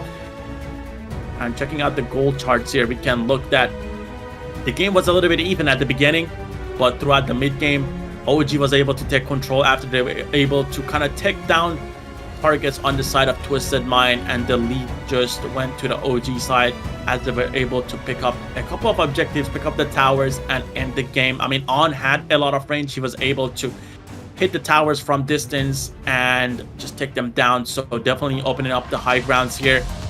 And MVP here is gonna go to Dune here. Actually, he's gonna go to Dada. He was able to get a 209 KDA, damage taken 36%, damage 17, and total gold 21%. He was definitely in the front lines doing what he has to do as a Dune here. And I would say, I mean, this is a deserved MVP. I mean, it could have been On's as well, but looking at the fights here, we can see he had a lot of CC again, jumping on the backline, catching out City Boy here. The Unruly Blade getting reset again, going on the backline once again. He's able to help out his team to get a lot of these kills because he's able to chain down targets and lock them up again. Another great knock up here, blocking the Luna from going onto the backline, jumping back, protecting the team from City Boy, and also here again jumping back on Highline at 90 with the Unruly Blade, getting a perfect positioning, knocking up, giving 3 kills to Muchen and On. So definitely a deserved MVP, as Dada was able to position himself pretty well, get all of the CCs out and get the kills. So quite nice play and coordination from the side of OG here for sure. It seems like Dada is gonna be the MVP as we talked about it. But yeah, I mean, we're gonna get to match 3 just right after this break that's gonna be coming up. I'm definitely excited to see what both teams are gonna come up with.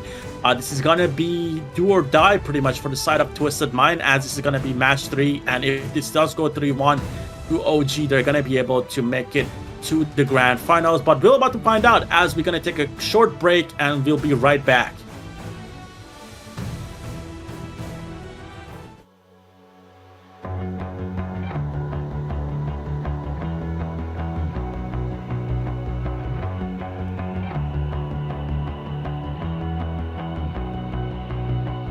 You've walked through the darkest night.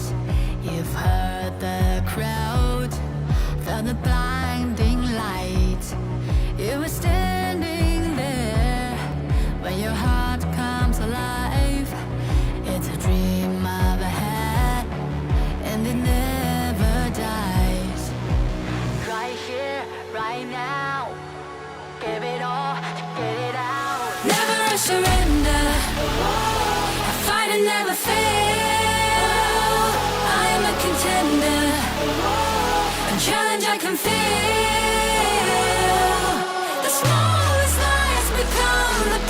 brightest enemies relentlessly.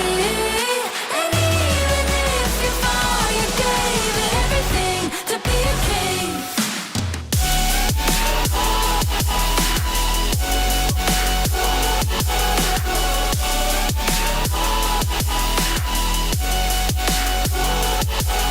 The smallest lies become the brightest enemies relentlessly. And even if you fall, you gave it everything to be a king. You carved your way with a sharp attack. You watched it all burn, and you never looked back. There will come a day when your fears will rise. You protect your crown, so it never dies. Never a surrender. I fight and never fail. I am a contender. A challenge I can feel. The smallest lies become the brightest enemies relentlessly. And even if you fall, you gave it everything to be a king. On my way, on my way. Find my way, find my way. On my way, on my way. Dream my way, dream my way. Never a surrender. I fight and never fail. I'm a contender. And challenge I can feel. The smallest lies become the brightest enemies relentlessly. And even if you fall, you gave it everything to be a king.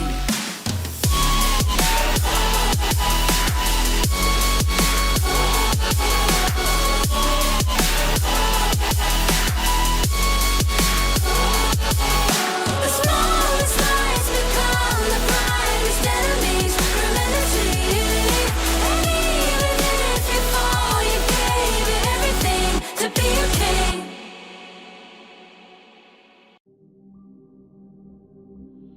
In this world,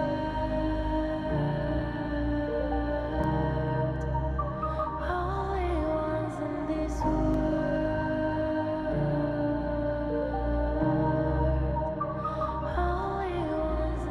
call out my name, cut through the sound of the rain. No matter how I feed the flame, you know I feel the darkness and the pain. All of the ways we tried to break free from the night, you know we made it out, we found the light. I fly so high, light up the skyline. Let's do it this time, like it's a whole new vibrant world.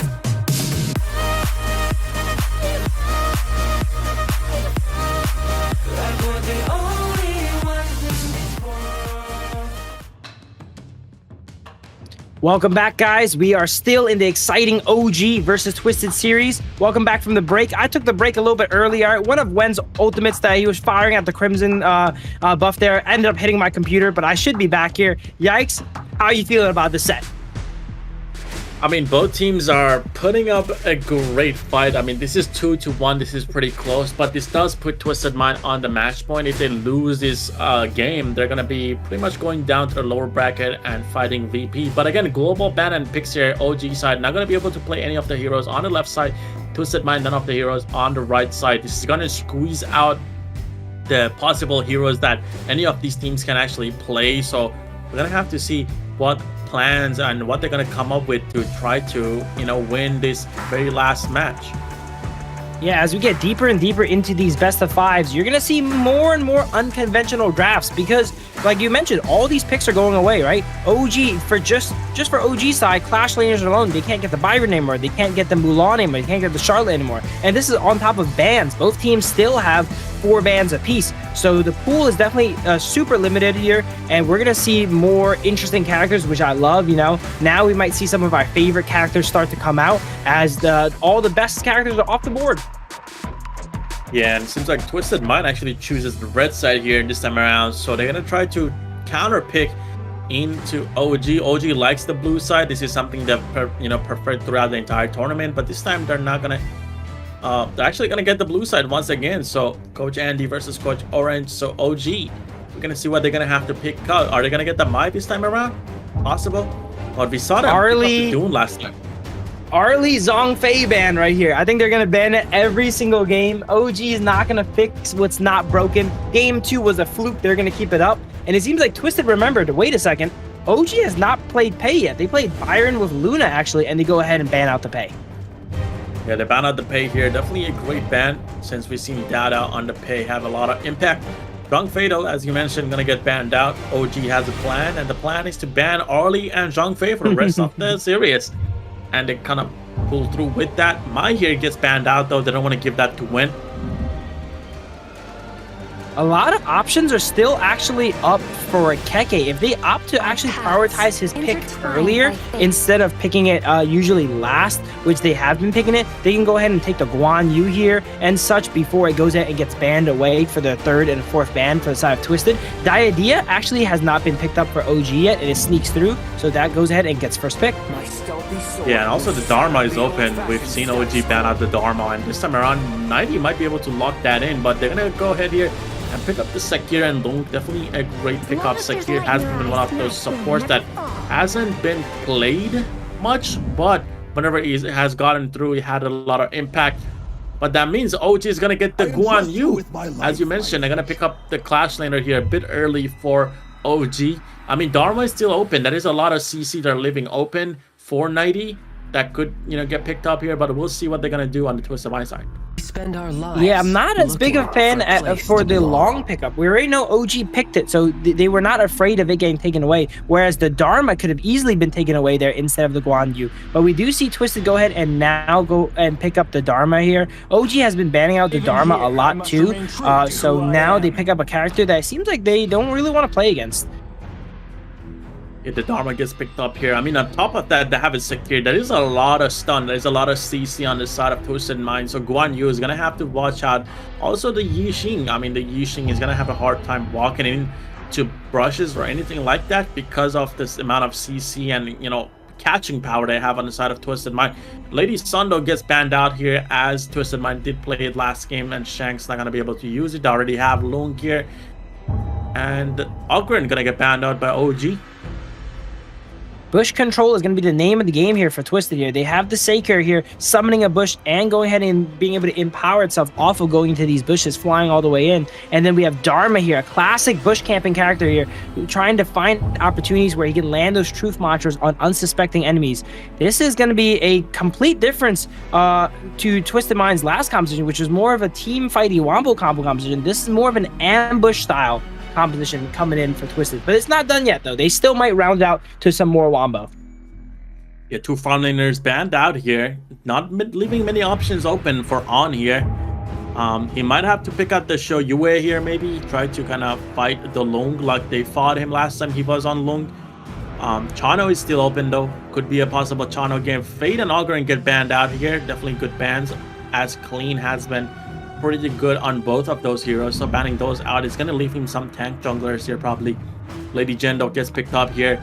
Kind of wondering what On is going to pick up here. There's not many like farm lane options. I mean, he's played a lot of them. Maybe Hou Yi. Yeah, Hou Yi gonna be an option. Hou Yi I'm going to be excited for here. Hou Yi would have some great ultimate targets on the Lady Jen. Dharma, not a particularly tanky character, so if he gets sniped up and gets 3 seconds of lockdown, Guan Yu's going to be able to push him all the way under tower here. And we've seen some teams popularize and pick the Hou Yi to counter out the Long here, as it actually gets locked in. Let's go. I love seeing Hou Yi. That's a character you see all the time in ranked, Yeah, using the tank hybrid Hou Yi, like pretty much using You kind of build a couple of items. So like you're gonna want to go Spark Forge Dagger, you want to go Doomsday, you want to go Deep Frost Siege, and then you can try to pick up, you know, Grasp of Savagery. You could pick up Blood Rage depending on how you want to play it. So you could definitely build the hybrid Hou Yi here and try to counter the Lung, which I actually have been doing since I've seen this be played in the pro tournaments. You know, I put out a couple of videos playing Hou Yi myself and picking it into Lungs, and it's been working out. So definitely nice to see here. Musashi though gets picked up here for the side of OG. We've seen Dada play Musashi previously in previous tournaments, not so much in this one though. But that is going to be a great pickup. I mean, it's going to be great onto the Sakir. Sakir has a lot of healing, and it's going to cut that off. And being able to kind of just, you know, waste the infinite vastness using the Musashi ultimate is going to play a big part here as well for the side of OG. Now, these are some compositions here. We've been seeing the same few, you know, drafts all throughout the weeks. But now, when we get deeper into these best of fives, you have these super unique compositions. Masashi, Guan Yu, Hou Yi versus Monkey, Dharma, Sakir. Very exciting game coming up for sure. And interesting thing to note, as you mentioned, Hou Yi has this hybrid tank build. And Twisted Minds was having a lot of trouble with how durable On was on the D-Renji. And now Hou Yi, another pick that provides that kind of utility and that durability, maybe is going to give them trouble again. Yeah, On is definitely going to be on that support farm lane role here and try to kind of, you know, get those ultimates out, connect those with a target. That's going to lead to a pick here for the side of OG, so they're going to try to play off of that. I mean, Musashi again is going to have that ultimate that's going to lock down a target. You know, Death Duel here, they're going to be able to fight with that. And Guan Yu has a lot of CC. If he's able to get behind these players, that's going to be a lot of impact. They're going to be able to knock them back. Kind of like Hai Lang, how Hai Lang was playing the shit, was able to pull targets from the enemy side towards his own teammates. Could be seeing the same happening here, but on a different hero, the Guan Yu. For sure, yeah. I love watching Guan Yu, as we mentioned earlier, and Keke, easily the signature Guan Yu of the Kings Major West League here. And I know I just love watching character because I can't play. You know, it's such a tough character. Every time I have it on my team, it struggles, right? But now we get to see a master at work here as they actually end up starting topside here with Masashi. Guan Yu, Masashi double jungling here together now. Yeah, I mean, he does provide a lot of mobility, and Guan Yu does have a lot of early game damage. He's going to be able to leash out some of the jungle camps. We don't see leashing often, I would say. But this is definitely a good start as Musashi struggles a little bit in the jungle. And Keke is providing that help. Sakir here though, City Boy is trying to look for something. Doesn't get out of it though. Muchen gets a lot of damage on top of City Boy here with the help of On. Don't get a kill though. Could be another fight here as they're trying to jump right on top of Shanks. Again, nothing comes out of it. A lot of healing from City Boy here. And with the both mid laners rotating down, they're able to walk back. Early game here, both sides are trying to shove the wave in and get that level lead and priority to be able to move somewhere else. Monkey, we have not seen in a while. Honestly, a staple pick in Honor Kings in the metas before, but after some changes, it is not the most high priority tank in the jungle. But deeper on into the series, as you see Dream Roams coming out, it is still a solid pick. Ooh, Lady Jin goes into a stasis mode, doesn't get anything out of it though. Dada almost actually caught up to clean here. And when it's just gonna back, there's a bit of a skirmish still going down in the bot lane. There is a lot of back and forth. Seems like Twisted Mind gonna have to back here though, as they go under the tower. Yeah, pretty even on both sides here. Not much coming out unless we see ultimates land, and the ultimate's going a little bit wide. So we're just gonna have to clean up the minion waves, take the fire beak there, and wait for the next one. Definitely, and you see Sakura again having a lot of healing here. Shanks here though, trying to get a kill on Muchen, doesn't happen. Hou Yi does have a lot of frontline engagement here. Seems like he's trying to frontline a little bit. When though, he's in the bot lane. He might be able to use the world's map board here, try to catch up someone. But they're gonna play it safe and just back off here. Yeah, both sides just pressuring their lanes here, waiting. Hou Yi, while he is going to be tanky later on, in the early game, he's still normal, so they can definitely catch him out. But both teams take a bit to get going here. This is actually really not the style of both teams. Twisted and OG prefer these early game compositions, but this is one of the most tame drafts we've seen from both sides. Not much early game impact being able to go out from either side. Monkey is you know, a low pressure jungler here. Musashi can maybe get some duel to the deaths on enemies and take him out, but not a particularly strong early game character here on both sides jungle. I mean, definitely, we talked about the global ban and pick is kind of squeezing out the champions here, the heroes that are able to play on the side of, you know, both teams. I mean, they have had a lot of great picks here. That's why they have, you know, been picking up the Musashi, the Monkey, some of these heroes we've seen in the previous tournaments being some of the top picks, but, you know, due to the nerfs and all that stuff, they haven't been played much. But now, since we're almost at like game 4, maybe we can't even get a game 5 where we're going to see newer heroes come out. Oh yeah, I mean, so yeah, far. if this is game 4, I'm excited to see what drafts they got cooking up for game 5 here.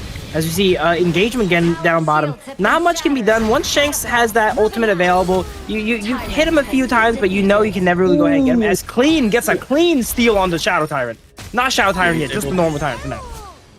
Yeah, he was able to walk in and just spin around and take that Tyrant from Dada there. Clean smite coming out from Clean, and now he's just gonna go back to his jungle. Gonna try to get that Azure Golem. Bot lane, there's a bit of a pressure here coming. Kailang is here first. This might be a kill. Muchen is forced to use the ultimate here to push out, but they're still gonna lose the tower. Has destroyed a tower. Yeah, OG knows to step away from that. They cannot win that battle. If they walk up, they get hit by Saker skill 1, knocked up into Dharma. It's GG, no re. So they go ahead and back up and opt to get pressure elsewhere. As you see, Guan Yu looking to steal some farm, and maybe I saw him proxying the wave a bit here. Proxying when you go behind the tower and go ahead and clean up the wave earlier there, as he proxies some waves, and now that gives him a lot of time to go ahead and move around the map because he's already up 2 waves. He doesn't have to worry about cleaning up the clash lane for a while. Yeah, definitely a good thing to kind of proxy, and you know, Keke being one of the most knowledgeable Guan Yu players we've seen, he's able to do that. And as you said, that's going to give them a little bit space to go around the map. And right here, this might be that space that they needed, but the side of Twisted Mind is looking for a tower in the clash lane side as they've lost their own tower. Actually, they picked up the tower on the side of OG in the bot side, so again, the swap, the lane swapping here is going to be nice for them. CT Void gets poked out a little bit as they have also swap lane on, and Muchen are in the top lane here. And Overlord might be the next target for the side of Twisted Mind. Yeah, it's a little bit too dangerous for Houyi and Diadea to stay in that lane there with no tower to protect him, whereas Guan Yu can go ahead and run away. Now is not quite the time Guan Yu comes online yet. We really see Keke want to join in and invest in these team fights when he picks up that Frigid Charge. Usually goes it a 2nd or 3rd item here. He gets that going, then he really joins up team fights. Carry is coming out, as we see On playing super aggressive, flashing forward here for first blood on Nightly. Yeah, he gets the first blood with the help of Dada. They were able to chase down the Dharma, protecting the mid tower solo, but there is going to be a mid tower for them that is going to open up a lot of vision. Going to give them a lot of space to try to invade as well. So definitely a great pickup. Dada using the ultimate to burst infinite vastness here. Highline though here gets a kill on Muchen as he was trying to help out here. Gonna pay for that. It's going to be a 1-1 score. Dao trying to use a duel to death onto Long here as he cancels it, and wow, Dao's in midair. That's an interesting interaction here. The Infinite Vastness is able to cancel targeted abilities, and that includes ultimates as well, right? And then Musashi is also able to cut down... oh, actually, never mind. I thought Musashi was on the other team. Okay. You don't have to worry about Musashi cutting down Houyi ultimate because it's on their team. But any range attacks, Musashi's skill 1 can go ahead and clip out of the air. Clean ultimate on Wen, but Wen having that fatal immunity from his pass, he was able to get out here, living with 1 HP. He's gonna have to recall that. I don't have too much healing here. Dada though looking for some picks here, still trying to clear out the mid lane and poke out. Doesn't get much out of it. Just gonna go back. Wen almost got caught out there. Had to have burnt flash. But it's interesting to see Musashi's build here. Usually in solo queue, you either go tank or damage. I think in pro play, he's often a little bit more on the tanky side, but let's go ahead and see what he builds here in a sec when we get an opportunity. Duel to death coming out, and it pops the immunity immediately. It doesn't get anything out of it though. There's a lot of support from the side of Twisted Mind. Monkey here, Clean goes on the backline though, dealing out a lot of damage. Yixing ultimate comes out. Keke here on the backline, trying to get a pick. Charges in with the ultimate, doesn't get anything out of it though. He's gonna have to go all the way back as well. That was a pretty good little skirmish. Nobody got a kill though. A lot of abilities used. Yeah, Keke, they're almost cleaning out multiple targets there. Juan used one of those hit and run characters. After it hits, it kind of goes on cooldown for a bit. He doesn't have many abilities, doesn't have much damage. Even if the enemies are really low, he's forced to go ahead and retreat away. Yeah, that's why we saw Guan Yu trade away right here. Muchen flies onto Clean. He might be caught out as Yishin is able to get an ultimate. He's going to get a kill though on Muchen as he goes down. Definitely a great trade. On picks up the kill though. Definitely not a good target to give your kills to. We've seen On, whenever he's able to get farm, whenever he's able to get the items, he's going to get control of the match. And that's what we are about to see as On is able to pick up another kill here. Clean got caught out in a 4v1 under a board and still managed to come out with a kill. I'd say that was actually pretty impressive here. He did trade for the roam, which is probably the lowest priority target, and gave a kill to On here. But that was still very, very impressive. Getting caught out. We're seeing Monkey's strength now as the drafts go through and lower tier characters get picked. Monkey is still a formidable threat. Definitely a threat to the side of OG, but the Tyrant is going to go to the side of OG as well here as they're able to pick it up. That's going to give him a little bit of a damage boost here, and they're going to look for the fights that they've been looking for now as they do have the damage boost. A little bit of a movement speed boost here. This could be a fight. This could be an arrow down in the mid lane. There's a lot of targets from the side of Twisted Mind here, and that's going to land right away on 90. Dado is going to go ahead here, use Do to the death, pick up the kill as well. Great coordination by the side of OG. That's going to open up their chances to get this second inner tower, and they're just going to go ahead and go for it as he's able to dish out a lot of damage. This might be the pivotal moment here. Both these teams are neck and neck here, but usually one pivotal moment can easily change the game. Board comes out, uses it kind of defensively to trap the enemy team away to disengage, but the fight is still going on. Dream Roam comes out defensively as well too here, and Twisted is not able to claim any kills in return for that. Yeah, Razor Cavalry also came out defensively as they, as Keke was joining the fight, he saw that Clean was super healthy and trying to get on the back lines. He was able to push him around, push him out of the fight here. But Clean doesn't want to give up. He wants to keep going for this. On though here, he has the red buff, so he has a lot of slow and also true damage. This could be deadly if Clean keeps going for that. On the side of OG, they're trying to see if they can actually get this Tyrant here. The Tyrant is going to reset though. Dado is back here, so this could be a little bit risky. That reset is not good for a side of arrow. Now OG gets the opportunity to contest this Tyrant. It is at half HP, and this time it is the Shadow Tyrant. Twisted looks like they're baiting it. It might be a smite fight. No, it resets actually. Yeah, resets one more time. I mean, the arrow missed on, so OG doesn't want to kind of go after that, but the World is My Board comes in clean, locking in Clean. Not be able to do much though, as they're just gonna all back up and just play safe. Secure here though, trying to create a lot of space for themselves. They do have a positional advantage on the Tyrant here, so now they're gonna go ahead and try it again. Another arrow this time connects onto the Lady Jen. Nothing comes out of it though as they're gonna walk back. Shang's gonna get a kill on here. You're gonna have to use Infinite Vastness to get out. This could be the opportunity that Twisted Mind has been looking for to try to get this Shadow Tyrant, get themselves back into the game. Great pickup by Shanks here. Dada though, looking for another pick here on 90. Doesn't get it though. They're gonna have to back up here. I don't think they have enough damage to take out the Overlord. I would say that definitely shifts the tempo back in Twisted's favor here. As I mentioned, these games are back-to-back. It takes just one pivotal play here to swing it, and neither side is giving that up. We have 4 towers to 2, but Twisted does have the Tyrant buff now, allowing them to wave clear and likely push and get some towers back now. Keke has his Frigid Charge now too, so he's going to start moving around the map now and looking for plays. Yeah, definitely. He's going to need that to kind of lock down these targets, and then he just used it here to get away from 90. But we're going to have a skirmish down in the mid lane. On might be the target here, going down to Highline. We've seen Highline on the CC heavy mid laners do a lot of damage, and he just picks up a kill. Twisted Mind coming back to this game as we get further into this match. Clean being able to just walk in and take a lot of this buff. Wow, look at that. Mochendo trying to kind of lock him down, doesn't work out.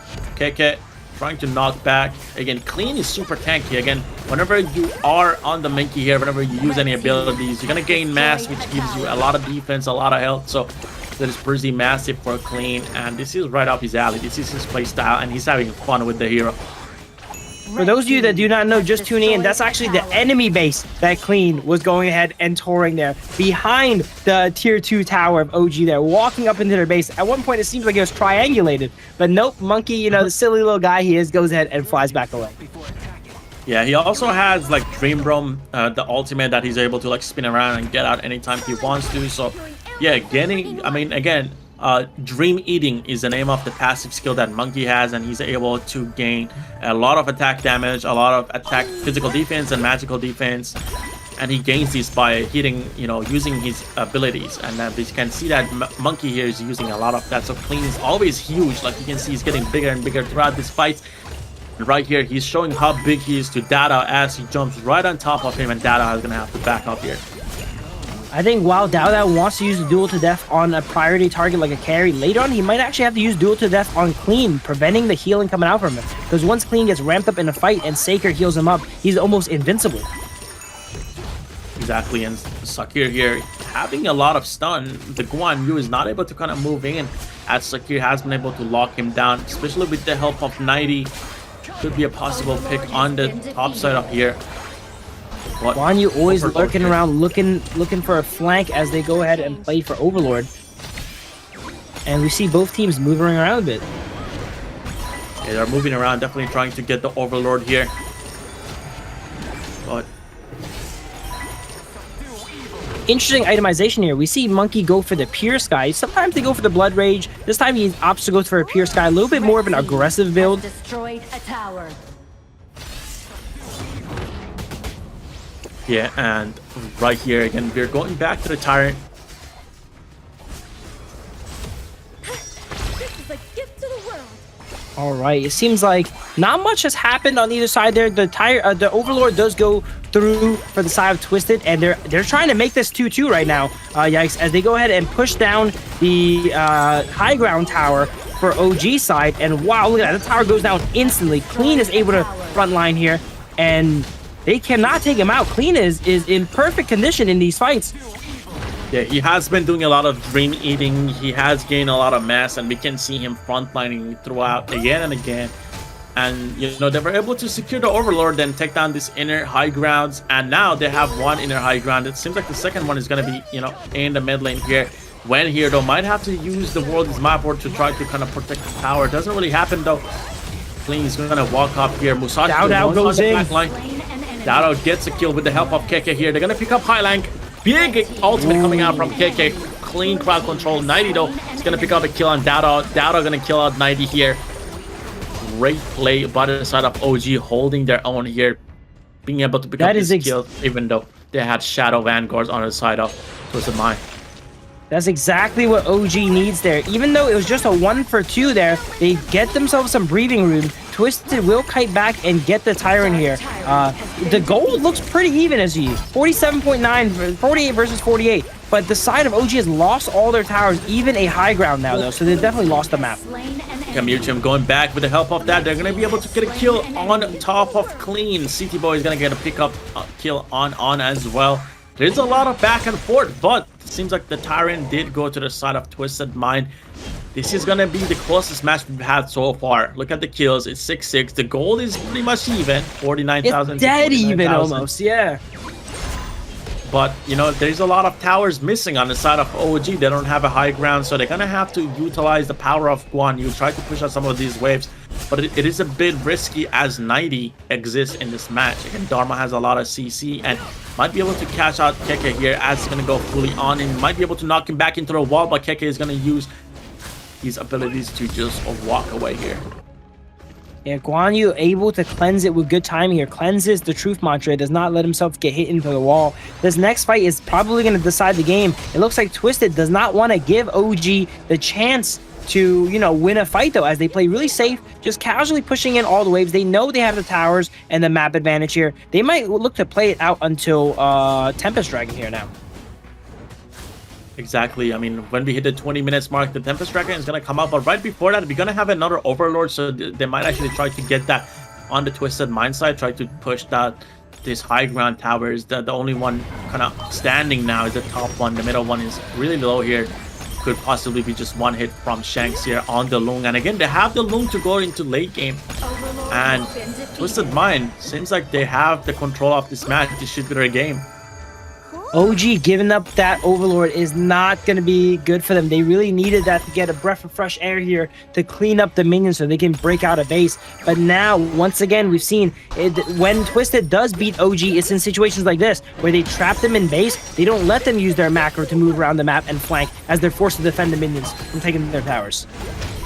Exactly, and again, these towers are being taken down. KK is not going to be able to protect it. When it goes in with a flash, lands a big ultimate. Hoi ultimate comes out from On. A big world, this map world comes out as well. No kills though, only turrets dropping here, and Twisted Mind just going to back up as Trunks is going to also back off here. That's their damage dealer for the towers. Had to use Infinite Vastness to get out. Highline also had to use the ultimate though. Just going to get it back. The Shadow Vanguards are coming in though once again, so this might be another fight coming up soon. I don't even know how, but OG is actually up in gold in this game. That they're down 4 towers and 5 objectives. So very diligent farming on the side of OG. Another Hoyal comes out, catches out clean here. Shank's gonna go down here. Might be another kill. OG staying in the game and they pick up a double kill here on Clean and Shanks. That double kill is likely going to convert into a Tempest Dragon here as they go ahead and break out of base. 2 people on the side of Twisted are going to be down for the spawn of Tempest Dragon. And I don't want to call it a comeback, but that Tempest Dragon might be what OG needs to do to go ahead and seal up this game. Yeah, the timers are definitely going to hurt for Twisted Mind side. They're going to have a couple of seconds actually on the side of OG to try to get this Tempest as Clean and also Shanks are dead. But it seems like they're going to spawn a little bit faster before the objective comes out. So OG here seeing the opportunity, they're just going to go ahead here, try to get some control and also push out the waves. We can see all the waves are pushed out as they want to focus and try to go for these objectives. 8 seconds on it, coming back up. Clean though, running right down to the Tempest Dragon. He knows that he's going to have to fight for this as OG already starting it, trying to get it low with the power of Hoi here, using the multiple auto attacks here. Clean trying to go in. Ultimate comes up from Hoi, doesn't land on anyone. This is going to be a big fight. Yeah, this fight's likely on the side of the game as we see the Tempest Dragon is being done here by Dao in the pit. Feels like he's kind of trapped in the pit here. He doesn't want to reset. Duel to Death comes out. One shot Shanks. Dao gets a kill on Sakira as well. Dharma here trying his best to get a kill. Gets a kill on the win. But Clean here, he's the only man standing here. Is he going to be able to kill them here? Actually, no. He's clutching up. He's actually alive. Oh my god, he was clutching up there, but it looks like the Tempest went over to the side of OG, I think, as it gets smited over by Masashi. Clean here, still chasing down On. On is actually able to kill him with the very last second. Now they're gonna have to protect against his minions. Dada though is gonna be able to end the game, I believe here. Yeah, I think this ends. It depends if Keke can go ahead and hold the base, and it looks like he does. Wait, can he hold the base? He cannot hold the base. He could not hold the base. That was the win for OG. Oh my god. Oh my god. The minions are just too powerful. The power of high ground towers being down for the side of Twisted Mind. The game. Wow. 2-2. Wow. That was incredible. Look at the relief on the side of Twisted Minds here. The joy. And Keke, the sorrow, as he was not able to go ahead and push away those minions. What a finish here. This just shows how close these teams are in skill. Literally seconds away. If Dao had probably 10 more seconds there, if Keke got one more push off on those minions there, they probably would have won there. But they lost the fight. They got the Tempest Dragon. It took a little bit long for those Vanguards to come up, and that cost them the game there at the very end. Yeah, the Vanguards came out late, and Twisted Mind, they had to summon the minions. Their 6 teammates, I mean, they already have a sub, maybe the 7 teammate. They summoned the super minions, their 7 teammates here, pushing in from both lanes here into the tower. Obviously, as a Guan Yu, you're not going to be able to clear these lanes, and I believe Keke went towards the top side, didn't really see the minions pushing down in the bot side, which cost them the game. But again, that was playable. That actually happened because of the play that we saw from the Monkey and also Highlang being able to utilize the Lady Jin and being able to kind of hold them and stopping them from recalling here. So Twisted Mind keeping themselves in the game and making things even. 2-2. Clean was not only stalling on the monkey, he actually almost took out Hoi as well. I think he took out someone else there. That's why we saw the churning tides 1% there show up on the map. But he was able to stall them just long enough so that they're not able to recall and protect their base. And then Guan Yu, 3-0-4. Amazing Guan Yu game for Keke there, but unfortunately he's limited by, he can't protect all the lanes, right? He has elite minions coming in from top, from middle, from bot, so he has to go ahead and push them one at a time. And wow, that must be heartbreaking for OG. Definitely heartbreaking, as he was able to, you know, as OG was not able to protect themselves from those minions. They were able to kind of come on top on the fight, as On was able to take down Clean at the very last second. But again, the super minions playing the objective paid off for Twisted Mind, as they were able to push that out. So definitely, I mean, a strong play so far by OG as well, but they're gonna lose the match here. Things are even. This is gonna be our last match. Whoever wins here is gonna go to grand finals. Whoever loses is gonna go lower bracket, and they're gonna have to play against Virtus.pro tomorrow. Yeah, looking at those numbers there, I didn't get much time to talk about, but we'll probably see him again in the MVP. Clean has some of the craziest numbers I've ever seen. Highest damage on the team, 150,000. Highest damage taken on the team, 200,000. 100% team fighting. You cannot ask for more than that from a jungler. Definitely, and we can look at the goal charts here. We can see most of the match it was kind of even, but then the tides turned around, and then we saw OG on top once again. I mean, we saw OG keep themselves in the game. I mean, there was a couple of times we looked at the gold during the match, and we saw that OG at sometimes was even ahead when they were losing. So definitely a great macro by the side of OG, but the MVP here is gonna go to Clean on 246 KDA, damage taken 52%. Have we ever seen that before? 52% on this graphic here. Total goal 21%. That's a lot of damage taken, and we saw that he was able to, you know, abuse the skills, be able to gain a lot of mass, go into the front lines, and we saw him at some point even like 1v4, 1v5 in that pit during the Tempest Dragon fight. So Clean being clean, as one would say here, but we're gonna look at some of data highlights here as well. Clean using yeah, this was a great fight for OG. They started off one-shotting Shanks before he can get off Infinite Vastness and get out, from my understanding here, and they actually win the fight. Let's go ahead and look at the map here, because that's when I noticed things were going bad for OG. When I saw on the map that Crystal jumping down in health, how did they play from here on? This is going to be really important here. We see Clean stalling on here, and does On end up going down? No. Okay. Oh no. Oh no. Look at those 2 minions at the bottom lane. Oh, he needs to push the bottom one. Oh, he probably could have pushed the bottom one, actually. If he pushed the bottom one, the Tempest Vanguards would have spawned and interrupted the 2 elite minions, and that might have given him enough time. But it's just splitting hairs there as we get into Game 5. Let's go ahead and take a break. Both teams probably need a breather after that one, and it's going to be match point for both sides.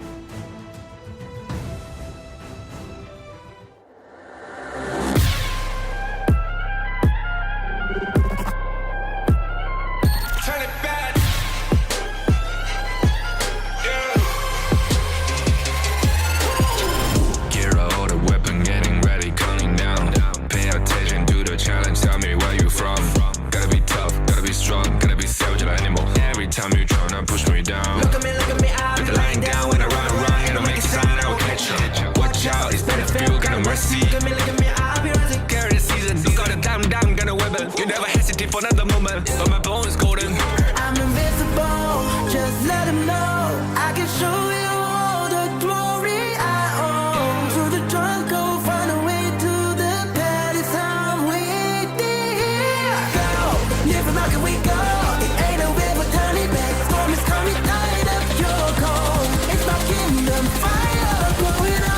We the kings, it's our honor showtime.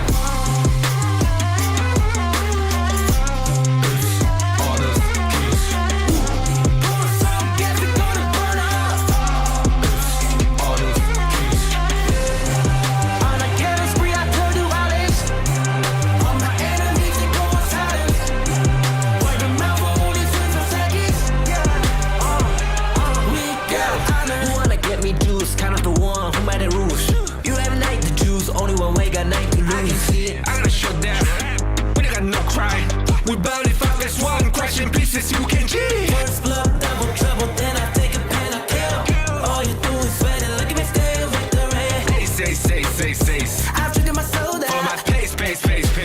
We the champions, screaming, I'm invincible. Just let them know I can show you all the glory I own. To the jungle, find a way to the palace highway. Welcome back, everyone. It is the ultimate battle now between OG and Twisted Minds. Not a real ultimate battle where they can pick whatever they want here, but it is the game 5 of a best of 5. They've been back and forth literally all day. OG takes game 1, Twisted takes game 2, OG takes game 3, Twisted takes game 4. And that last game was down to the wire here as they were seconds away from winning, and the minions actually ended the game. Minions OP. Yeah, minions were summoned as the 7th teammate for the side of Twisted Mind, but looking at global ban peaks, oh my god, all the heroes on the left side not going to be able to be played by the OG side. All the heroes on the right side not going to be playable for the side of Twisted Mind. This is going to be hard. I mean, they're going to have to come up with some creative drafts. There's not going to be a lot of heroes, the top heroes that are going to be played here. It's going to come down to whoever is going to be able to play some of the heroes that haven't been played throughout the tournament. Played yet. So a lot of marksmen are going to be out the pool. A lot of mid laners out of the pool now. So let's see how these teams adapt. And we're probably going to see one of the most creative drafts yet. Andy and Coach Orange are going to be coming up with, as you know, they're obviously going to have to work around a very tight roster of heroes here that are open here for them to pick. And we can see a lot of players. They're chatting with their coaches here. They're trying to see what they can actually play. I mean, this is the game 5 against, you know, 2 teams that are very strong. They have been strong throughout the tournament. OG chooses red side here, knowing that blue side kind of has no impact. They cannot have a priority pick anymore. Yeah, there's no more priority picks, and they're able to grab 2, so they can pick like a set piece together. You know, a lot of the set pieces like Princess Frost and Liang, Pei Byron have been removed already, but maybe there's gonna be some creative ones that we're about to see coming up. Exactly, and I mean, Pei hasn't been played by the side of OG. Oh, that's right? Gonna be their other ban. Yeah, they're gonna ban Mai and Pei, I'm pretty sure. Yeah, Mai and Pei could be the targets for the side of Twisted, but again, we're gonna probably see an Arlie and a Zhang Fei ban. I don't see OG not banning those 2 heroes. They really don't want to give it to Twisted Mind. They know something that probably we don't know at home here. So I'm kind of curious to see what they're gonna come up with as we get into this draft pretty shortly. I'm personally really rooting for Shuangsu here to come out. One of my favorite picks. I don't know if it is going to come out, but a lot of roams have been off the board. You know, I can always hope that he comes out here and cleanses some crowd control as we go ahead and get into draft. You're going to get into draft. Twisted Mind going to be the first ban here, though. Let's see what they're going to ban. Yeah, they're going to ban the Pei, as we talked about it. This is something that OG hasn't played yet, and Dada has been quite strong throughout the tournament with the Pei. So banning it makes sense. And he's not going to be able to play it here as both teams have these picks that they will never want to play against. And it seems like it is Zhang Fei, Arlie for the side of OG, and that is Pei and Mai for the side of Twisted. Yeah, Arlie. Oh, they actually might leave up Mai. They might leave up Mai. They have first pick. Yeah, they're actually going to leave up Mai. Twisted gets Mai this draft, I'm pretty sure. I mean, if they want to, I mean, we've seen Highline play a lot of these ranged and kind of CC heavy heroes. Mai is definitely one of them, having a lot of CC and also range, but she's more like an assassin that she needs to get in. So if Mai gets locked in here, it's going to be a completely different playstyle from what we've seen throughout the entire day by Highline. Because Zhang Fei is going to get locked in. We talked about it. OG didn't ban the Zhang Fei this time around, and they're going to ban it straight for City Boy. Yeah, they go ahead and take it up immediately. So that means Mai could go over on the side of OG here. I think OG was planning on actually giving the Mai and taking the Zhang Fei here. But Twisted has some other plans here as they go ahead and first pick that.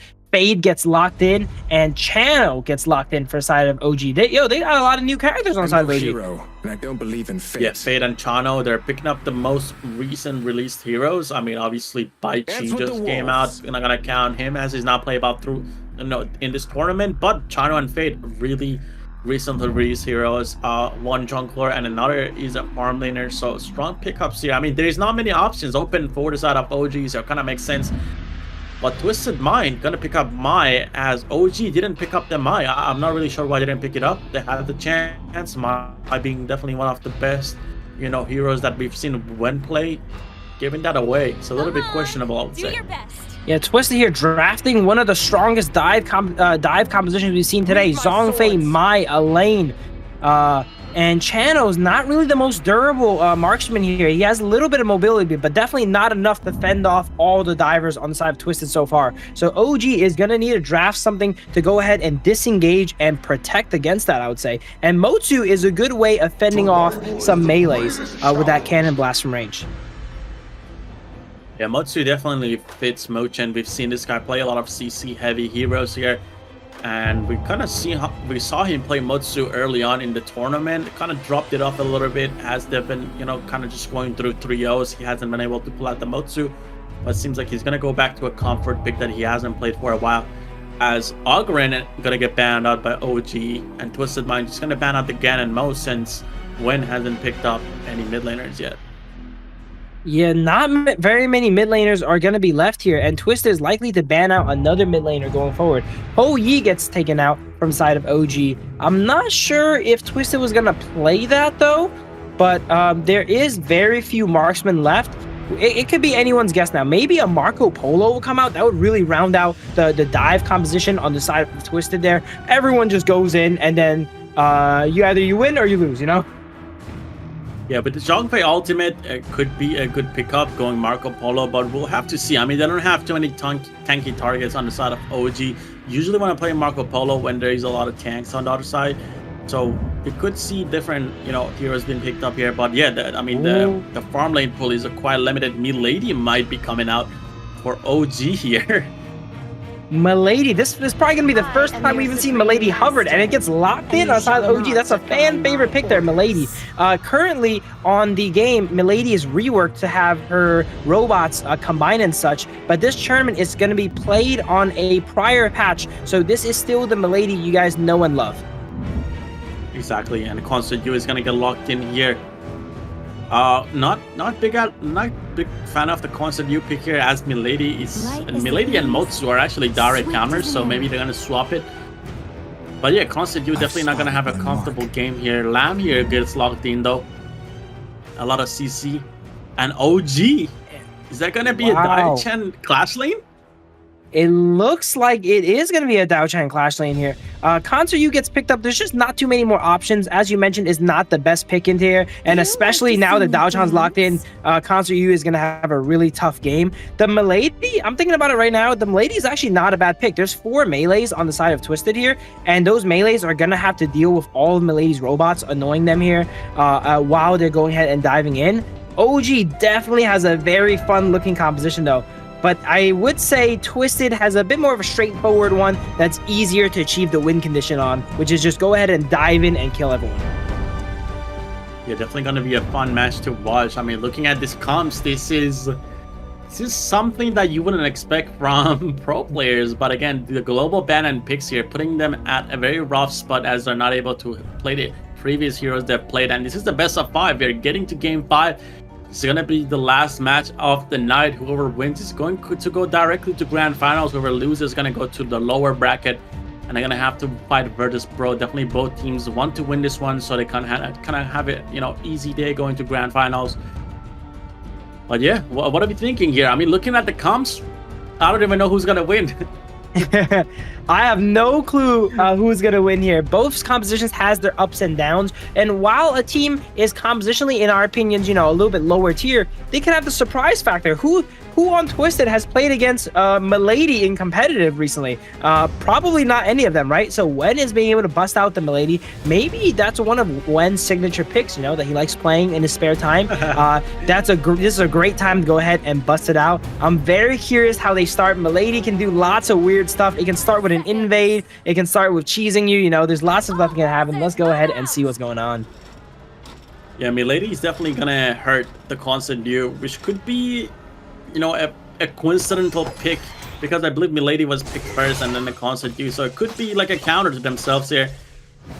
But we're about to find out, as I'm gonna be looking at this Milady again, walking up, getting the free poke with the autos here. Muchen doing a great job zoning out Highlang. CT Boy already at like 20% health here from just the Milady. Yeah, Milady throughout the game is going to be really trouble for all the melees on the side of Twisted. Those robots, they need someone to hit, and then when you're a melee and you're diving in, you're definitely going to have to eat up all that damage. As you see, On taking a 1v2 aggressively here on Chano in the farm lane.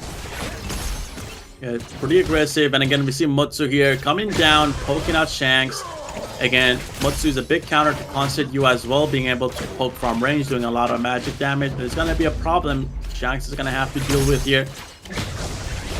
And I mean, Milady, once she gets to level 4, she's able to pop the ultimate Chaos Field and just go down in town. And we might see some of that against this Constant U. I mean, it's a good counter to Highlang as well. You're able to put out the robots, and it's going to force you to use that second skill to clear them. So it's kind of like a thing you can use to kind of summon the robots and block out some of these fireballs coming out from the Maestro Noi. Something I just noticed here, when Channel was coming out, I was saying Channel Milady could be the most annoying composition ever. And OG has heard the call as they have Channel Milady. So they got wolves, they got robots. The only thing they're missing is a Gudo in the jungle, summoning some jungle monsters, as there's going to be a lot of kind of minions to deal with for the side of Twisted. Yeah, definitely spawning the wolves with the traps on the Chano and also Milady robots. That is a lot of blocking for the Mai. So if they get on a tower... If they get on a tower with the robots and the wolves, we might see some of the fastest tower taking in the tournament here with this composition. It's only achievable in this global pick ban format here, removing away so many picks to play prior. Here we can see Shanks getting dove on with the wolves and Muchen as well. He's gonna have to back though as he's getting pretty low. We saw Lamb teleport here using the portal sprite and just go back to the Crimson buff here. And here trying to get a pick on Chano, doesn't really work out. Does get a good bit of a damage on him though. He's gonna have to back off. Yeah, Mai does not have quite that firepower in the early game here, only level 4. Highlang, even though he's playing more of an assassin carry style character, he's still that supportive, roam-focused mid laner at heart, always trying to help out his lanes here, providing as much pressure as possible. Fade doing a little bit of harassment onto Nightly here as he jumps around and just flies throughout the map. Yeah, Fate knows that the side of Twisted Mind, especially Nighty and Clean, they do not have any lock-on hard on CC, so they're not able to get him off the wall. He's just up there using his range attacks and poking them out. So definitely great play from Dado, knowing his limits there. And then we didn't get a chance to mention this, but common skills. We see Keke with Intimidate on the Daochan here as they go ahead and engage a fight on them. Nightly goes ahead and backs up with the ultimate. But I think this is the first for a lot of stuff this game. This is the first time we've seen Milady, and this is the first time we've seen Intimidate come out, I'm pretty sure.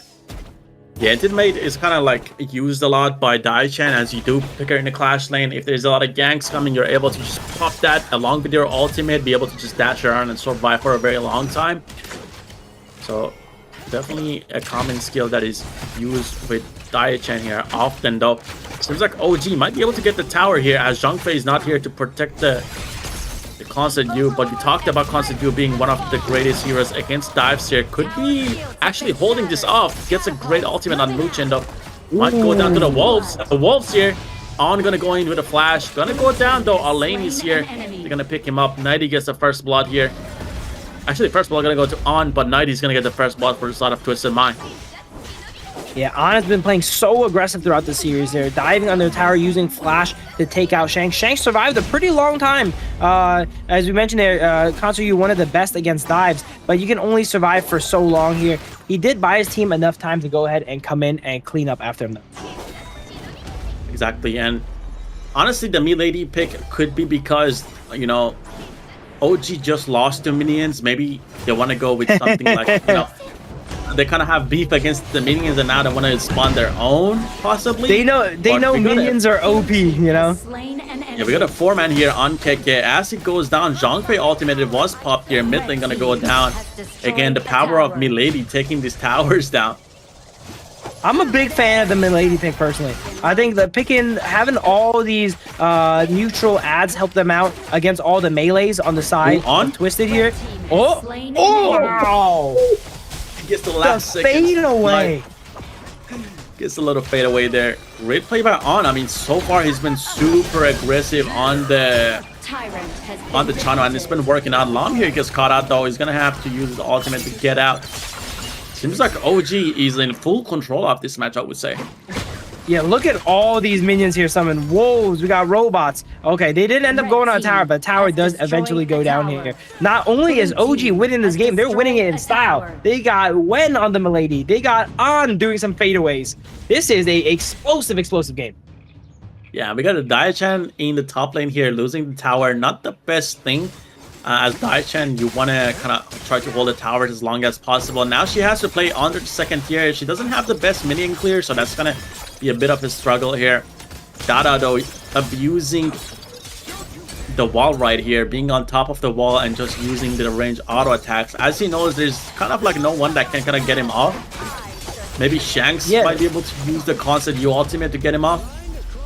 That would be quite deadly. Dao with a great fade pick. We're talking about Milady and Channel. We forgot about the fade pick here. The fade into composition, as you mentioned, with little crowd control means he's able to jump on that wall freely, get in and out, and harass the enemy with ranged auto attacks. He could get shouted down by City Boy, but that would be a little bit of a waste if it goes ahead and misses there. So Dao is just able to play this game with impunity here walking around.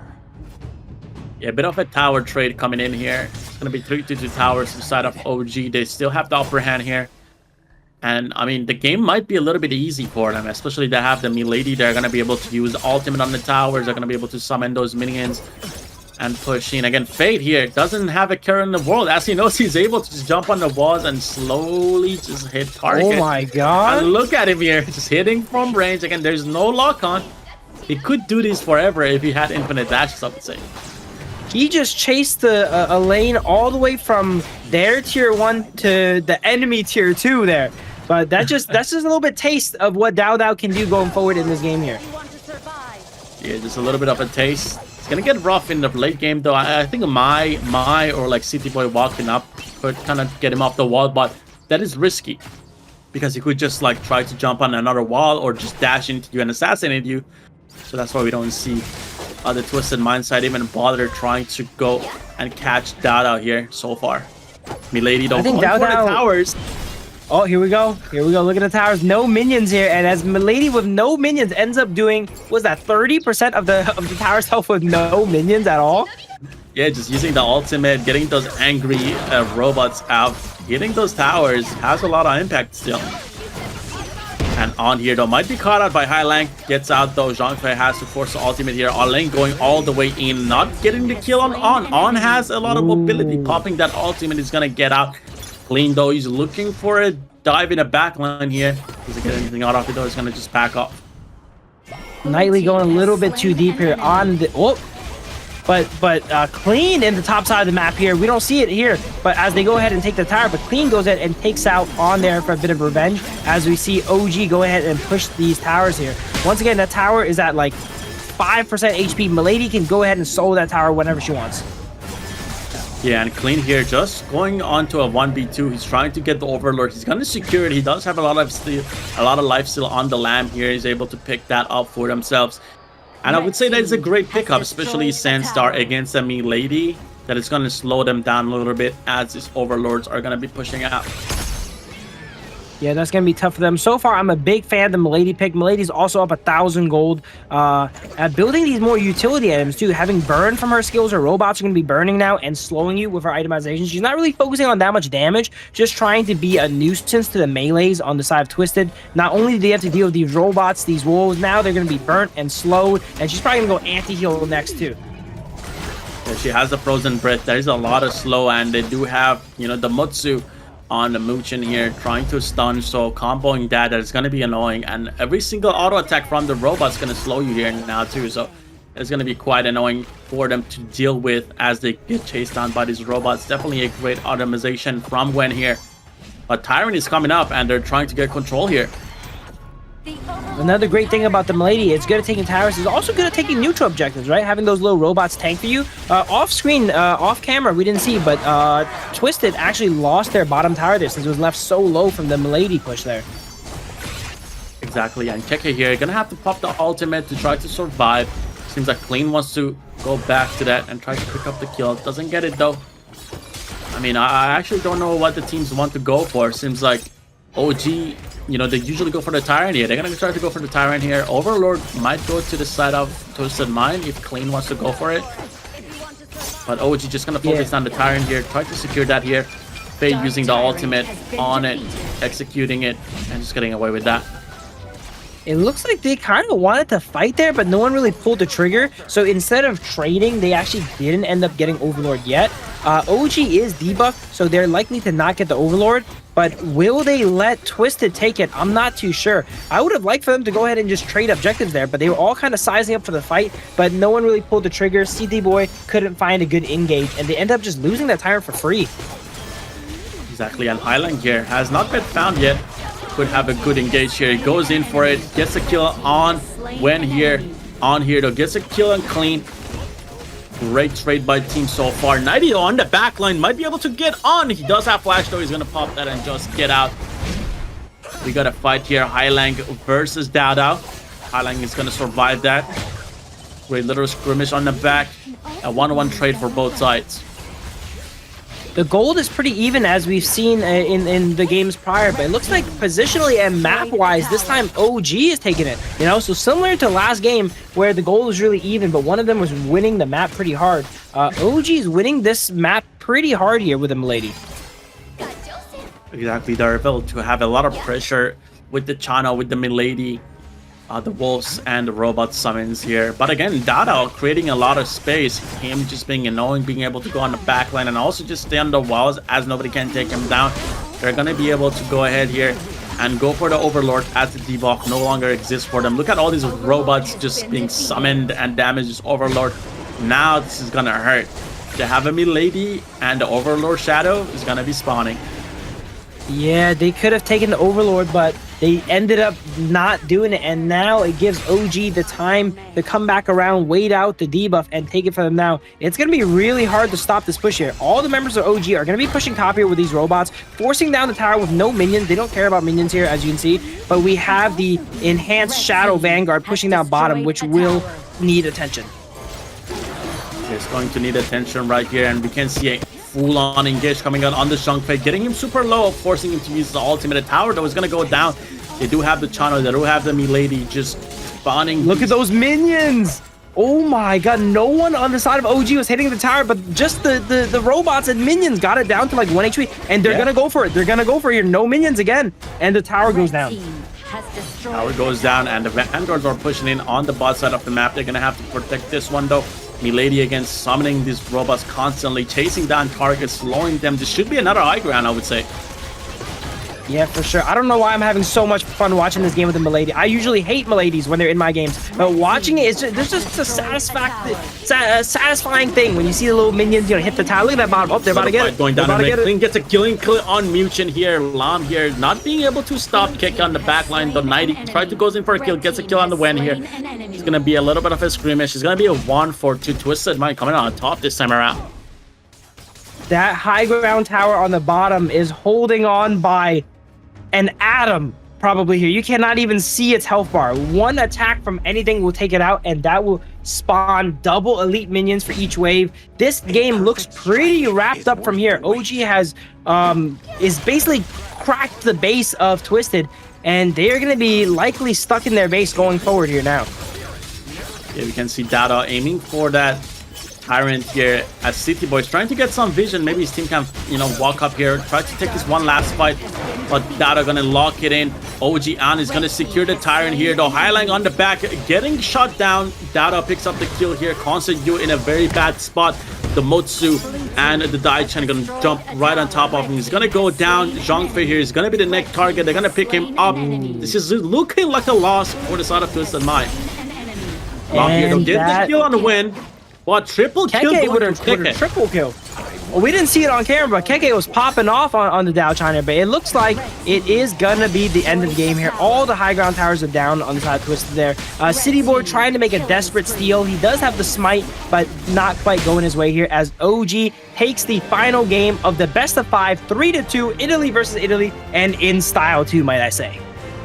Yeah, OG definitely didn't have the top heroes that we would expect them to use to win. They did use the Milady, they used the Chana or the Fade, which are kind of like recently released heroes, but the Milady definitely surprised us and it worked out for them. I guess it is a counter to kind of like the Zhang Fei and also the Mai, as you know, those little minions, the wolves, kind of the robots spawning constantly on top of them.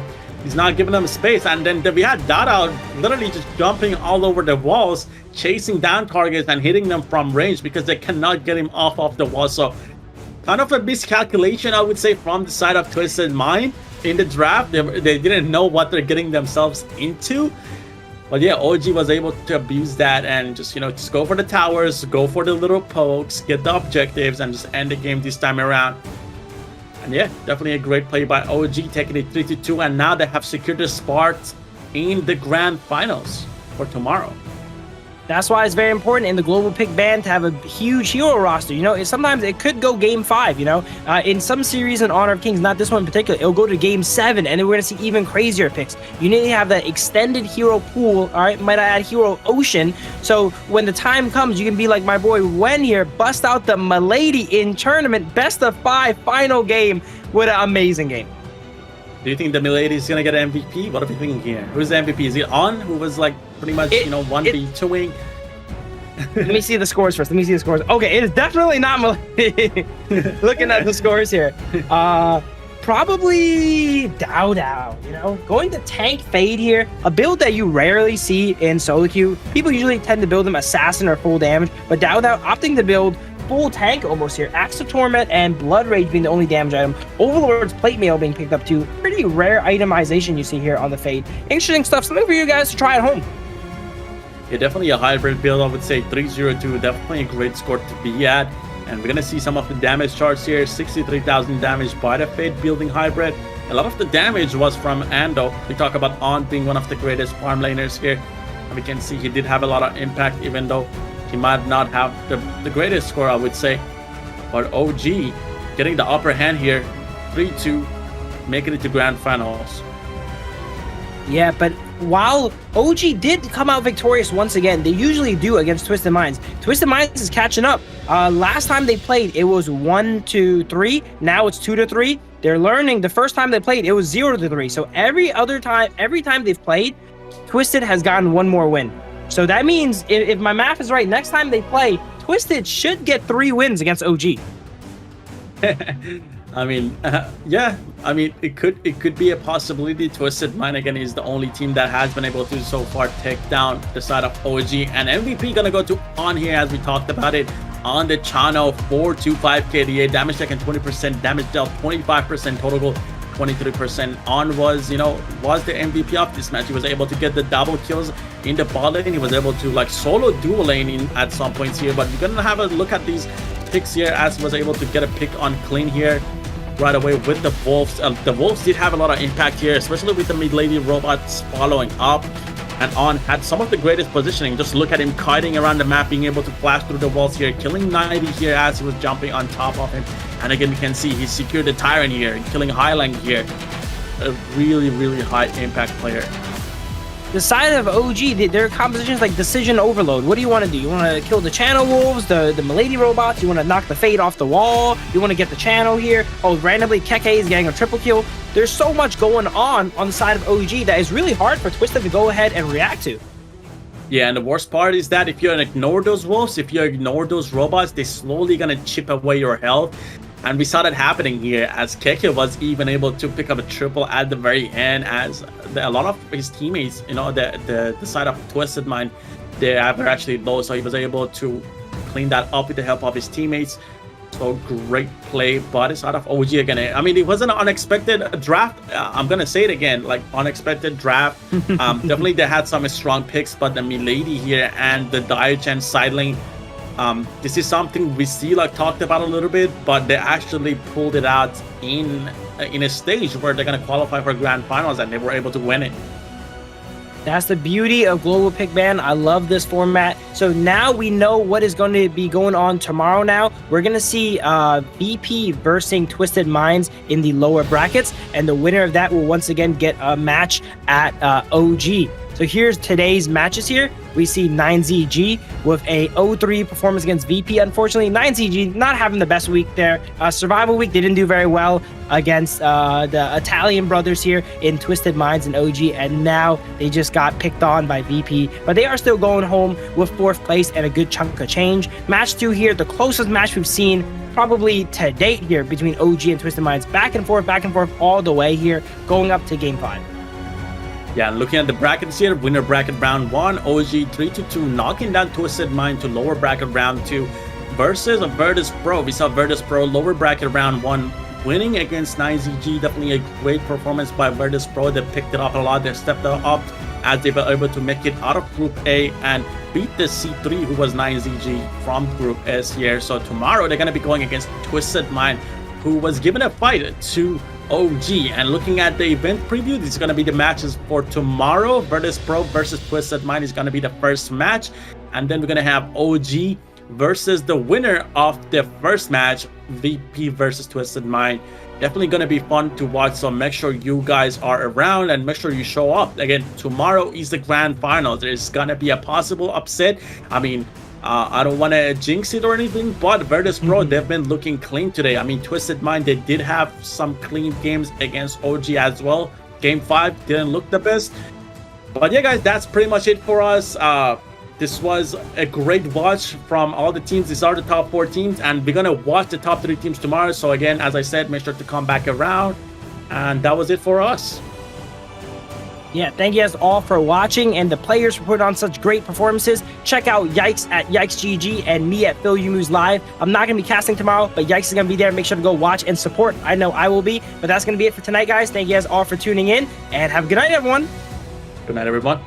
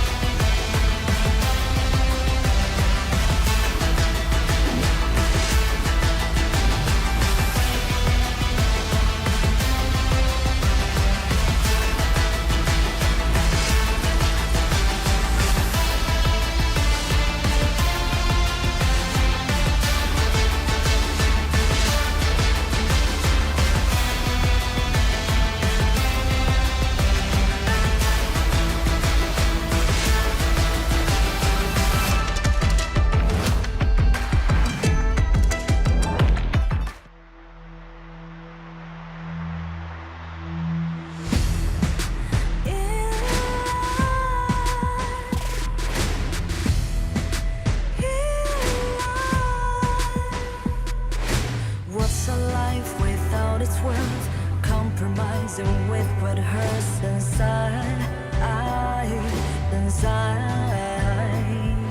when you let fear decide your fate, you don't choose which path to take.